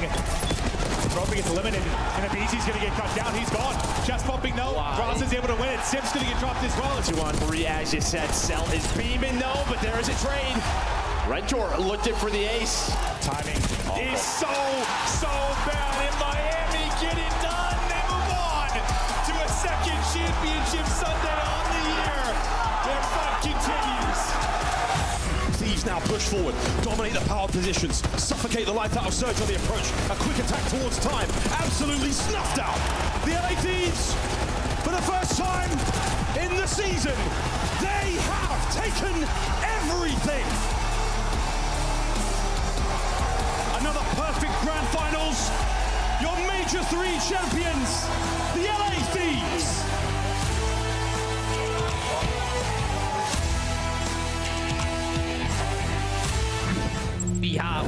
Okay, hold on. Hold up a second. Dude, what are we doing? Hey, what? Now we just choked hella man up. All good. Yeah, thanks Sam for that. Yeah, no. I literally said to Joe, we were sitting here, I'm like, listen, Joe's the former pro. I'm just a giant bald jackass. I don't usually call players out too much on like strategy or misplays because it's not my place. That's Joe's place. Those ones were just really obvious. Yes, I was like, Joe, I didn't know how to react. Like, I was just like, what are we doing? Like, Niam, like, I didn't even seem to realize where he's being shot from or that he could get shot from there. Abizi just literally do anything but die.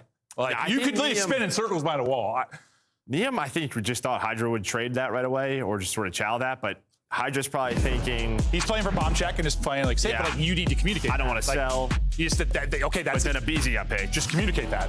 Here's a good thing. All right, we're done with search. We're on to the overload. This man has been frying, so at least you got that to look forward to. True. Okay. Yeah. We're good. Yeah. We are. Yep. Map 1, you dominated. Niam had a solid map 1, a stinker there. No, actually not really solid map 1, but a stinker in the map 2. Looking to bounce back now with his solid overload play. Your last series loss, honestly, Niam was terrific. He was, what, like plus 30 or something in that series. You end up losing it. Which is, I think, speaks to the fact that I just think to a lot of fans, like, listen, I'm not gonna say Kenny was playing great or anything, but like, there were a lot of people I think that just thought if you could put anyone in that spot that goes positive, this team's gonna win. No, Yeah. I think anyone that knows COD and has watched the minimap, that's no. And you've seen it. Like, Niam's had pop-offs, and you still lose series. They're working through things. Do I think this roster can get to a very good place where they're a top 2 team? Yeah, yes, I do. We're not there yet. Well, actually, maybe you are there considering where the league's at right now. Yeah, maybe you are there. But the gap between 1 and 2 is just a lot of work to do still. Yeah. Just quality. Just still a little simple mistakes. Comm's not on point. And I really hope this long qualifier would probably pay the most dividends to this Thieves team with the roster. To any of these teams, and it has not. No, right? What do we know, man? I think the only team it's really, like the team with the roster, Koi's looked better in Miami, but outside of that, everyone still has a lot of hiccups. No, Miami, they've really, I mean, they've had couple losses that maybe they could have been series wins, but like, Trace was a monster in the last series. Heretics look like they're starting to hit form. No, yeah, that's one, but holy, all right, we're tied up 1-1. This is, the name of the game with Cloud9 right now is get it to a map 5. Get it to a map 5. I mean, I think everyone in the league and watching thinks that is the only way they're going to win a series. Sometimes it's like a way a team can win a series. I think for this team, it's the only way you can win a series. So if you're going to take a respawn, which will it be? Overload, do you think probably the best opportunity? Yeah, but you can see right there for Thieves, the last couple of times they've been on this map, they're putting up numbers as well. I mean, 3-1 versus Miami, but then you have 6, 6, and 7. So they are scoring a lot of goals. I guess I just say that because Cloud9 won 1 or 2 hardpoints where it is. But yeah, I mean, you have 3 hardpoint or overload wins in a row if you're Cloud9. You're thinking it's got to be this one. Yeah. They get a win here, then because their raid yesterday was awesome. So I kind of hope we go back there. No, same. Hyde gonna be snorkel out. Oh well, Hyde's dead already in this particular map. And sometimes for this Thieves team, at least early on, I know they've been playing much better here, but it was like you get these positions, you're getting kills in a great position. It's just like EMP wasn't getting to the scoring position as fast as it needed to. And they definitely improved in that regard, kind of getting timing in sync, pacing in sync with regards to objective and the kills. Here looks to be a pretty solid example of it. You get players forward, find kills, that is a score unless the greatest nades of all time come in. They will not. First one flushed on through, topside spawn, chance to keep this going. And everybody's alive, by the way. Yeah. You got to score. Normally there is a trade, as you said, a nade hits, finally you get a death, but now EMP's already picked up. You still have Niam on your goal. There is one more player top blue. That's going to be Nezra, and he does find the kill. So Nezra slows things down, but that was an ugly-looking mini-map for them. No. As they went to grab the second EMP, I think there were 2 kills total for Cloud9, and it was like, okay, well, this is going to be a 4-0 half real quick, but the presence is still here. Before reset, it's going to get picked up. And this is the issue. Dunk on through it. And yeah, this is what you've been talking a lot about. Look where you spawn. And Scraps, and you're talking a lot about, like, yes, you're spawning out mid-map, keeping the pressure there. It's just non-stop pressure. You have no chance to breathe. You're just getting choked out. So Cloud9, get out of this. Get out of the chokehold.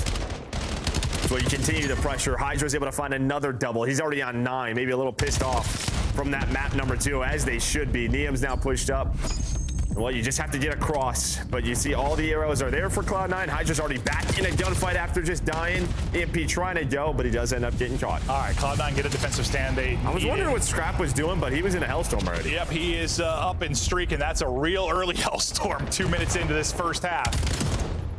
Scrap, shut down EMP carrier. Oh boy. Nice tracking there to pick up another, and the pressure is on again, number 4, and Hydra's on the other side of this, so they have to pick that up. You're trying to buy time for Scrap to get an angle. He has the angle. He gets one. Your teammate gets the other. That's another score. It's 3-0. Real fast. And they played that last one very well, right? Because Hydra, he did overstep and sort of spawn them boats, and Niam wanted to go boat side, so they then had to wait. You got the kills. You waited for your teammates. Nice little teammate there from Thieves. And yeah, this is ugly. It is ugly. Real ugly. Or beautiful. Like me with hair. Ugly. It was. It really was. Fine. Yeah. Look great now. Thanks, buddy. Beezy will pick up the forward player. Feels like it's just a matter of time till the 4 goals puts this to half, or to Cloud9. I mean, can you get anything? Can you get some kind of score? Best of luck with that gunfight. Nade over the top will save the day from Scrap, and Niam will be on the receiving end of one as well. Hydra leading the way out to 16. Scrap right there with them. The best opportunity on the map probably for Cloud9 right now. Yeah, right now. And the problem is Scrap is literally just dance around in your house, and that's going to be a kill on the EMP carrier. So that's shut down immediately. You still have to deal with Scrap. Yeah, I think you would just let, if you can get this to a 2-goal game, you would love that for Cloud9 and a chance here. Yeah, no, anything? Yeah. And to be fair, they've been pretty efficient in this 3-game streak. They had not necessarily having a ton of chances, but when they have chances, they turn it into scores. And they're going to do it here, and just like that, the murder ended for the moment. And just, finessing back and forth, manipulating the spawns, finding the kills. So, yeah, you see these little bright spots from Cloud9. Yeah, I mean, you survived the onslaught. You're still down, but honestly, happy it's not 4-0. Yeah, no. I mean, I was pretty much guaranteed. I thought for sure it was going to go to 4-0. Okus gets you 2, mines him up. Chance maybe now for another. Hold up. Pistol can't get it done, but the trade will be there. Scrap does get, so Scrap got 2 there. I thought he got 1. Scrap gets 1, that's a score. Scrap got both. And actually, I think Awkward, where the player behind couldn't shoot because the EMP carrier in front, and they was kind of lined up, and it sets up freebies there for Scrap. And Courage, though, he gets 2, similar to Okus. That's going to be 3 dead again. Will EMP reset here? Can they get to it in time? It's up in the top window. Got to go for it. Get the touch for a second, so it's still going to be hot. Hydra, though, beautiful gunfight win. He'll grab EMP and just fly on forward. Pressure now going to be doing Courage on the other side of it, spawning up on Ezra. Yeah, they were just hoping they could potentially get there and maybe block a spawn or spawn half out, but that was just tough. You spawned right next to green in that top corner. That's where EMP was, so just a tough little situation here. Oh, no. But 5 in a row now for Scrap. He has 24 at half? Yeah, no, he has been insane. I mean, Hydra was leading the way, and then Scrap just went nuclear. But that was almost like one of those things where you put it all on the line to hope it doesn't reset and get a score, and it almost backfired badly. But hey, listen, considering the first 2 minutes, that's a W for Cloud9. No, and when you were like, you don't want it to reset, I was like, maybe they do want it to reset, right? Because you had everybody back green. Oh, I guess that's But true. they were just trying to hope they could, like... Well, they just got 2 dead, so I guess I was thinking if you can get to it quickly, you got a real chance. I think Encourage got 2, right, or Okus. I forget which sequence it was, but... Yeah, maybe resetting now in hindsight would have been better. Fought back though, but as you said, that was the double that sort of stopped this. Yeah, and I think it was just not the 2 players stacked there. Scrap's probably traded. Scrap is sometimes the untradeable, but well, okay, in that half he was 25 and 8. Thieves possession game absolutely dominated. You get off to a better start here off the break for Cloud9. Unfortunately, aBeZy is behind you, and that's a couple of times now, whether it's been Scrap, it's been Hydra, it's been aBeZy. It's been 1 player behind enemy lines that's able to stop EMP, and it might happen again from aBeZy. Yeah, he just stalls enough time. His teammates are come off. Same thing on the other side now. And then win those gunfights to get them out of sort of this blue trap. You do have EMP over towards plane, which is kind of where you wanted if you are Cloud9 to start this push. And George has been doing a great job just staying alive, buying time for his teammates off a spawn, but finally, he is taken out. Hide 3 HP. Best of luck, fella. But stays up, gets back to his teammates mid-map. Nice. You win a one-on-one there in Delhi. Good ball finesse, as Joe would say. Unfortunately, you lose your supporting cast outside of Okus. Okus snaps, but can't find the kill. Hyde is just playing. He's trying to even up the possession. No, he is. And honestly, this is like the best case scenario when you're not finding those next set of kills. Just, yeah, it allows your teammates to come off a spawn, and then let's fight plane again, and Encourage is able to find 2. Yeah, if they just dealt with Scrap before you got to mid-cut, I think you really get forward there. But now you're kind of back to step 1. You got to win some difficult gunfights, or they're going to have to hit some nades to open this up. They just haven't been able to win this next set of fights to get forward. And when they have, there's someone in behind. Scrap dealt with them. Yeah, they read it right away. But again, I mean, Ezra has been alive, and he has won some big gunfights with the pistol. And now what do they want to do with this? You see number 5 off spawn, that's Hyde. Do they want to wrap through middle? Nope, they're just going to wait for him. And well, the waiting, the patience pays off. Another chance. This has been just great possession control out of Cloud9, and it pays off. Patience is king. Beautifully done there from Cloud9. Double with a pistol, and I think his trophy got a kill on a teammate, unfortunately, at the tail end of that. But you got the score. You're back within 1, and after one of the more lopsided opening couple of minutes for Thieves, Cloud9 had played them so tough. And now you're dealing with this onslaught where you're spawning mid-map, you're spawning mid-18, you get 1 Hyde just needs to buy time because Okus is working plain side, but he's gonna pop out. But still not done yet. You have these spawns. Cloud9 gonna have instant pressure. Outside of 5, unfortunately, I think lose EMP. So that last spawn for Hyde comes out deep. But yeah, you've had it. The EMP has been in like this, quarter of the map the entire half. I'd love to see what possession is now. Because it was, 70 to 30 heading into the second half in favor of Thieves. It's got to be maybe advantage Cloud9 or 50-50. Yeah.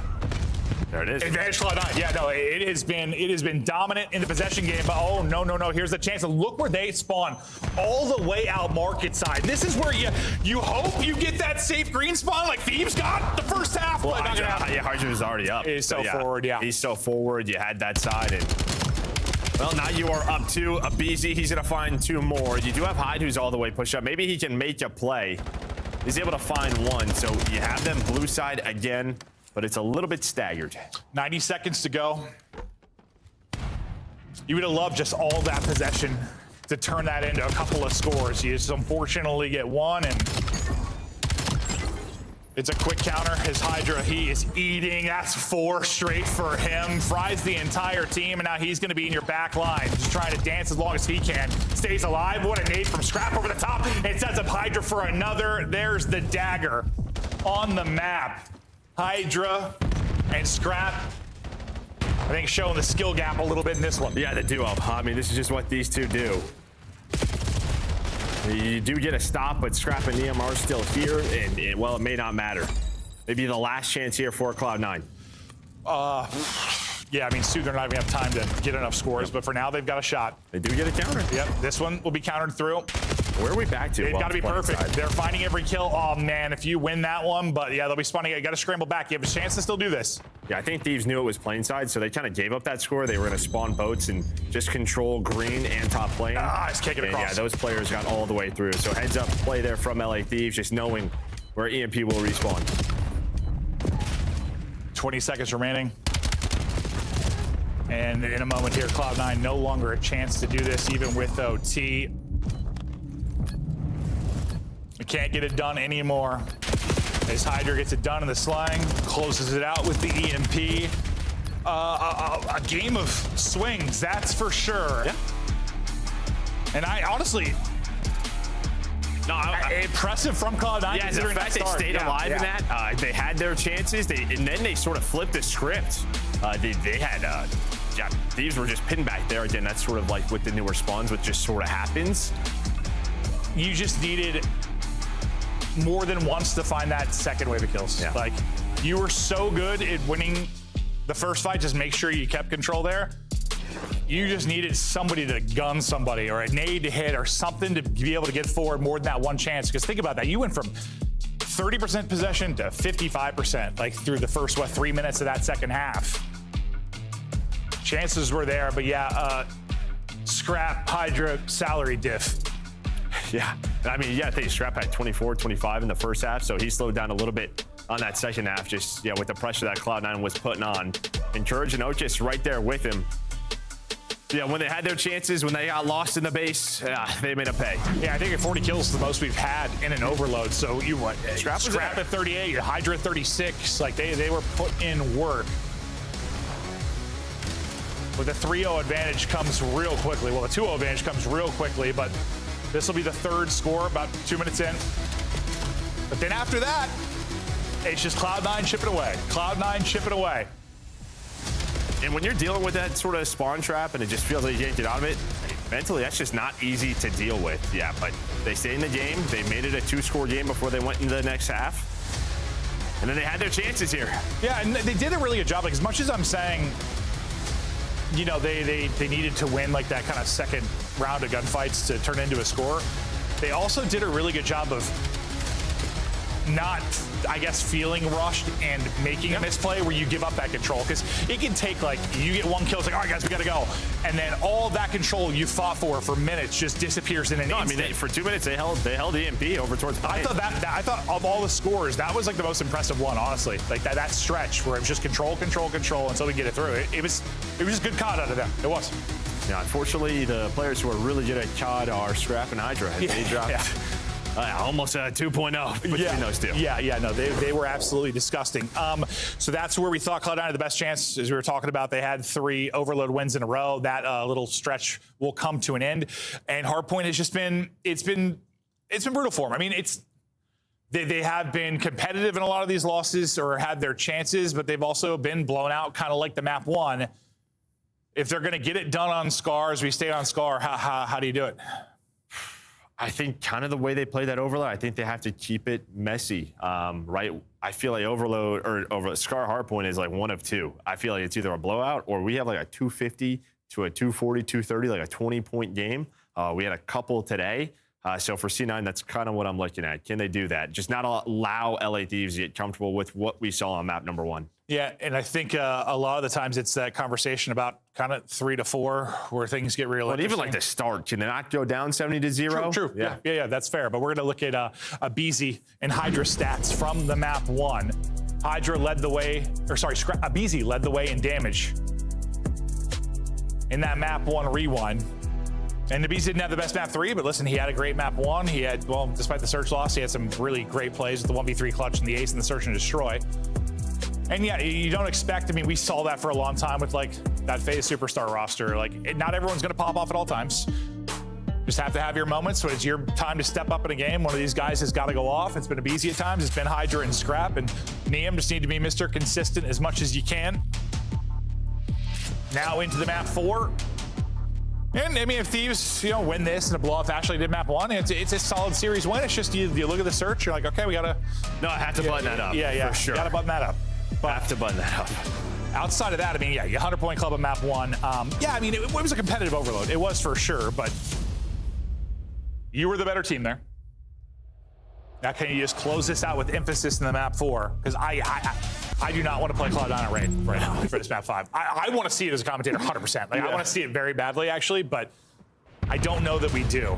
I just think a lot of teams are kind of going to take what they were doing and put that into their bag a bit. Yeah. Well, that is the start that you want. That is going to be 3 dead. Hydra's going to be the last one alive. He is able to find 1, but some early time the way of Cloud9. Yes, try not to get to one of those massive deficits we've seen so often this year where you just feel like you're crawling out of it the rest of the game.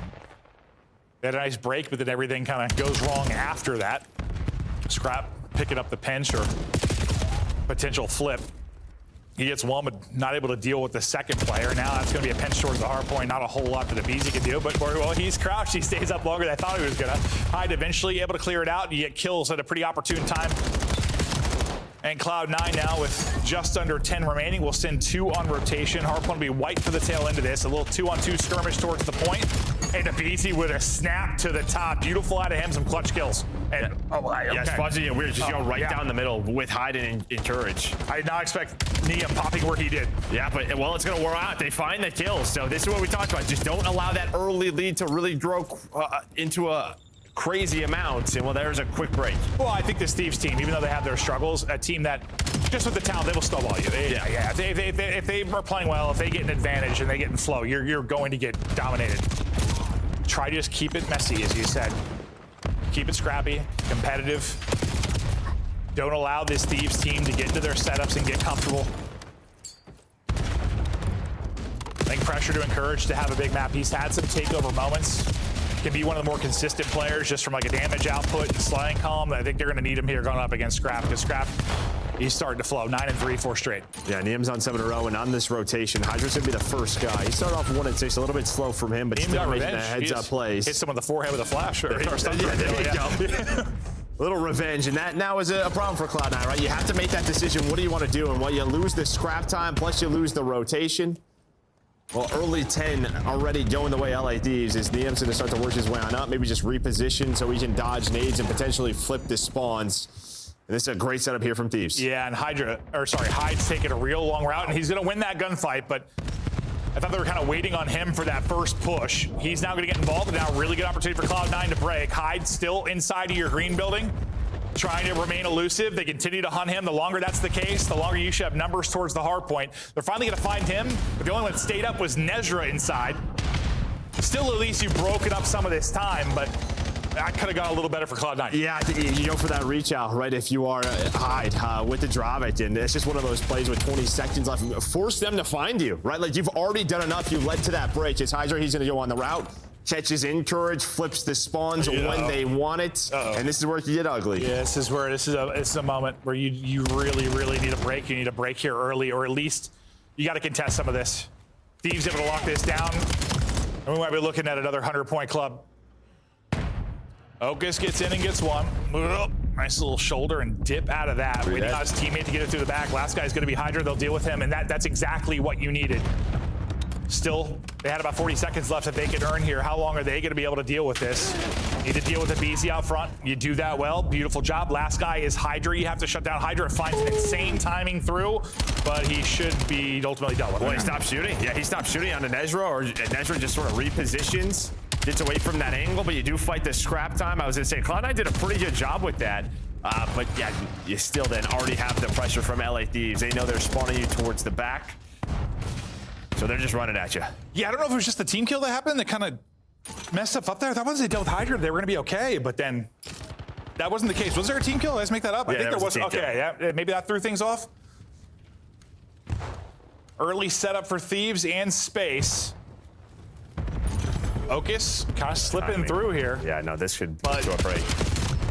Or Hydra's going to beam somebody, and then... I thought Amp picked someone turns though. I think that's a great job. I mean, at least you get to one. You only allow him to get one, and you block this spawn. But yeah, I think they kind of knew there was a weird timing. Just turn around. We don't know where Okus is. Encourage gets two, but now you flip them out, and this is a really nice stretch from Thieves. Get the time, work the flip, and now if you can win it through the front, trying to flip though again will be Hyde trying to make the play. Hasn't happened yet, and he's going to be picked up, so still fantastic stuff from Thieves. Up 80. We get back to mid-map, and they've got position. You got Cloud9 pinned back green. That's exactly what you want. Yeah, I mean, it's just sort of fundamentally you have out-rotated Cloud9 every single hill, starting from, P2. You were in the first spot, then towards the P3. You flipped them last second. It's just been better there for LA Thieves. Have a chance to trap them back green, but you are fighting out of this if you are Cloud9. Get in and contest, but you need more than a contest at this point, just with the deficit you've got. And, well, the contest is going to turn into more time for Thieves. Scrap up to 22. Having a takeover series in the respawns. Still frying. Not missing a bullet. Oh, no. Help comes in from Hydra, and Scrap stays alive. Yeah, I mean, game's easy when the fundamentals are on point. The fundamentals are on point right now in Hardpoint for LA Thieves. A couple of players get through blue side, or one does, and then spawns kind of flip. But you're dealing with it. You're just aware of the situations, and I mean, you have just been chilling in this P1. Hydra's like, I just got straight headies. I know this guy's alive. Yeah. You saw his reaction. Only allowed 95 points in the map one. Might do one better. Win a rotation? Maybe. We're there. We're there and we're in. All right, well, that's a... Niam's getting revenge with these fastballs. Nade through, but the rest of the kills there for Cloud9. Down 120, but yeah, getting early time in a Hardpoint, which has not been the case very often. Yeah, but again, there's a team kill. Encourage is trying to bring it back. Another 4 dead, though. Now we're going to start to find this final 40. Can you catch Thieves just getting over-eager, thinking this one's over, and maybe we know how fast maps can get away from teams in this title. I don't think they're about to come back, but who knows? We'll see. Yeah, I think this is the case of we're going to go at this one more time, and someone else just needs to rotate. And, well, Hyde's already starting to cheat his way on over, but maybe Orthi's just thinking, let's just take this scrap. We'll find the final 15 to 20. Yep. They will have to break again. Getting forward will be Hyde. He's able to get his kill. He loses everybody else, though. Can he find anything else on this side of the map? And Abizi kind of playing ring around the rosy. He does. He slides under the gunfire from Abizi.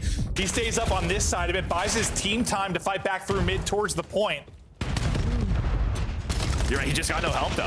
When you were starting to rotate, it was only Hyde who wins a gunfight. So I was saying they were going to have to break it yet. No, they did not. It was just sort of a... I thought once he got the second, they were going to be in a good spot, but I was very wrong. No, his teammates falter, and then LA Thieves are in the spot they want to be.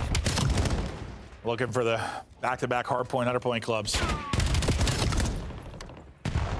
Hydra started slow in this one, but stat padding a bit now. The Hardpoints have looked good for Thieves. Gonna need them to lay off the whiskey and search and destroy, but the hard point looking strong. Maybe they just want to play more rounds or something. Yeah, that's it. That's it. More reps. Yeah, let's intentionally get to a 1v4. Yeah, see how we want to play this? Yeah. What's your decision making here? We need VOD for a Cinder to go through. Yeah, there's plenty. Cloud9 might get to 100. Getting close, but scrap. Shoot. Starts with small goals, right? Yeah, gotta get those final 2. And once you get to 100, maybe you get to 200. Yeah. I don't know if they're getting to 100 though. Might not be happening, Joe. Scrap, another superstar. A respawn performance out of him. 10 more points needed for Thieves to close out this series 3-1. Outside the search, it has been mostly dominance. They avoid the 100-point club. Cloud9 will get over that. Small victories. Their hardpoint woes continue. The fact is they had to take that overload and force it to the raid map 5, which would have been, honestly, I think that would have been a fun map. But we're not going to see it unless I think all the controllers disconnect randomly for Thieves. Map done, series done. Thieves take it 3-1. A series they absolutely should have won. That series they needed to win. The respawns, great stuff. Great stuff for the respawns. For Cloud9, you see the search and destroy. They can win those. Overload, they can stay competitive. Hardpoint's just not there. It's just not. Yeah, and I think like similar to search, like their overload, you can see what happens when a play develops. Like they're all on the same page. They make it work. They're efficient. Just sort of the quick start that LA Thieves had. Yeah, I mean, if we combine Koi's strengths with Cloud9 strengths, we've got a pretty good team. It's fair. Just don't think we can do that. Can't do that, Joe. Taking a look through the stats. Scrap leading it 33-20. It's so funny. Like it was, I mean, honestly, a solid series win for Thieves, but I'm so flabbergasted in the search. I'm like, what are these guys doing? But like, no, the hardpoints were incredible. The hardpoints were very, we almost had 200 point clubs. I don't think we've had that yet. But yeah, the search was just some question marks for sure. But the fact is, though, and I think the reason that you and I are maybe making a bigger deal of it than it is like they've struggled in it all year. And the fact is, until they get their search to a good place, this team isn't winning shit. When I talk about tournament, like they're not. Like they have to get the search locked in. Yeah, 100%. Your hard point can be incredible. You could go a whole tournament not losing a hard point. You still could get knocked out. Like, I don't think we've seen that happen, but like technically, you could still get knocked out. Like, they got to get the search to a better place, and you hope with this roster and that coaching staff that they do. I thought they would have had it figured out. No, me too. But yeah, we're getting back to it, back to the lab. I think that's what's frustrating. I think if this was like, you know, listen, there was a team change. I just think what's bad is just some of these rounds are awful. But again, not going to focus too much on the negatives. They know about it. I'm only focusing on it because it just has to improve if they're going to win a tournament, I guess. And we hold them to a different regard because the players on the team. So yeah, we're gonna criticize where they struggle. But the hard point, brilliant stuff out of them. Scrap, you are incredible, and I find you very attractive. Des, talk about the series. Thank you so much, Merc and Maven. Thieves working their 9 to 5, taking care of business. It went about what we expected, right? I told you they were just win the respawn. That's exactly right. Exposure was actually decently close with a little late, late game comeback there from Cloud9. Made it interesting. If we would have gone to round 5, game 5 rather, we get to S&D again. There's a chance for Cloud9, but Thieves took care of business, and Hardpoint was unbelievable, Ant. Yeah, and even on the tail end of the search, they made some adjustments, which was nice, getting a little bit more aggressive in the mix, getting Hydra and BZ together. But, they did blow a couple of rounds. But we're going to focus on the hard points here, just clinical. Yeah. The stars turned up in the overload, and Scrap was able to bring that over into this game 4, winning every rotation, trapping them back green. Like, anytime somebody slipped through, is an instant rebreak for the LA Thieves. Like, this should be the floor of the respawn for the Thieves. I completely agree with you. I mean, and looking at Scar, like it seems like they understand this map to a very good level. I'd be shocked if anybody plays them on Scar in a hot minute after that overload straight into the hard point. So map pool question marks maybe now for LA Thieves, that they've shown some serious strengths, but also the S&D wasn't terrible. I mean, obviously you end up losing that one to Cloud9. You get clutched on a couple of moments. You allowed Okus a couple of angles and heroic moments. But for LA, I mean, their focus is going to be on the respawn. I I said it before we went into this match, like they could just go into series and win all 3 respawns and they will be fine. It'll give them time to work on the Yeah, they tried a couple things in the search. They had Neum whipping out the sniper. We hadn't seen that too much prior, so getting scrap off really of it. aggressive too. There were a couple times where they just full sent it defense. There was some good stuff in there. Like they had the 3-1 split where Abizi just gets the bomb down at B, which was awesome. So trying some things out. I think by the time the Major gets here, this is going to be a much better LA Thieves team. And, you know, in a series versus a team where a lot of these teams have been susceptible to go into Game 5s, they avoid that, which is fantastic. Yeah, and Abizi did pick up 1v3. He got an ace, I believe. 1v4, yeah. He got the ace. I mean, some big moments from him. So maybe some light at the end of the title from the S&D category. But they took care of business, and that's what matters. Tiebreaker here won't matter at all because it's Cloud9. They're nowhere near LAT. So it is worth mentioning that. Great job from LAT taking care of business. Now, I think we've got Abizi here with an interview. Congratulations, my friend. A nice win. Took care of business, like I've said, like 10 times. Is that what it felt like to you all? Was this kind of another day in the office? Yeah, 100%. I mean, I feel like the S&D, we definitely threw a lot of man ups, but I think other than the S&Ds, I think our respawns looked really good. Yeah, Abizi, the respawns look super clean today. So, you know, we saw a lot of you guys just, I think it was on the map 1 where Hydra was just waiting in the back for you guys to make a huge play on P4 and, you know, slowing it down. And then when you guys got the advantage, you guys were sending it. So talk to me about Hardpoint, how you guys have been progressing there after the last couple of matches.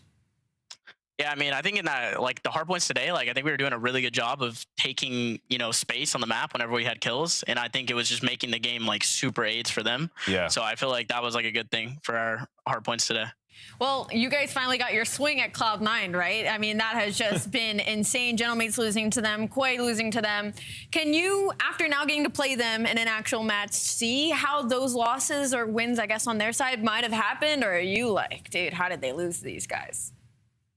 I mean, I feel like if we didn't throw a lot of those rounds in the S&D, then I feel like it should have been a quick 3-0. So I don't know. I mean, I think they're just progressing as a team. They're getting better because they were, not at the top of the challengers, but I think that it's going to take them a lot of time to actually perform at that high level, especially in respawns. You're so S&D, nice, they can take one, but I mean, you're so nice. I appreciate it.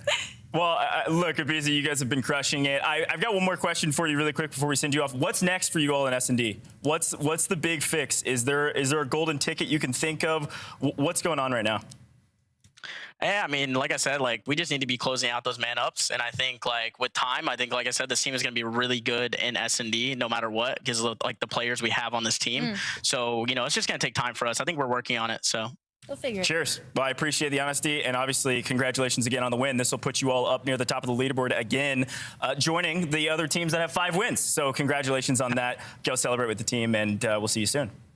All right, thank you. Cheers. That's Abizi. Classic professional as always, Ant. Absolutely. I mean, and you saw the vision at the end of that search when Abizi and Hydra were just playing aggressive. That's what we need to see more of. But Thieves are in a good spot. I think they're in second now with Miami. Yeah, there's some tiebreakers, but because they've lost less, they should be up there at the top. So they're 5-3, I think. So, all right. Well, let's take a look at the scuff play of the game, which I think was basically all of map 1, 100-point club. Allie, take it away. I mean, this was just clinical out of them. It was a little bit close at the start, but you saw once that second set of rotation came in, they just had this whole map on a lock. You can see in the bottom, 250 to 95 rotations. Kills, by the way, though, they were outslaved. Yeah, I mean, you heard Abizi talking about it, just getting in control and then flying out, applying pressure, not even letting them get close to the hill is the brand of Call of Duty that they want to play, and the best teams do that, right? You see Optic do it all the time. So Thieves, ascending. Obviously, this is an easy match, but, to dominate them both, a 100-point club on both maps is impressive. Yeah, 100% Hardpoint was clinical. We got to take a look at those standings, though, because LAT has moved near the top, and they do jump all the way up. Second for 3 seconds. Yeah, look at that. Second place, but 5-3, 5-5, 5-3. As a reminder, those losses do matter, and there's some tiebreakers, but you're just trying to be the left side of the page, okay? If you're top 6, you're there, and we got a lot going on and a lot of teams that can still try to jump to the left side of that page. Top 6 making it, some play-ins, and we got Gentlemates back in who may not even make it. Holy cow, you're not going to want to miss this. Imagine. Nice. Go, guys.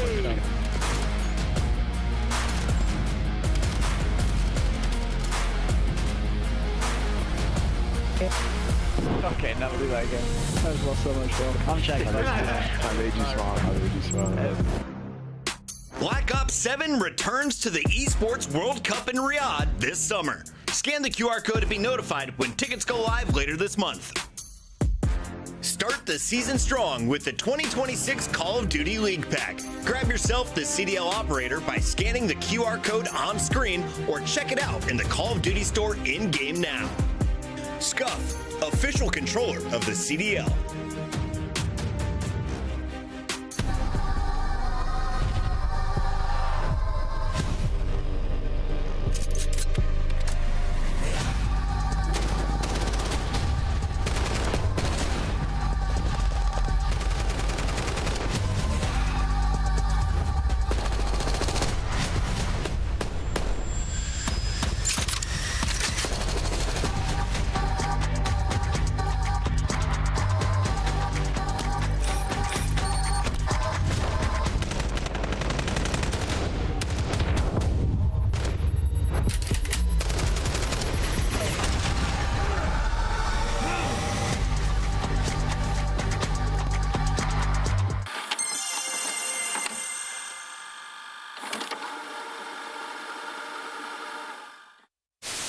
وين اي هو 10 طيب بيمين كان سوي اصلا له اول سلاح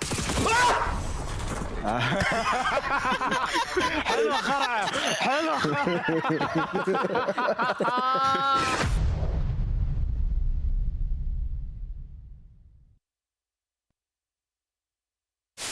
Try and work someone on the flank. He's able to find but criminally the Kriegs. They're able to get 2 headshots. They know that Formal is gone. Vivid. Ooh, I think that's a bit of an over challenge. Envoy, he goes to the defensive side. Nobody able to check the bomb. Crim ready for it. Nice shots. Are criminally now going to find all 4 kills. This is Formal for the ace. 3rd, 4. Illy wraps back and it's Formal with the ace. Different spot. Trying for a different spot. Oh no! Laugh it up, Chuckleberry Finn. I bet you're having a great time. That's true. Well, why are you, bro? Why are you going? Why are you going? Dude, you're gonna get in trouble, bro. Why are you gonna like get it? fined? All right. What the f is that? Hello, and actually, about looking in the thing. You're an idiot, bro. He's not in here. Join the game. Reset. I'm in. And we can. I'm front of be dead. And we gonna heady. One more me. I'm in. Actually, one shot dead. I'm in. One shot. Dead. What? Wait. Alright, push it. I'm muerto. Pink cross. Go one more me.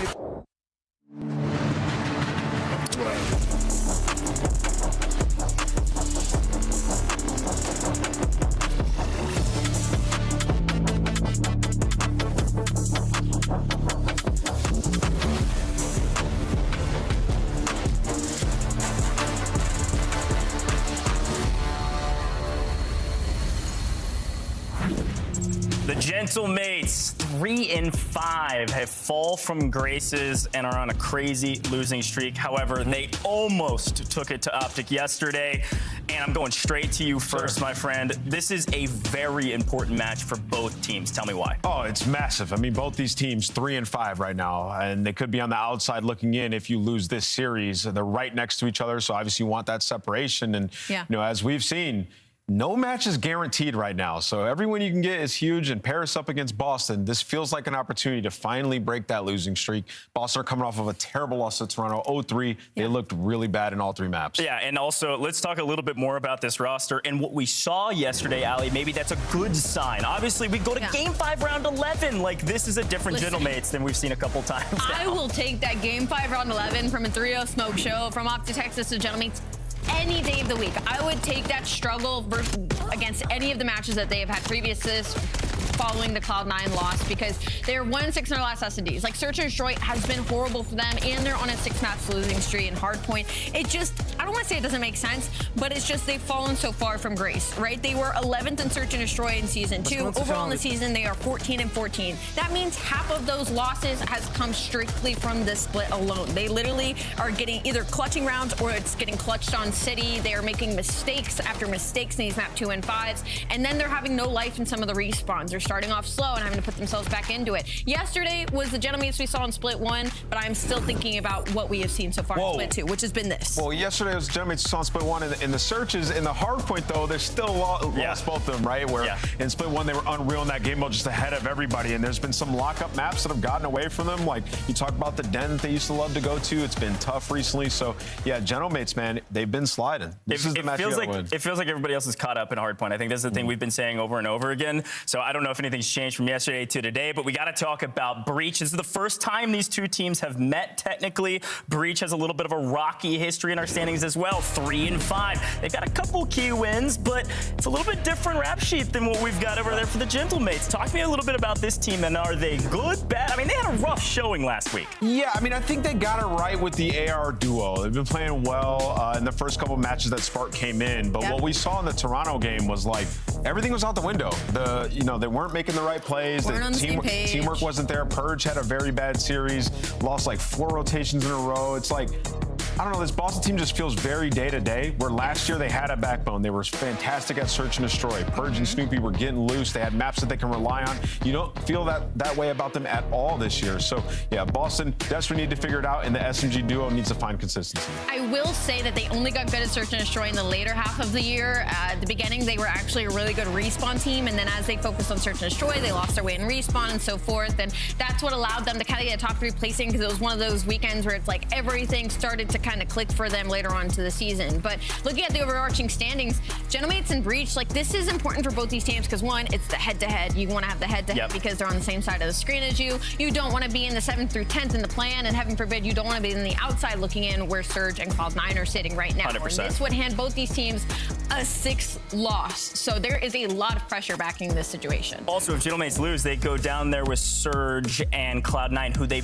both lost to, if I remember that correctly. So we're going to be losing some tiebreakers there as well. We could see the Gentlemates not make it to LAN if they lose this match. Stakes couldn't be higher, Allie.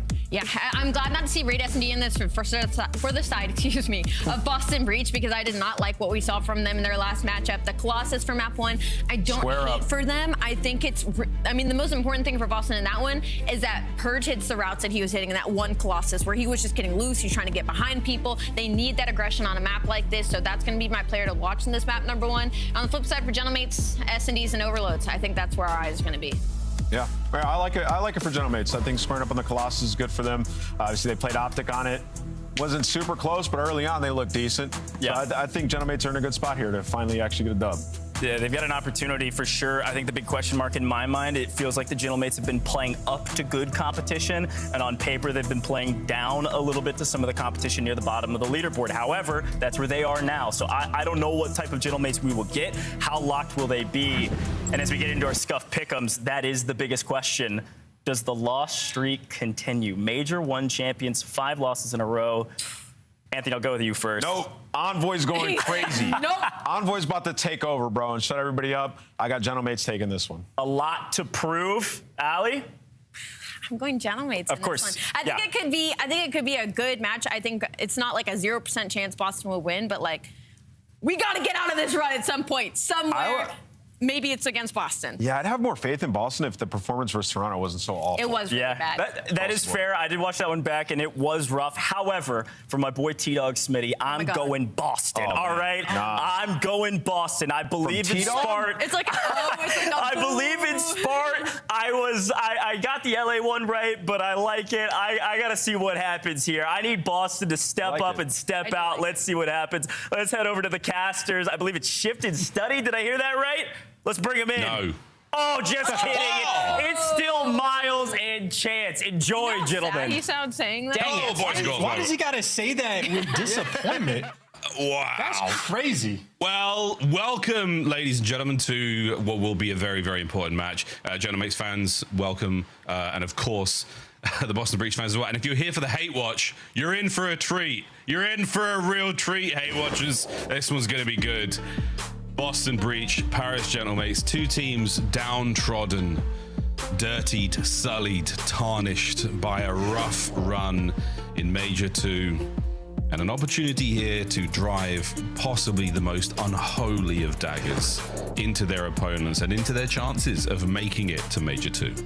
And just to set the stakes a little bit further, both of these teams have 3 total matches left, but none of them have an easy matchup. It's like LAT and FaZe for the side of Paris, and then I think it's Heretics and G2 there for the side of Boston. So no easy wins. Both of these teams sitting at 3-5 currently, neither one of them have the tiebreaker against Vancouver Surge. So there is a ton of pressure on this match. You have to win it just in case you end up in the tiebreaker situation. So I think this is the heaviest implications of any series either one of these teams have played the entire stage, maybe barring Paris Gentlemates loss to C9. But outside of that, super high stakes in terms of resetting the spiral. So I think this is going to be a high energy match. It has to be. This could be the last chance. We'll find out though, folks. Into Colossus P1 we go. Hardpoint records, they scarcely mean a thing right now given what we've seen from the Gentlemates as of recent. Snoopy, lovely too, keeps the kill feed as even as it possibly can. Envoy, heard what Nameless wanted and given him all that and some time, Paris. Yeah, gonna deliver you potentially that rotation as well. 30 seconds left to play time though means Nasty wants to root Envoy out. And if you're in a situation for Boston where you're wrapping to the depths of your spawn when you do not have P1 control, well, that just means Gentlemates have you in a stranglehold. Oh, good God. Oh! Well, oh, good God. 5 in a row. Dylan Hand, 4 HP. No problemo. He's still got eyes on another player in the backline. Again, Snoopy has done a little bit more than trip his inbuilt motion sensor. Good shots in the next man as well. Still with the team nade. Another classic. We'll see if this spree continues, because right now, yeah, good stuff. Oh, the gift of the gods. In we go. Snoop with a gunny, though, wins the battle for P2. And even after all that run, it's Boston on time. Yeah, give it a gift as well. Snoopy was out of the fight for such a long time that if you make a mistake, you get punished, and there's the mistake. Paris Gentlemates just walk through the side door, get in the time. Now you got split spawns, and that is a failed opportunity as you have 0-9 combined. Make it 0-10 from Purge and Nasty. Oh, no. Well, let's see if they can't change that. A frontal assault right now. The Gentlemates now bracing for impact, and they are not taking it very well. Ghosty try to walk away with a consolation kill. Numbers in once again. Another break here on P2. As this hardpoint hotly contested over. Well, now you have Boston getting a little bit of time, trying to get the juices flowing just a little bit. Slow start. Envoy scorching hot off the break, but there you go. 3 make it all 4 in the feed there for Boston. So as painful as it was for Envoy to start 9-1, you're going into new time with an effectively tied up game. Yeah, absolutely. And a good read there on the Purge assault. Tunnel pressure here from Boston Breach. They've got it for a second long, and Neptune tries desperately to scurry his way on the inside. Not going to happen. Here, all the damage and all the shots from the outside. Nasty successfully makes the cross. He's got coverage on the inside as well. So Boston in an opportunity here. We're going to see the lead change to maybe run the score up. They have to survive the next wave. Oh, they've got tunnel control, and that means you get to be the overseer. The second you lose it, though, Snoopy turns to pick it up. And, I mean, Snoopy almost too quick for his own good. But, hey, slows down 2 players. Maybe enough for Nasty to be the cleanup guy, or maybe enough just to kick off a series of trades. Looks like Paris, though, end up coming out on top. Took a long time to orchestrate, but they break the P3. And, hey, maybe even to retake the lead. Even an emergence of a trophy system. Thank good God, Ghosty says, as he finds himself a few more kills. The attack in from Sib, the last man standing on time for now. The trades continue. Boston will walk away with the scrap time here in P3. And another hard point, both teams happy to take and break from one another. Going into next, slight lead Boston. And Envoy giving you great information, though, on this rotation. He's going to slow both those players out, force a few of them through the left side, so that means his teammates know exactly what they need to get going. Neptune, wonderful dance, backing down the stairs, backing down all the way to time, playing his life extremely well. And Paris, so far, so good on P4. Lovely work still with the backline pressure. Ghosty. Is he going to time it right against Nasty? He may have, he may not have. Another awkward moment on a game of Colossus. And there we go. The battle will continue. The time ticking away happily right now for the Paris Gentlemates. Doing everything right for now, but they lose the fight on the front line. A bit of a pinch now in the back. Awkward spot to be in. If Ghosty can stay alive, Envoy thrives in the chaos. Yeah, well, 16 kills for him as well, make it 17. So first set of rotations rolling through. Going to be a 30-point lead for Paris Gentlemates, and that is off the back of Envoy's scorching hot start. He's been heavily criticized, but hey, 18 after one set. Oh, come on, 19 4 spree. Little fadeaway nade there under the door to stop anyone coming through. But again, spawns right now. Awkward spot to be in for the Paris Gentlemates. They will be pinched and they will be slaughtered. Neptune, last man left alive, out here by P2. And another split spawn situation. So it is going to remain unguessable for now. All right, yeah, welcome to Colossus P1. Get ready for the nades to reset as Paris. Everybody coming off spawn, you're about to get indoctrinated on this time. Just a bevy of things rolling through. Travis McClossus. Oh my God, that's another banger. Well played, sir. 25 to go, P1. And Boston holding it. Boston. Breaking it. Good job. Paris getting in at the last possible seconds. Final 15 and a couple of kills there by McClossus. Oh, my, brilliant. As the P2 rotation is on, and this time not going to be as mental. Ghosty will find himself here on the stairwell. Numero uno. No second for him. Spart now makes his way on towards time. Yeah, trying to break through the back. Spart has just a single player of help for the moment. He just gets eviscerated by the dance moves there from Sid. But hey, Purge good for 2, Boston good for the hold. And again, in terms of slaying, Paris Gentlemates absolutely on form. In terms of the scoreboard, though, it's only a 15-point game. Yes, it's still close. Right now, Boston, they've got that certain je ne sais quoi about holding on to time and winning these breaks, getting that scrap time. Ay, into we go. Nasty can only get one out of it. Envoy again. A bulldozer on towards time. Snoop cuts him down for a second, and he is absolutely moving. Good God, what was Neptune shooting at? Immediate break towards the back, push towards the front line. Snoopy's got that slick POV right now, boys and girls. 3 spree. It's only 16 kills. He's only just gone positive. Hey, that's all you need for them to officially take the lead. That is a wonderfully orchestrated P2 there for Boston. Shout out to Purge for giving you the kickstart and everybody there to follow up. Now, though, on that rotation, you got Paris. They got the tunnel control. They got the pinch rolling through. They got the initial control of time as well. Purge gave the old college tribe that he's going to fold. The trades are good for Paris, and so is the time. Gentlemates, oh my goodness, they've got control for a second longer. We'll go for a quick listen in and see how they bounce back. Close right, one shot. Nice. Try to live. 5 me 2 seconds. He chowed him. Nice. He's weak. Smart. Close right. Watch out that one more. Inner heady. Now. 5 kills. Inner funnel. Inner heady, Purge a little weak. One shot to go. Inner nasty. Okay, one there. Watch him front out, you know? One in time, one there side. We're gonna soak this time. They're just playing tight tunnel, guys. Last one deep. On time, close left, weak. Could be Time front. Smart. I'll be up top mid. Smart. One shot top mid. I got him. Could be me. I'm tunnel right now. I'm playing over. Our side old. I think close on you, bro. No, Close got it. Now weak. And one over close. He's so close. Close right. I'll come. And Purge and Big I'm on you. I'm up on the back. Can we front got it, guys? I can pretty ticket then. Could be lobby. Have lobby. Let's lobby on me. Turbine. Watch out, turbine. Nice. Another one left. Left. One more left. Nice.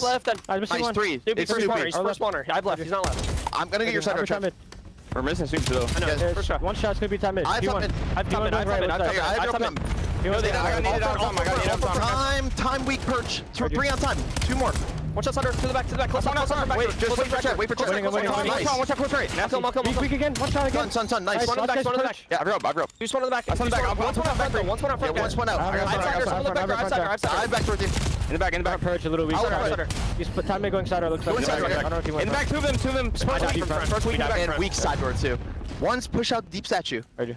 Okay. I just want deep blue. I just want deep blue. Yeah, I just want. Yo, P2. P2 didn't. Yeah, 8 the hill. Let's try this. Let's pressure this. I want to see him one time. He's going to be close catch corner or something. Backside time, dead. Nice. Yo, inner lobby. I got open. Yeah, I got it. I don't see him anymore. He saw me. Hit once. Dead. I'm on lobby. Chance, solid lead for Boston. What do we make of the comms? Well, honestly, the comm's kind of fantastic. I'm always impressed by Ghosty's ability to read spawns. However, you're down by 20, and while Envoy had 18 after the first set of rotations, he only gave you 9 in the second set, and that's why Boston had the 20-point lead. Not ideal. Well, Boston, second set, P1, solid so far. All the right places covered. Now the fan out from the Paris Gentlemates on this counterattack, trying to break time, because this is a very productive P1 thus far. And yeah, 3 kills in the feed as well. Envoy 4th. Not even a single trade there rolling through for the side of Paris. So now a 30-point lead on Colossus. And the way that this map is shaped up, 30-point lead is pretty massive. Boston continuing that extension. Finally, they get taken out of P1. And well, Snoopy, does he have any friends? He absolutely does not. He's going to have to kill the entire team and can't get it done. Too much work for him in that category. So Paris Gentlemen, an opportunity here on P2 to get right back in the game. Yeah, trophies at play as well here by P2. Boston, we're going to all make it through the front. Opening jump works out for Spartan Snoop. Oh my goodness, they've managed to go even here on the first attack. Spark being slowed right down. Nasty finds himself on the inside of time. No help here on the second wave though, as Boston have been pushed back once again. Is it too little too late for the Gentlemates? Well, I'd say for Boston, that's good chip damage on the sort of initial thing coming through on P2. Now, though, Neptune, prime position, great damage on the second guy, but no trades just yet. Boston stabilized, they're regrouped up. This might be a triple hit through the front, but I think the nades there from Paris slowed them down, and all the kills in short order collapsed. So there you go. Paris Gentlemen needed a strong P2. They absolutely deliver. Right back in the game they go, and a P3 to decide the advantage. It is a 10-point game between these two teams. It'll be tied up as the new time pops, and Miles, it will be Paris in this new time first. It is Sib, Ghosty, and Neptune on unbelievable sprees right now. We're finding every possible corner lead change right now. Boston, one good break is all they're going to need here. Over the top, we find one to the tunnels now, and it is an explosive affair, and it is absolutely blown up in the face of the Gentlemates. Breach are in. Yeah, how about that trophy investment on the P2? Had nada there coming through. So that is clean and efficient work. Paris now, it is a little bit desperate. You're sending guys on the bench. Spark here to read it. Snoopy wins a gunfight in time, but Sib gives you a little bit extra. Purge left isolated. He has gone down. Massive advantage now for Paris. Breaks on breaks once again. Breach now, you have to somehow do it again. 3 now through the outside, wait for Snoopy the interior to make something happen, and it's another perfect break! Unbelievable! All down, all dead, and another lead change. And they can win it here as well, and maybe they're gonna have to rotate it. Split spawns for Paris. It's gonna be Sib from yellow, everybody else from blue, but now everybody is getting out of dodge. It is a foot race to the new time, and only 2 players here for Boston. That's gonna do a single cutoff kill. It is not good enough, and neither from Purge. It is a last-ditch effort that cannot happen. Paris Gentlemen quell the pressure and win the first map, Colossus. Just quell the pressure.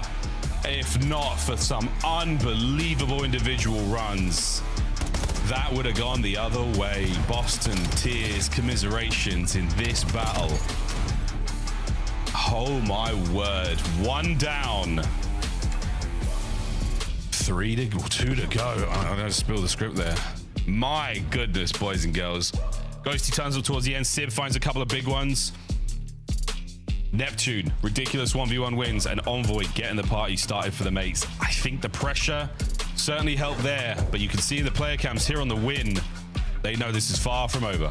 Yeah, it's a stressful game. They were outslaying by a decent bit, at least early on in the game, for it to be that close. Either way, though, a lot of credit to Envoy for the start of the game. His first half performance, fantastic, but ultimately it is Ghosty and Sib. High output there is AR players and great damage as well. I think, honest to God, though, I was probably most impressed with Ghosty's comms. Again, his ability just to keep track of where every single player is spawning. He really does make the game easy for all of his teammates. That's one thing. I mean, so many players throughout COD history, a couple of standouts when it comes to the comms departments. But yeah, anything you can do to make your teammates' lives easier is a good thing, a very, very good thing. And Ghosty, one of the current best to do it. Unreal, man. Well, Snoop, we saw some good stuff from him. Purge started to get his game going towards the end, their chance, but ultimately Boston Breach, a matter of seconds, 1 or 2 breaks away from a very, very different scoreline result. Hey, I will say, man, that was break after break after break on tough hard points by both teams. That was an electric game of Colossus. Yeah, that was fantastic, and Paris really stepped up when they needed that P2. They absolutely deliver. I don't quite know if we're going to catch it in the replay, but even the spawns towards the end, Paris re-break this P3 where Boston die here. If you watch the spawns, yeah, number 1 spawns out over towards the new time as the old time pops, and this is where Nasty starts to rotate. And obviously, they effectively end up in a 2v4, so it's difficult to manage. But that's why I wanted to highlight Ghosty, of when the weird things like that happen on the map, when 3 players spawn in one place, the other guy gets an opposite side spawn. Ghosty tracks these things incredibly well. I don't know if Boston necessarily brought that cerebral level of play there towards the end. Again, it's 2v4. What are you going to do? It's just tough. But nonetheless, I think Paris Gentlemen are never really out of the play. They're always keeping track. Lovely back and forth. And I must admit, oh my goodness, the second set was all Boston. They maintained that lead so well. An incredibly tight final few hard points there. GG's, friends. What a fantastic start to the series. Very important one if you have just joined us.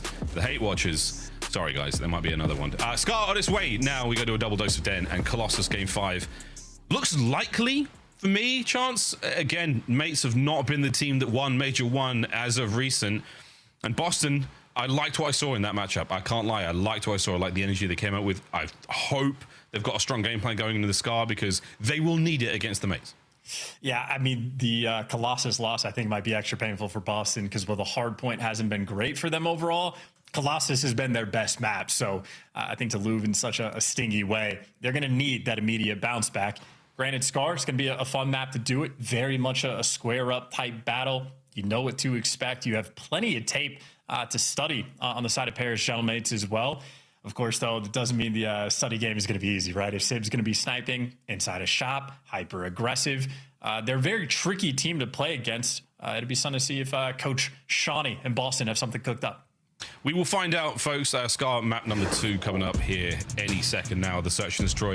I wonder with Boston Breach, I mean, Nasty's been sniping quite a lot for those guys. Again, I wonder, it's some of those times, Jones, that we talked about in the previous series, there's a couple of players you'd rather have them out in the field running around causing damage, you know, making moments happen there, and occasionally like going for that sort of snipe off. Not that much of a gamble you want to risk an entire life on in a round. We'll see what Boston have got here, because they have definitely prepped for this match.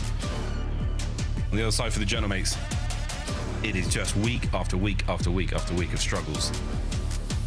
It has been a hot minute since we saw a win for them in any regard. Let's find out if Scar is going to go their way. Fun to watch Envoy cook as well. Again, super hot start there in the map number 1. Won't even be a bomb carrier. Ghosty's got it in hand, so that is a lovely look at 2 very objective-minded players. I mean, they're always working with options. And this might be a B hit off the rip if the nades connect. Purge, cheeky spot, and he takes down Sib.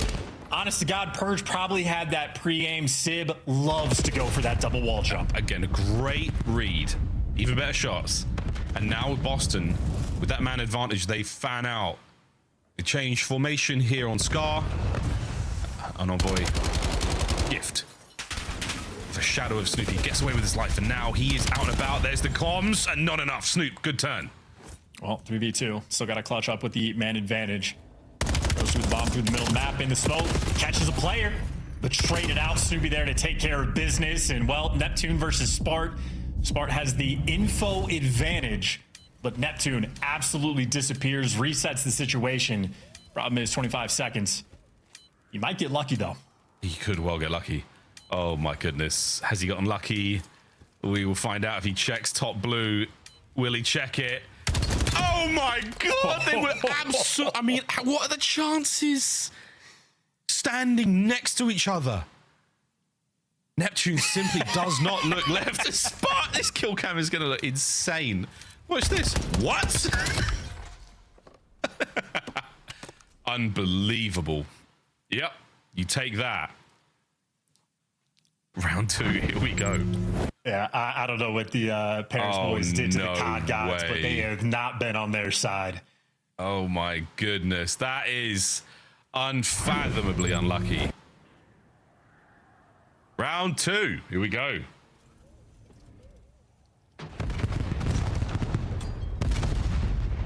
Not a huge amount of damage dealt by the opening salvo of lethals. The tacticals yield nothing as well. So now, throw a shoulder or 2. Watch out for that. Good hit. Spart's down. He has got to back up. Snoopy the opposite. Snoopy fights forward. Goes for a cheeky Semtex throw as well. What an ambitious play. He manages to live for now. Well, here comes Envoy in the pinch. Bears as long as nobody dies. And there goes Sib. You would have had him surrounded here on P2. Instead, now they get to run you down. It's going to be a 2v4 attempt here from Neptune and Envoy. We are not at all relinquishing this advantage. The triangle set up. Oh dear. From Boston has now become a straight line. They isolate at least one of these players. They know they have Neptune trapped. Nasty makes good on the kill. And there's the last one taken care of again. So Boston, string 2 in a row. Good reset and good playing off the information as well. Very patient to work Neptune top green. You know he likes to dance. He's got the movement very quick, but take your time to make sure you cover all the exits. Envoy makes a nice pinch play, but ultimately it's a 2v4 attempt, and Boston simply had the numbers. An interesting jersey there from Spart, channeling the powers of Shawnee. If you spot him near any hammers, nails, hats, any construction-related material, Spart guaranteed to get the kill. The MW19 run was something, man. Ramaza, many memories of Big Sean. Also the finest bar I've ever seen. The finest bar. Back in Dub 2. Well, shot control, all good. Neptune has that. Shoulder or two would go a long way in this situation, but Sib, no snipe once again. Info passed, and the 2-2 split from Boston, holding firm so far. Oh, slow approach. It's Purge and Nasty working the pinch though, so Ghosty is a big responsibility. Tagged up, tattered, can he get away with his life? Absolutely delivers, so Ghosty a nice little moment. Pairs now with that information, moves over towards the A site. And Neptune gets that bit closer. And now an opportunity to get moving. Oh dear, but he's fought his way out there and he's just let fly a sneaky fart and it's given away his teammates. And now it's given away the play. And he finally gets the kill. Can he get away with his life?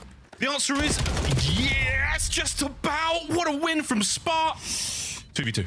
And then Sib drops the bomb on red steps on their side of it. Spark just gets to protect this. Well, he just has to watch it. He's got lined up. Ghosty's tagged. Here comes the next man in. Purge is on a flank. He's moving as quickly as he can. Ghosty makes it a 2v1. And Purge, so damaged, has to retreat. An ambitious play from Spark. I don't want to jinx it. Sorry, from Purge. He had 4 seconds remaining. Yeah, he thought he was going to chow the bomb. Oh, dude, that was a great attempt, though, man. The single tap.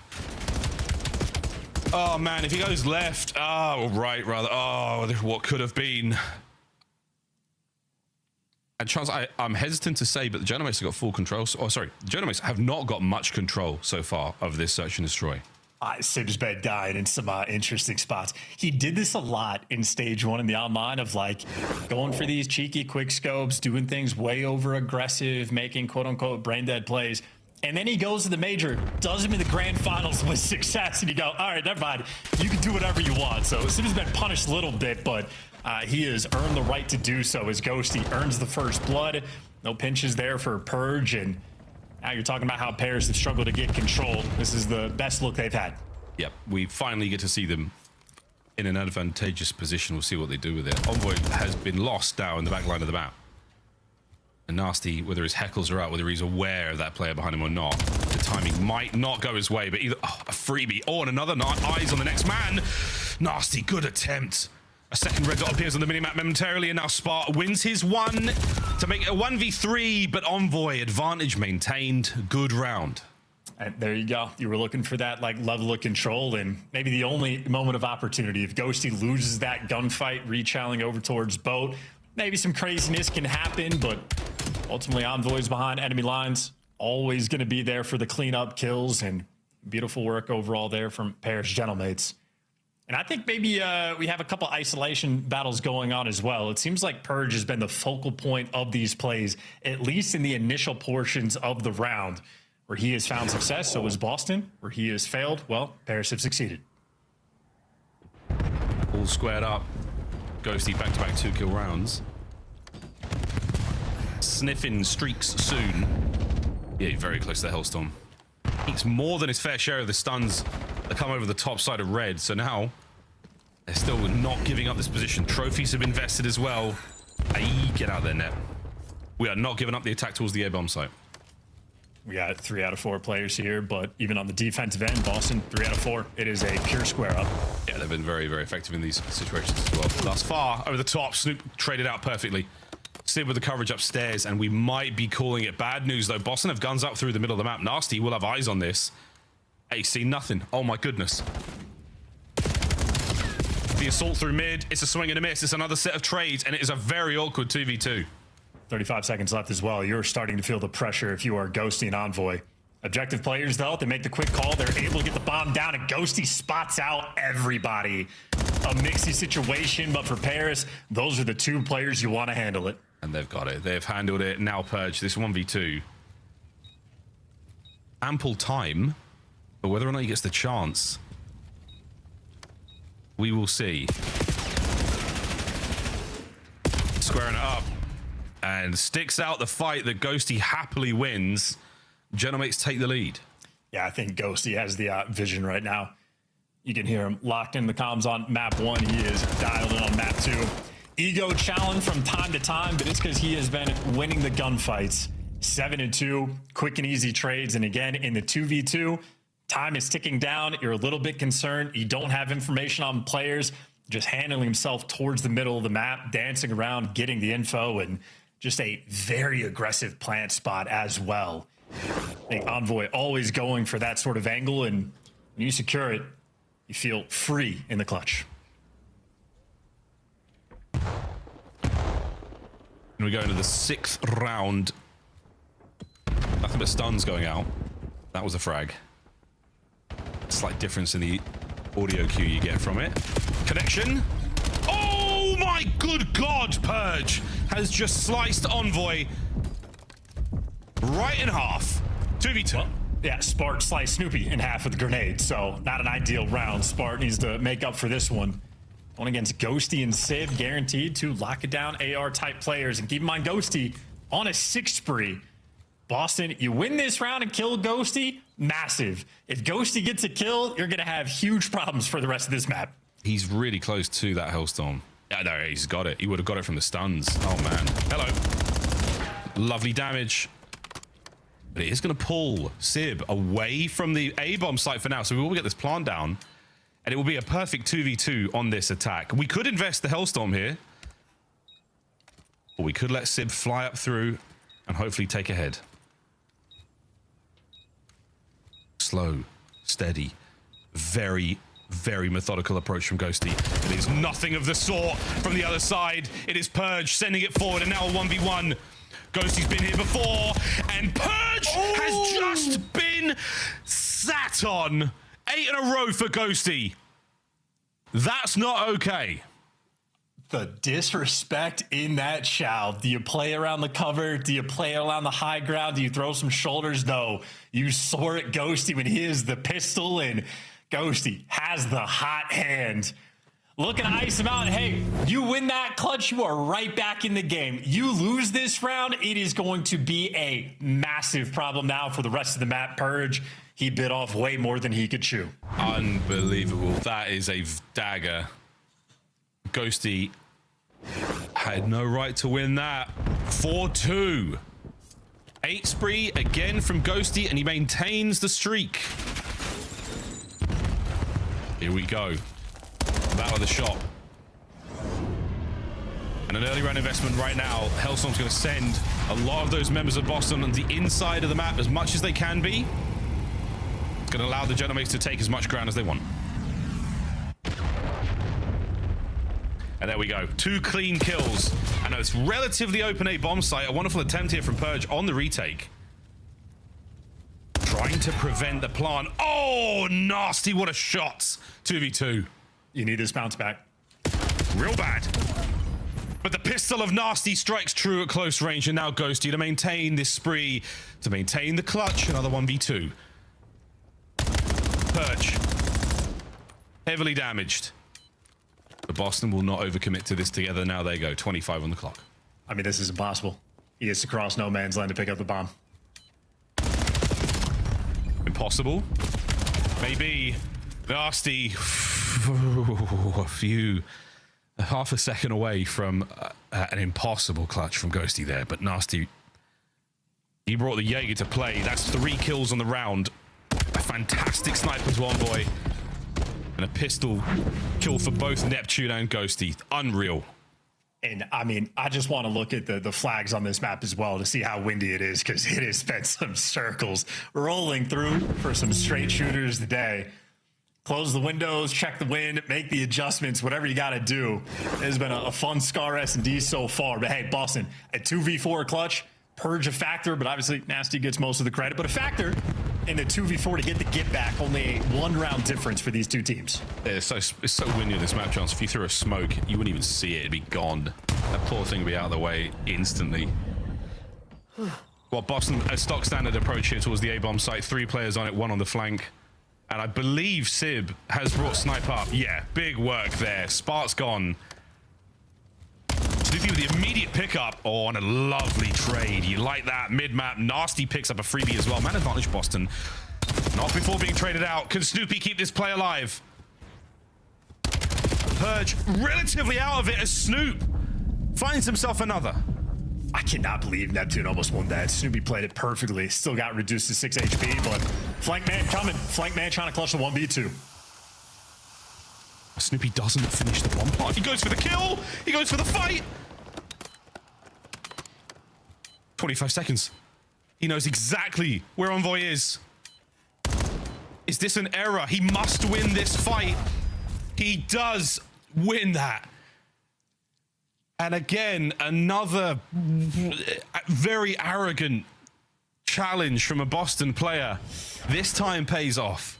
I mean, hey, this is Snoopy has to. You can't play it. You're going to get swarmed immediately. You're not feeling good about the timing.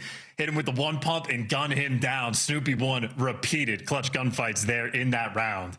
Still can't believe he was able to win that one against Neptune. Actually, I take that back. I can't believe Neptune got him down to 6 HP.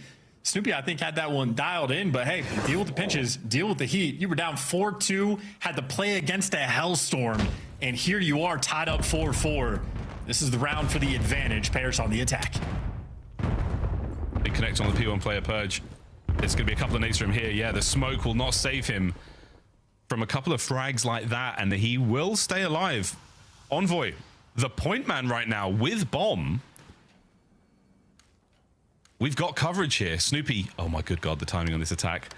Neptune. Ian Envoy on the inside of shop. We're going to see how this goes down in a sec. Well, we just abandoned our bomb guy, so this could be painful. Snoop. Oh my goodness, runs the rabbit straight through. Catches the first, and Neptune's good for the second, not for the third. What a challenge again, and here we go. Trades on trades on trades. Mates take the round. Yeah, and they abandoned their bomb guy for 2 whole seconds. Neptune comes right back to make sure you get the covering fire, because if Envoy dies in isolation gunfight, that round plays out differently, but Neptune there for the cleanup kills. Great damage, great follow-up. Sib with the final kill. Laser focused he is for potentially this final round. Map point for Paris to go up 2-0. Again, expecting a possible shift in Boston game plan here, but we've seen no snipes.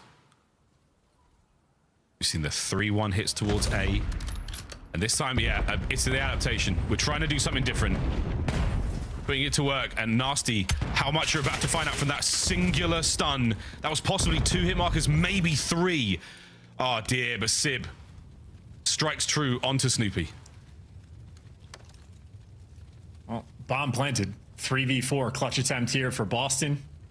I don't think you want to play these corners. No. Purge looking to make the play, but he has been spotted in the middle of the map.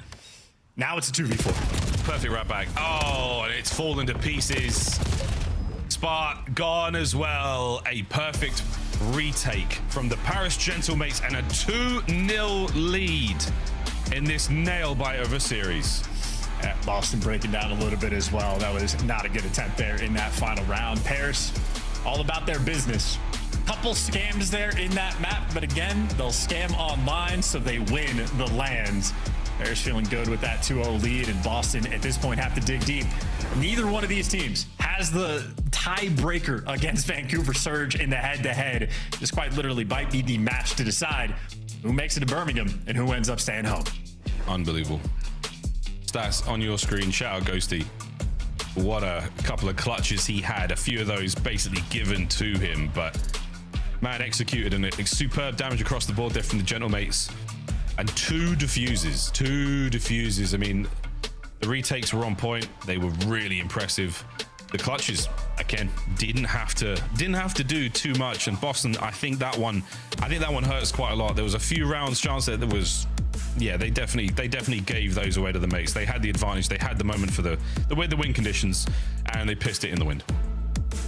Well, you piss in the wind and you end up back down 2-0 with a little bit of stuff on your lap. And you got a pair of gentlemen right now that are feeling a little bit better. Tough loss yesterday, but hey, 2 close map wins. They've had more ice. They've got the ice, they've got the composure, and we all, folks, have a quick break to compose ourselves and get ready for map number 3. Gentlemates on a run. Boston Breach. Comeback time is now. Come on.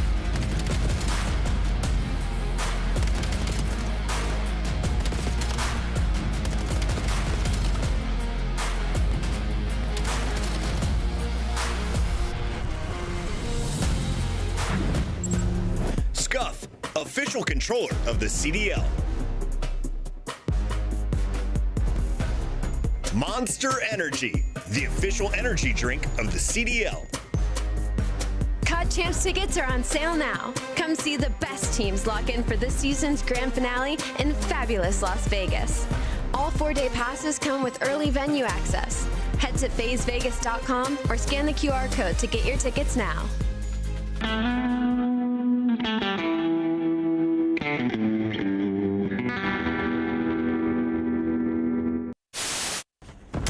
Stun Zig.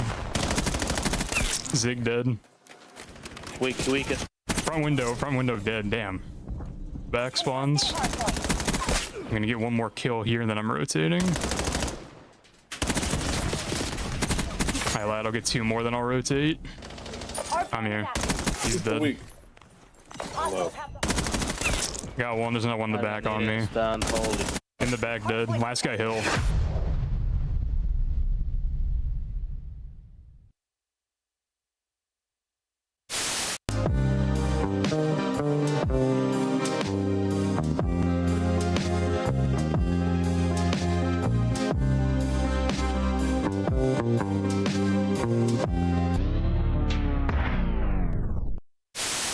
Wait, why are they showing that clip? Why are they showing this, man? Oh, man. Why are they showing our worst moments? A few moments later. Because I appreciated the 30 people in there watching. Why the f do they keep showing this? They added it to the montage. They added it to the montage.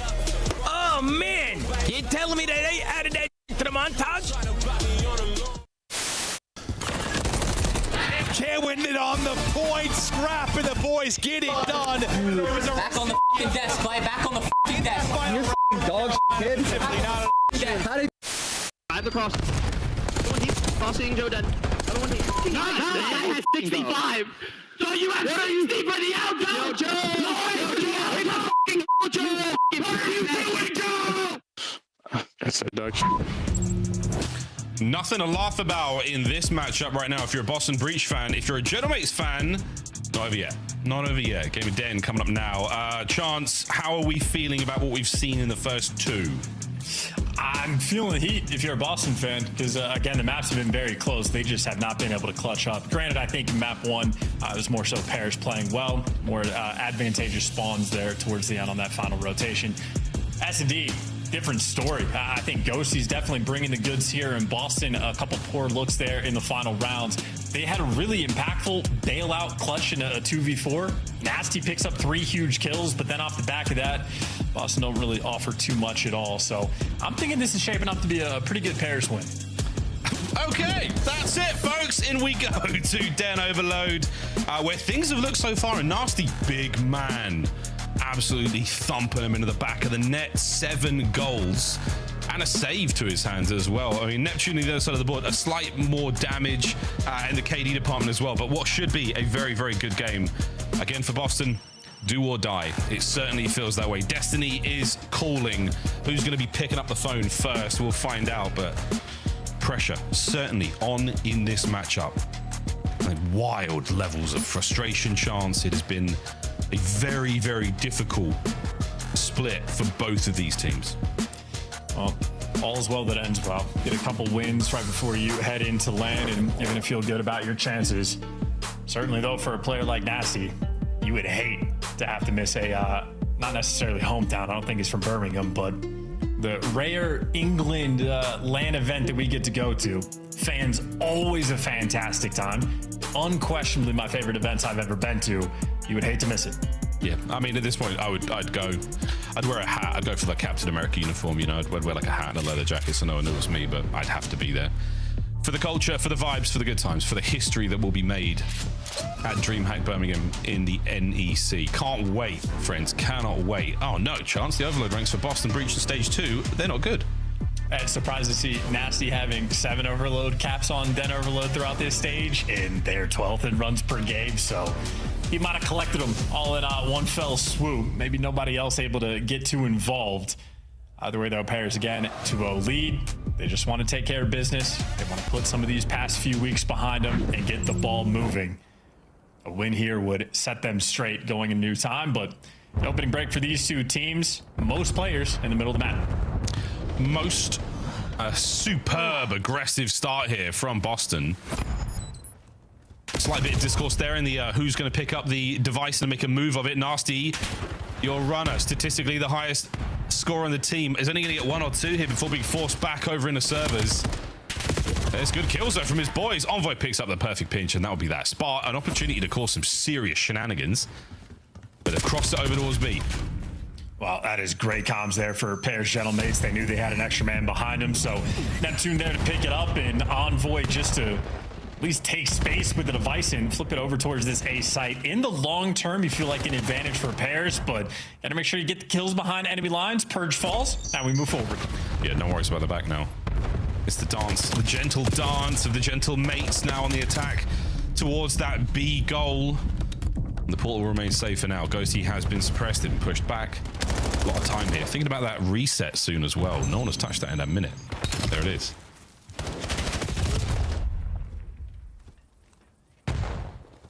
No eyes on Spark.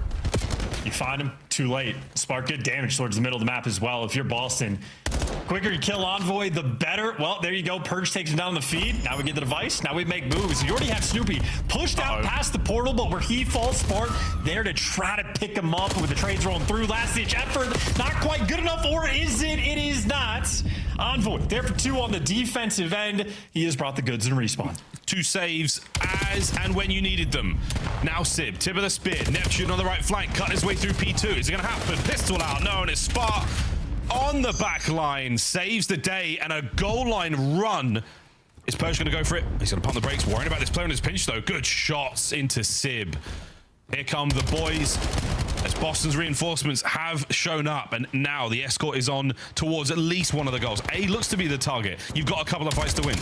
Oh, they split the defense, but that doesn't matter if you're winning all the gunfights. So there you go. Pairs had a few players out of position, but make up for it immediately. Device has been stopped, and so has the play there from Boston. Now Ghosty, it has it in hands. They're going to be moving forward. A couple trills, you know, traded back and forth, but stable. It has been a defensive shootout so far. Yeah, well, that device still on Boston's side of the map. Let's see how they fare with the next attack of the Parish Gentlemates with a listen in. I got him. He's still there. Reset me. I can hear it. He's just re-channeling down. He just keeps channeling out. Out of dojo. 2 years. Minimum. Out of dojo. I hear you. I have your bid. Nice. Way there. On the right, left side. Half HP. Nice. Go. First guy Sib. Close on the left now. Spawn right. Hold right. I got one. Two more. I'm holding our B cup. You guys wrap right. Yeah, no. I'm all mid. I have a trophy here. I'm putting it down. Nothing grab mid, guys. They've not come mid. They're all gonna be there. Yeah, front.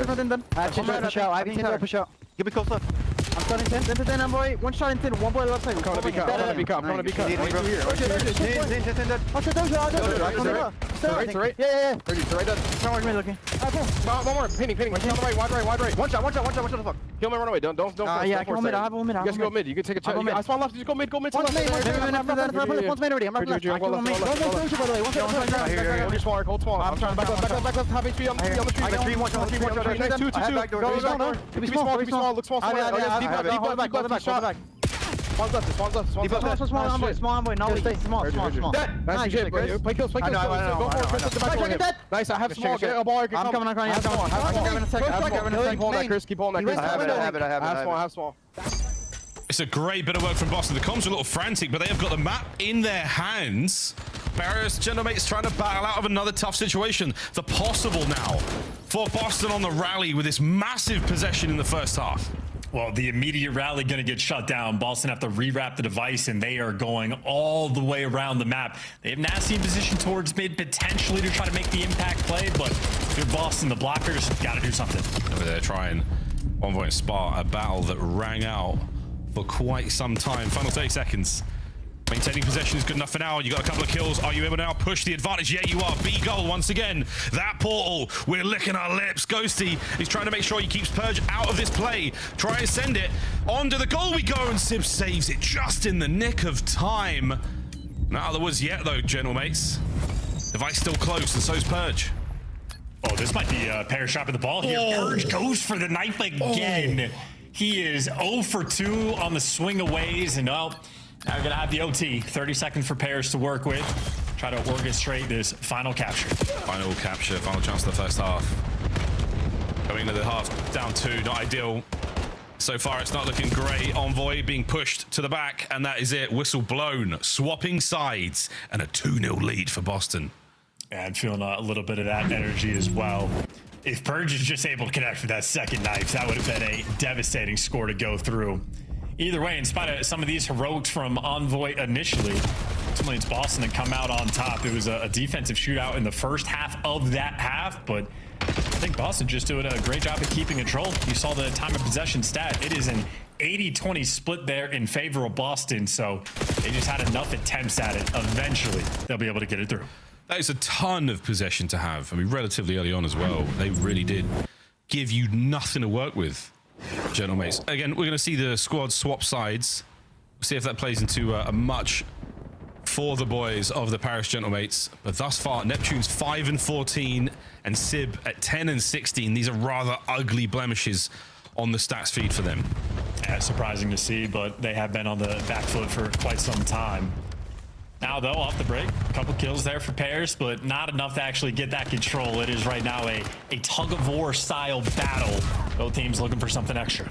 I've got the legs just yet. Oh, Sib plays right next to you, mate. 3 dead. Last man left alive. Envoy, they know exactly where he is. It's not going to influence the spawns massively, but now lots of damage, tags up, you name it. An opportunity to make a run now through P2. Neptune's going to be the only man on the defense for now. Sib able to pull back if he needs to. Purge wins the gunfight up front, and now an opening on the goal, and that's it. EMP carrier crosses. He's at the final threshold. A perfect bit of work over the top, and Envoy even helps out with a team kill. Boston 3-0. Oh, that's so unlucky, too, from Neptune. I mean, he's just trying to cook the frag. He tries to do everything right, but just a little bit off, and maybe that's just the type of game he has had. And even on the reset, Boston here first. There's no reason for them to touch this device first, get the kills, and make some moves. It looks like Paris sniffed out that entire push. Envoy with a perfectly timed pinch and every single kill going their way. It's looking like it's going to be a score, and maybe they can set up for a rally as well. Trying. They've got to the top side of the map. That's a problem for them. Good kills on the inside of the base, and now, oh dear, Purge has fallen off the map. Envoy picks up the next. The rally is on. A big kill onto the next man, and a free and open lane to now send it. It's going to be 3-2. Mid-map presence now open, and all of Paris left alive, able to do whatever they want. Oh my God, sometimes Boston Breach, sometimes Boston Breakers. Same thing in the S&D, man. They just have some really bad moments that have been costly. Nonetheless, still the advantage. So you still have the opportunity to restabilize, and there you go. 3 kills in the feed. Sib, last man standing, taken care of. Boston can breathe. Boston breathers. Not much more air found. Rapid towards the bottom side now. Again, a lot of possession still paying off. Snoopy has been utterly destroyed. And now that device is going to the furthest recesses of Boston spawn. They've got to find an opening. They've got to find egress from their own spawn. Neptune on the backline. A lovely nade there. Oh, and that's the kill. One more man to deal with by Dragon. And now by the goal. Nearly done. Not over yet. Sib cleared up. Somebody get on their bike and get the hell out of your spawn. Yeah, and we're not parking this bus. We were just turtled there for a moment, but little bit of breathing room. Bottom side of the mini-map. You got Snoopy, the lead blocker. Plenty of follow-up players here. You got Neptune in between you. Well taken care of. 2 in the feed. Hit the go button. Great damage in. Here come the nades. Trophies are at the ready. 2 minutes of play. Purge on a nice flank. And that's the old hit and run. Parachino is trying to make the way forward. Purge, another hit and run. Oh, he's found the damage to the next man. Send it. Go, go, go, go. See. Can't stop it in time. 4-2 for Boston. Huge. Love the restabilization as well. They didn't hit the go button as aggressively as they needed. Able to control the pace, keeping control of the game. 75% of the possession, God, has been the name of this game so far. Unbelievable. Well, bottom side of the map. Full control. Flank taken care of. That was a heavy investment, but no need to worry about the front line. You've got that covered as well. They've got Envoy dead to rights here. Yeah, another man through mid taken care of. So now Boston, once again, on the attack. Space to play with here. Trophy systems at the ready as well. Looking for that man in the middle. Once again, Purge on the hit and run. Last time that guaranteed the goal. We'll see if they can repeat the play. Well, there's just no rush. I mean, not at all. It's Paris that are forced to make the move. So Neptune trying to kickstart this one. And Nasty, once again, running for the hills. But they are hot on the chase. You got to be very careful. Purge good for 1. And that might just be enough to slow down Paris. 50 seconds left now on the clock. And we have officially parked this bus. This bus is well and truly parked. Back into the lobby we go. Yep, there he is, Nasty. As this meeting is in session. Purge on the front. And Snoopy's giving you an open lane on the left-hand side. So with those kills, lads, I think it's time to maybe make a move. You're worried about a cap going through. All the time in the world burnt now. If this were football, there would be a yellow card for time wasting. But at this moment, Ghost and Envoy get their respective kills. The man on the back is going to be safe and sound. And Boston Breach have definitely brought themselves a lifeline in this series. Absolutely. No question about it. Playing a much better game here of Overload than the Gentlemates did. Yep, and we didn't log in for this one. Paris Gentlemates stuffed out here on Den. It was a fun rally capture there in the second half, but Boston ultimately in control of virtually the entire game, bar maybe 2 minutes of gameplay. So great work there. But before any of the hate watchers get out of control, you gotta keep in mind, if you're on the Boston side, how important those first 2 maps were, and especially that Colossus. They have a good record on that map specifically for Hardpoint. Otherwise, they simply cannot find it. Map we're going to do for map number 4, Boston have a 0-4 record on. So I think Paris not happy for the Overload performance. Ultimately, still comfortable in the series. Still comfortable indeed. Quick look at the stats there. Yeah, a tough one from Sib and Net. They did not enjoy themselves on Den at all. Purge, big cut-off kills. Snoopy and Nasty were very much the players trying to make those Overload. No hat trick for Nasty. Good God, though, you know he tried. But he adds another 2 to his record so far for Boston in Overload. He really is the goal scorer. And here are the highlights. Again, a lot of big pieces, but I think for me, being the highlight is the minimap. It was a very, very good minimap from Boston. Great awareness of the objective spawns. They were on top of it nearly every single time. The kills were good. The annoying sort of counter plays were great as well, and they just did a lovely job. And very well coordinated as well. Patience when they needed it. Again, they are wrapping this device out multiple times through their own spawn, which is a delicate thing. If you're not counting players, if you're not keeping track, you can get punished very quickly. But for the most part, always had it under lock and key, making sure they're buying time for guys like Purge to go in and make those plays. And Purge absolutely on one in the series. Him falling off the bat, extremely tough, absolutely costed his team, but he made up for it and then some ultimately. So there you go, Boston. Everybody bringing the goods. Everybody having their a strong game. I know if you're paying attention to the SMG duo of this team, at least in map 3, they were there. Boston turn up. Light work on Den. But yeah, it's a tough one. In the next Hardpoint, they are going to, well, they've got the uphill battle regardless being down in the series, but on a map that they've yet to find a win on, we need to see the magic. Overload treated you right. Colossus Search and Destroy. Can you make it? Can you make it? Not only to the Colossus Search and Destroy, but what feels like to Birmingham as well. This is arguably your major 2. on the line here, Boston. We need to see 2 map wins out of you. And the Gentlemates, this is a team that have shown us that their mental game is not terribly strong. That once they take a couple of L's, they take them bad, and it's been weeks and weeks and weeks of it now. So can you keep them in that defensive position? Can you keep them off balance, and can you find a game 5? I don't know if you can tell, chat. I really want a game 5, and I'm willing to do anything to get it. Chance. Shave the hair. I will. I've got an appointment. Yeah, just before we go to Brum. Yeah. Who do you make an appointment with for that? Who do you know that owns a chainsaw in California?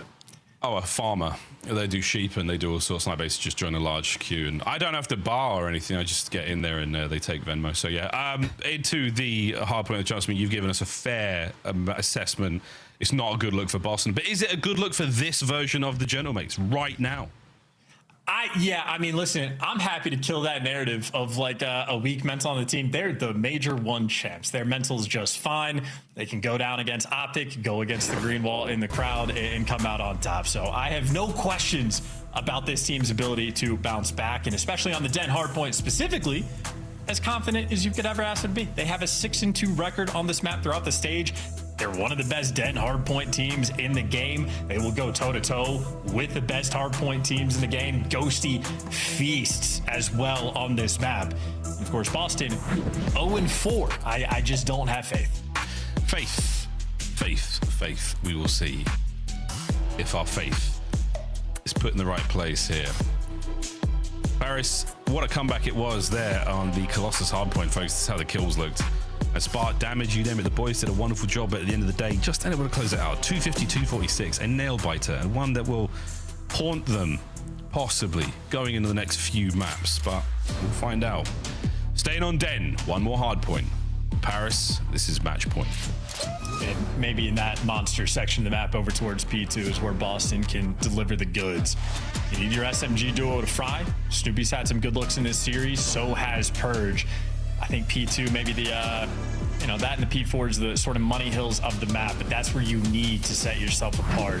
We've seen Paris multiple times do well enough on P1 and win that rotation and just start off on such a hot tear if they get that lead early on. For Paris, there's no looking back. Only looking at 10, and that's going to be Purge's job. Take care of business over there. A couple of kills now going the way of the Gentlemates. And Spark still trying to maintain that somewhat foothold. Oh my God, he wanted that challenge. He nearly got it. He'll take it. As the battle continues and the Gentlemates a measly 11 seconds, they have garnered from this onslaught, but P2 still in the hands of Breach. And I mean, just look at the stationary aspect of the arrows on the minimap there for Paris Gentlemates. Get the kills, no reason to move. They have everything covered. Sid picks up a freebie kill on Snoopy. Now he's starting to work potentially that flip going through. And if you're Boston, you just got stuffed out on a P1 on Den. They have already started this map out on the back foot. Good news though, take care of all the errant kills. You win the rotation over towards that new time.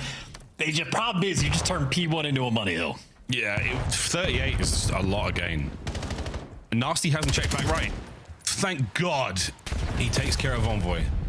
Good shoulders on the next man, and this is a very productive P2 so far. Slow attack here from the Gentlemates is paying off, and it's very, very effective. They are in, slow and steady. This race is not won, but good God, they're in. Well, I don't know for how long. 3 players there for Paris Gentlemates. I trust them on P2 to get all these trades. Even with no trophies, we're just taking straight gunfights right now. Ghosty with the pistol, able to take down Spart and Paris right now. They are just throttling you through the front, and it is Ghosty with the Drovic in hand. At this point in time, and Sib with the Drovic in hand, at this point in time, Ghosty is 5-0, hasn't died, has a Hellstorm. And now if you're Boston, I mean, this is what I was talking about, P1 and P2. Like, it's just tough. It's already a 50-point gap. I'm not optimistic here, Miles. The scoreline is nice until it wasn't. Oh, good God. Nice shots. Nep. He's back. Ghosty doesn't have to get his 6th kill. He's going to get a trophy out for the boys. Get him down through the dojo. Now we come Boston Breach. See if they can't find anything here, man. Try and get that break. Try and get some momentum going back their way. And Sib, nope, Sib with 2. Big 2. Inside 10. Real ugly gunfight. 1 there by Ghosty. Plays it calm and safe and finds his 6th. He hasn't died in about 2 minutes and 45 seconds. So Ghosty's doing all right. Doing fine. Absolutely fine. Big chillin'. VTOL gunship. He won't call it in. Not an idiot. Unbelievable Halo gunfight here, but it's not going to yield any results for quite some time. No results whatsoever. Boston Breach from P1 to P2 to P3. Disastrous at 15 on the board. And I hear you, Miles, throwing shaded scrap for absolutely no reason. That's a random stretch. So unnecessary. Yeah. It's a classic, but he still did it. Ghosty was on that team too. Hardpoint now in the hands of Boston. Finally in. The nades keeping Ghosty back. Reinforcements now over the rooftop, but Neptune does have a good pinch here. This could be very, very damaging for the setup that Boston have got. Wow, I mean, the kills are falling into Ghosty's lap at this point. Yeah. Boston needed the entry kills to hold a P4, and instead everybody dies one by one, and I cannot possibly express how desperately Boston needed one of the first 2 maps. It does sting. It is coming right back, but so is Purge from the depths of spawn. Gentleman surprised by that one. A Ghosty 11-1. 12. Now 6 in a row. And again, wonderful hardpoint time as always, over a minute. So Ghosty doing it all right now for the Paris Gentlemen. Pad stats as well. I mean, this has just been, his first life was legitimately 3 minutes long. Might be a record. His next life was also like maybe a minute and 15 seconds. So yeah, Ghosty feet up, doing literally whatever he wants. Yeah, having a great time. Fully streaked out going on our second set. Ghosty, yeah, right out of spawn, right into the trouble. He is the trouble. 3 dead, last man on time. The Spark is making you work for it. Breach. This second set has got to be utterly sensational. And great moves from Ghosty as well. I don't think we're going to see anything sensational when Ghosty is shooting like this. He is the sensation. 16-2. I mean, can do no wrong. Currently the lead man as well, so it's not like he's playing slow. Also has a minute and 12 in time. And, well, where he finally falls, maybe so do the rest of Paris. Boston finally get some pressure on P1. You'll love to see it. Yeah, good pressure for now. And the set of trades going their way. Ghost is going to dip a toe out into time, find some damage. It reminds me of the individual performance we saw Ghosty have. I do believe it was on a den way back in the opening 2 weeks of play. One of the most, I think it was against Vancouver? It was Thieves after they dropped them. It was his revenge game. Oh my god, it was the revenge game. That is so hot. Oh my god. Right, well that is shades of that. And it's starting to feel that way indeed. However, Boston on the attack to rooftops. Here we go. 50 Shed to Ghosty, 18-4, a P2 again for Paris. It is utter domination right now. And again, I mean, P2, they're just doing whatever they want. Even when they get good timing, they get absolutely fried. Neptune head on a swivel, ready for the gunfight. It's a 120-point game. Stop it! They're already dead. Stop it! Not yet. We got a 250. And Breach are coming with us. Damn! 20-4. Ghosty has returned. I mean, they're soaking up P2. Look at the mini-map. Neptune is already in dojo, shooting you off spawn, and there was 15 seconds left at all, and yeah, Hellstorm might not the cherry on top. I mean, good God. Yeah, what year is it? Is it 2025? Like the first couple of weeks of play in Paris Gentlemen? Oh my God. Well, they have looked so bad up until this map. Good stuff, lads. You squeaked out a couple of wins. And now you are looking unbreakable. We test Boston. The COD gods were on your side for many moments in this series, and now we're going to test it again. Hold it together, boys. Lovely work, Spark. Lovely work, Spark. Couple of kills. Man and mid. It's going to be an issue in a second, but for now, he's going to rotate. All right, if they 100-point club Boston, we can give Ghosty credit for the best stat line of the year. But if Boston get more than 100 points, it doesn't count. Doesn't count. Den Ghosty gets revoked. 3 dead. Nice. We're looking much better here, Boston. Great work there on a Nep as well. The tree has been taken care of, so now it's just eyes front. Purge, big damage in. Gonna somehow win that fight against Envoy. I like what I'm seeing. 5 seconds away from ruining a stat line. Oh yeah, Purge. Hey, I saw her face. I saw him gun down Ghosty, and I'm a believer. Oh, it's another from inside the lobby, and Purge is cooking. Nasty now in the back. Oh, baby, 5 spree from Purge, and guess who's alive and kicking? Boston Breach. What an unbelievable couple of kills and a couple of hard points this has been. Watch out for the nade. Literally perfect. You're slow.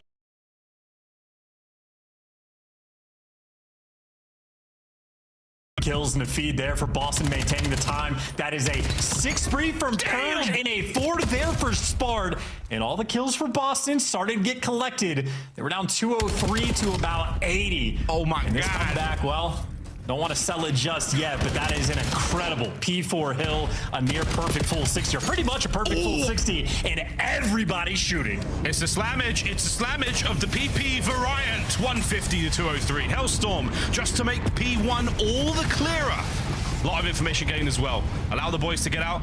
Was a bit of a problem. Back to P1 we go. Third set in this ridiculous den. Oh my God.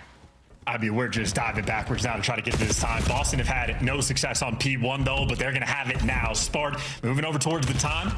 17 kills for him, and he might jump over a minute there in the kills column. You have Paris, 3 players going towards mid-cut.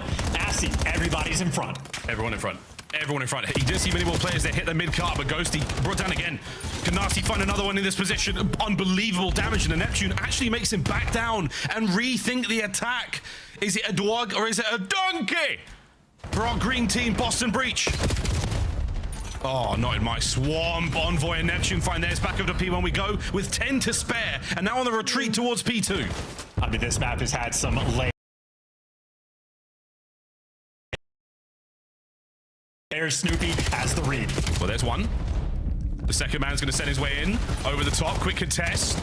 Good work from Ghosty to take care of Snoop. Nasty up front, trying to be a hero. The trades are complete, and that is it. The Gentlemates are in. It might just be the P2. That is the separation. They have just utterly destroyed Boston. Every single P2. They're looking to call game here. Flying forward, fighting, guns in. Nades push those players out. Time for a second. Push over the top, finds another. Through the front door. Spark brought down. We're all good. Last ditch from Boston Breach to survive this situation. All through the courtyard we go. Tags in a Ghosty. Pressure. Explosive melee on time. And who walks out on top? The Paris Gentlemates.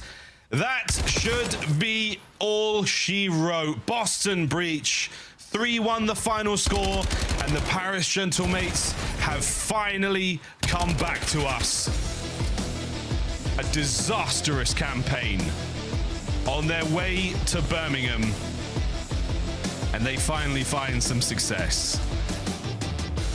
That is an absolute dagger to Boston Breach. Yeah, and very consistent for Paris as well. Their P2 dominance on Den will continue to ring out. You have to out-rotate him towards that point, but you even saw it from Boston the first time they did. They get stuffed out anyway. Could have been a nice comeback, but yeah, you go down about 140 points to the Major 1 champs.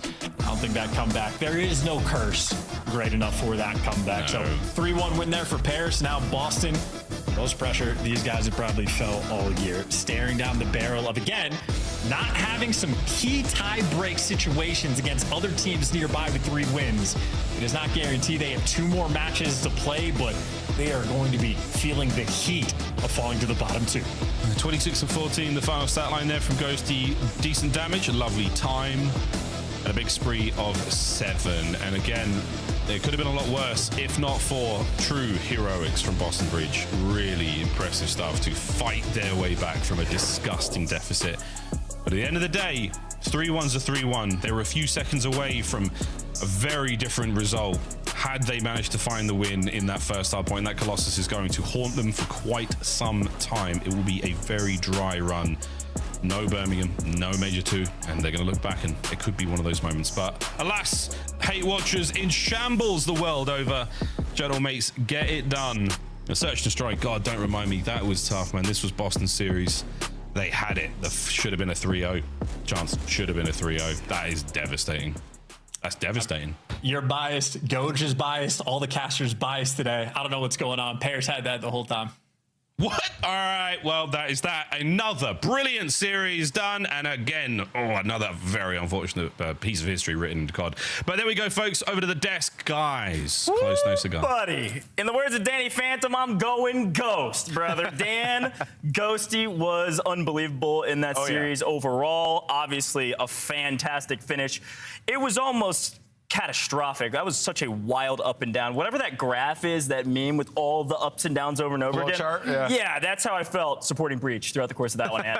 Yeah, 100%. I mean, they had an opportunity there towards the end, and they had the P1 hold. It was fantastic. They all go mid-cut and end up getting around into that P2, as Chance was talking about how good Gentlemates have been on P2. I believe that the overload was end on a strong note, and Ghosty wanted to take over on that den, but that's the Gentlemates that we all know and love, that we saw throughout stage 1. That map 4 was awesome. Until Boston just suddenly chained like 3 hills together, and it was essentially 200 to 50, and instead it was like playing with your food a little bit. Yeah, they were complacent. They were chilling. Well, honestly, I more so wanted to say that and almost say it as a positive for Boston Breach. Is like, I think these guys might just need to stop overthinking what they're doing on the map and just play loose. I feel like every time we watch Boston, when they get put in a situation where they're about, the map's about to end or they're about to lose, it's when we see the best version of them, weirdly enough, and when they start to make these comebacks and these weird moments where it's like, oh, hold on. So I think Boston Breach, maybe they're just overthinking their game plan a little bit. You say overthinking, I say maybe start thinking. I mean, there was some over challenges I saw in the Search and Destroy, just egregious. The Colossus on the P3 at the end just spawned him out both sides and able to recognize it. So yeah, I mean, overthink that. It was sloppy to start things off on both ends, but Gentlemates on this final map, they got the reins back on it. It was a bit more controlled. They could rely on their P2. They had some awesome breaks when needed, and yeah, I mean, I just think we hadn't seen this Gentlemates in Hardpoint in so long. Coming into this, they were on a 6 Hardpoint losing streak. Yeah. Right? You come in, you win 2 HPs. Now the Colossus was one that Boston have liked, right? So you beat them on their preferred map. But they dominated that. No, it wasn't close at all. Obviously, closing of the gap, but it wasn't a close game overall. We've got Dan Ghosty in the house already, I believe. He was ready to rock and roll. Dan Ghosty? Ghosty, congratulations, my friend. I'm going to be honest. I know that was one you really wanted to win, and you all dominated. Talk to me about the feelings right now. I'm sure there's a lot of relief as well. Yeah, definitely a bit of relief, but we just needed to see one kind of go through the hoop, so to speak. I mean, you guys mentioned it right there. We were on a 6 HP loss streak, and that was kind of our bread and butter during stage 1. And I know at the event, the S&Ds kind of hard carried us on Sunday, but, we were an HP team stage 1, and right now it was obviously a little flat. But we came out and we won 2 HPs today, so nice. Yeah, Dan, every time I see you got a smile on your face, you remain positive. How do you navigate, these situations with a championship caliber team? You've been on championship teams the last 2 years now. So talk to me about the process and how you guys continue to stay positive. Honestly, I mean, last year it's kind of the same, not like the same story. But stage 2, we were, our HP kind of fell off a little bit, and people like myself and Dylan obviously weren't playing very well last year during stage 2. Kind of the same thing here, but it's more so just always believing in each other. You know what I mean? Yeah. There's a reason we all wanted to team together at the beginning of the year. There's a reason whenever it came down to Sunday, we were able to clutch up and trust one another. So it's just about finding our groove and being able to keep continuing that trust building. Also, I have a quick follow-up about your individual performance. Even in the Optic series, you played so well in these last 2 series. What has it been for you, and why individually you stepped up in these last 2 series to try to get your team back into winning graces? I mean, to be honest, ever since the Cloud9 match, where my teammates played a 3 versus 5 in S&D, I've just been really harping on myself to get better and make sure I'm always contributing my 25%. Yeah. Well, you've been doing a little bit more than that, man. Congrats. Just a little. Thank you. Dan, congratulations. As you said, one finally went through the hoop. Right? And that's kind of all you need, as you know, to kind of start snowballing something like this. But I want to pick your brain a little bit, just because it's been so long since we've talked to you guys. Like, what's been going on behind that? Listen, I'm trying to word this the best way that I can. Jeez. But just talk to us. Give us some ease, some peace of mind of what's going on behind the scenes. What is going on with scrims? Was this a drop off you guys kind of saw coming during practice before that match versus Cloud9, or was this a result of that loss to the Cloud9? Is kind of what I'm asking. I'd say both would be true. Okay. Our practice definitely was not the same as it was stage 1, but also that Cloud9 match combined with the lack of scrims coming from obviously we got banned for a week. Yeah. Definitely made it a bit hard for practice, and that's obviously, of course, not why we were losing. We're losing to ourselves more than anything, making a lot of mistakes. But this last week of practice was definitely more, our normal groove, normal flow. Good. And it's been feeling a lot better. And I think the matches this weekend definitely showed that as well. Yeah, for sure. Well, Dan, congratulations again. Really quick, you've got a lot of fans out there for you and the team in general. Gentlemates, they've got a huge support system. Any words to all the fans? You know, I know that there's been a lot of like negativity surrounding like the team. Obviously, we've been losing a lot. But to be completely honest, whenever I check my DMs or my mentions or anything, there's no negativity. The Gentlemates fans are beyond supportive, and I can't thank y'all enough for that.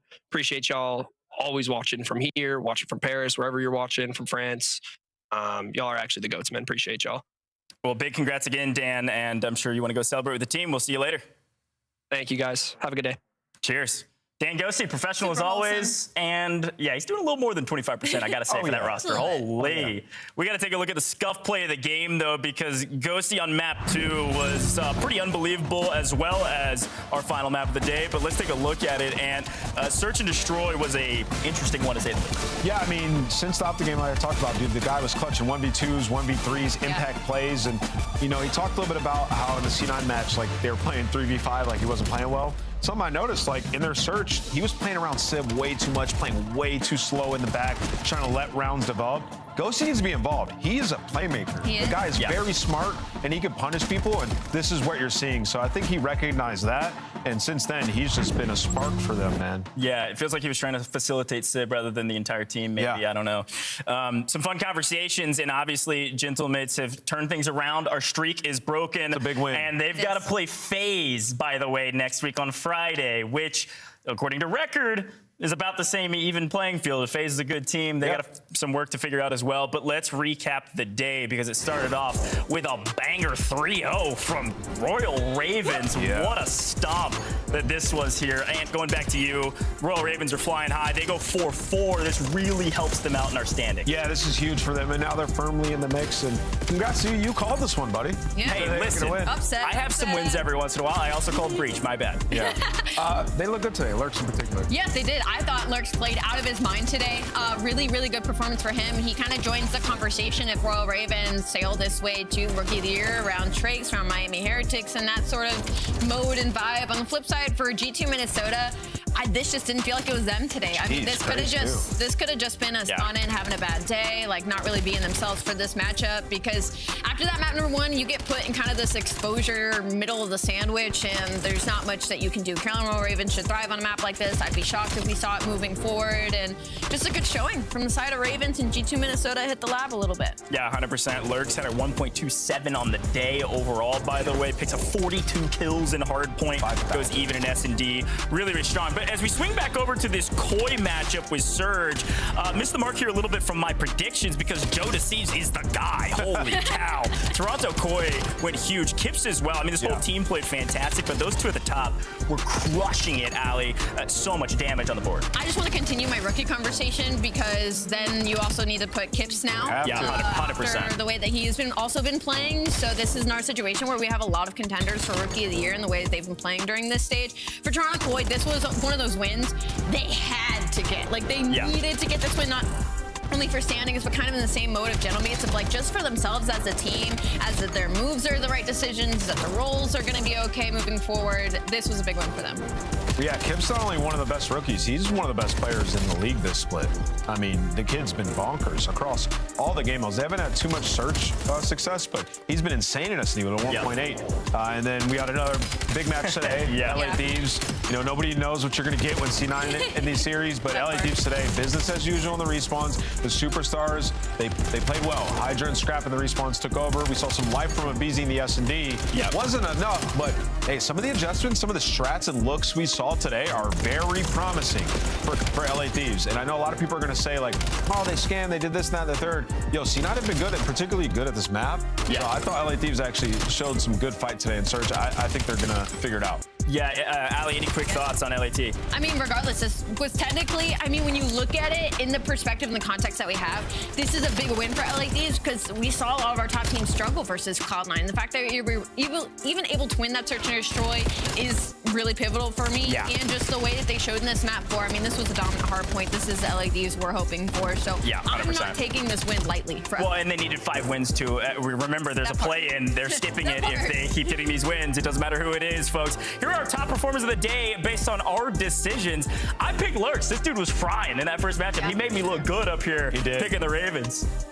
following it up, I mean, Joe, 121 kills and a 1.36. He was an absolute monster today. I'm sure Kips would be in this conversation if Joe didn't put on the numbers that he did. And then following it up, of course, I mean, Scrap and Ghosty, you could basically copy. They're like the same player, which is so funny. I had Envoy because I picked after or right before map 1 of this series, and he was frying. He started well, But Ghosty closed it out. I had to switch it over. The kid's a monster. Definitely deserves the performance today.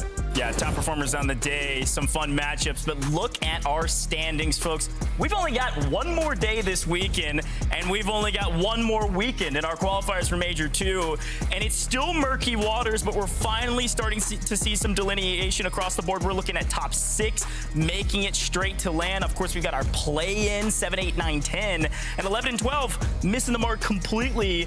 Quick thoughts here, Ant. Yeah, Gentlemate's got to get to 5, because remember we were talking about the tiebreak.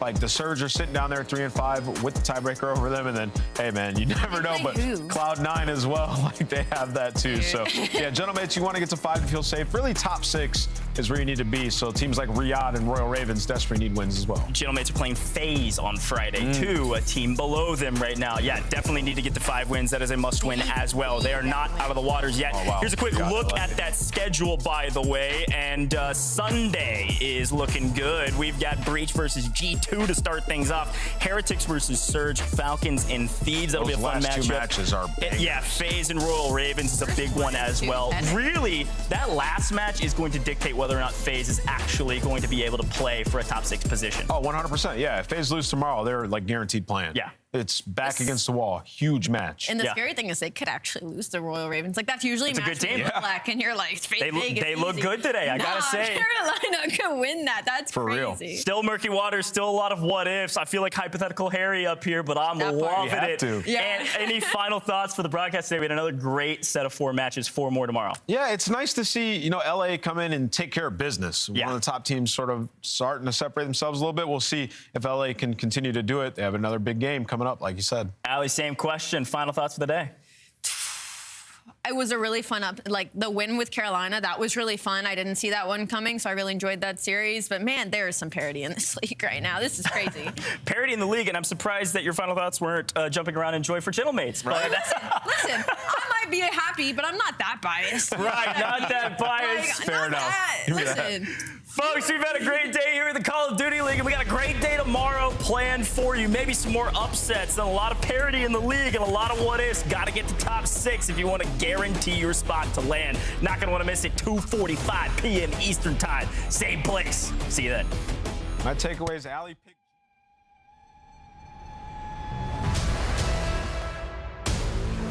We back for another one.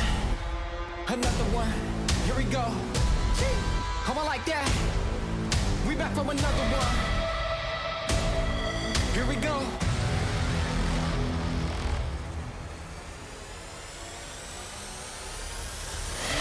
We back on the scene like we never left. Time to go put them back on the shelf. No, we do not need permission. We came in alone, now we leaving it by ourselves. Now nobody wanna play me. Everybody think I'm crazy. Guess I gotta live up to it. Nothing but to do it. Hear me out. Let's go. They know we done been there before. They know I done been there before. I think we gon' do it again. I think we gon' do it again. I'm ready to go for the win. Tell them let's do it again. Let's do it again. Do it again. You know what we doing. You know what we doing. Yeah. Do it again. Do it again. Tell them I'm here for another one. Another one. Let's win. Let's do it again. Do it again. You know what we doing. Oh, I like that. Let's do it again. Do it again. You know what we doing. Oh, I like that. Do it again. Do it again. Tell them I'm here for another one. Tell them let's do it again. Franchement, non mais là, là j'applaudis pas hein, pour te. Oh, I'm one shot. Top solar Caesar. Weak. Yep. He's playing for Lion Man. Oh, we love Lion Mans. Hey, 2-piece with 2 seconds left. Lion Mans. That one slipped, I can't lie. They weren't listening. Imagine.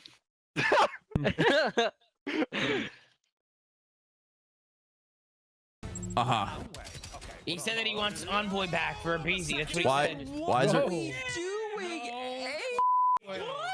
What? Why? Yeah, we just choked hella man ups. All good. Yeah, you're the one doing it. A BZ?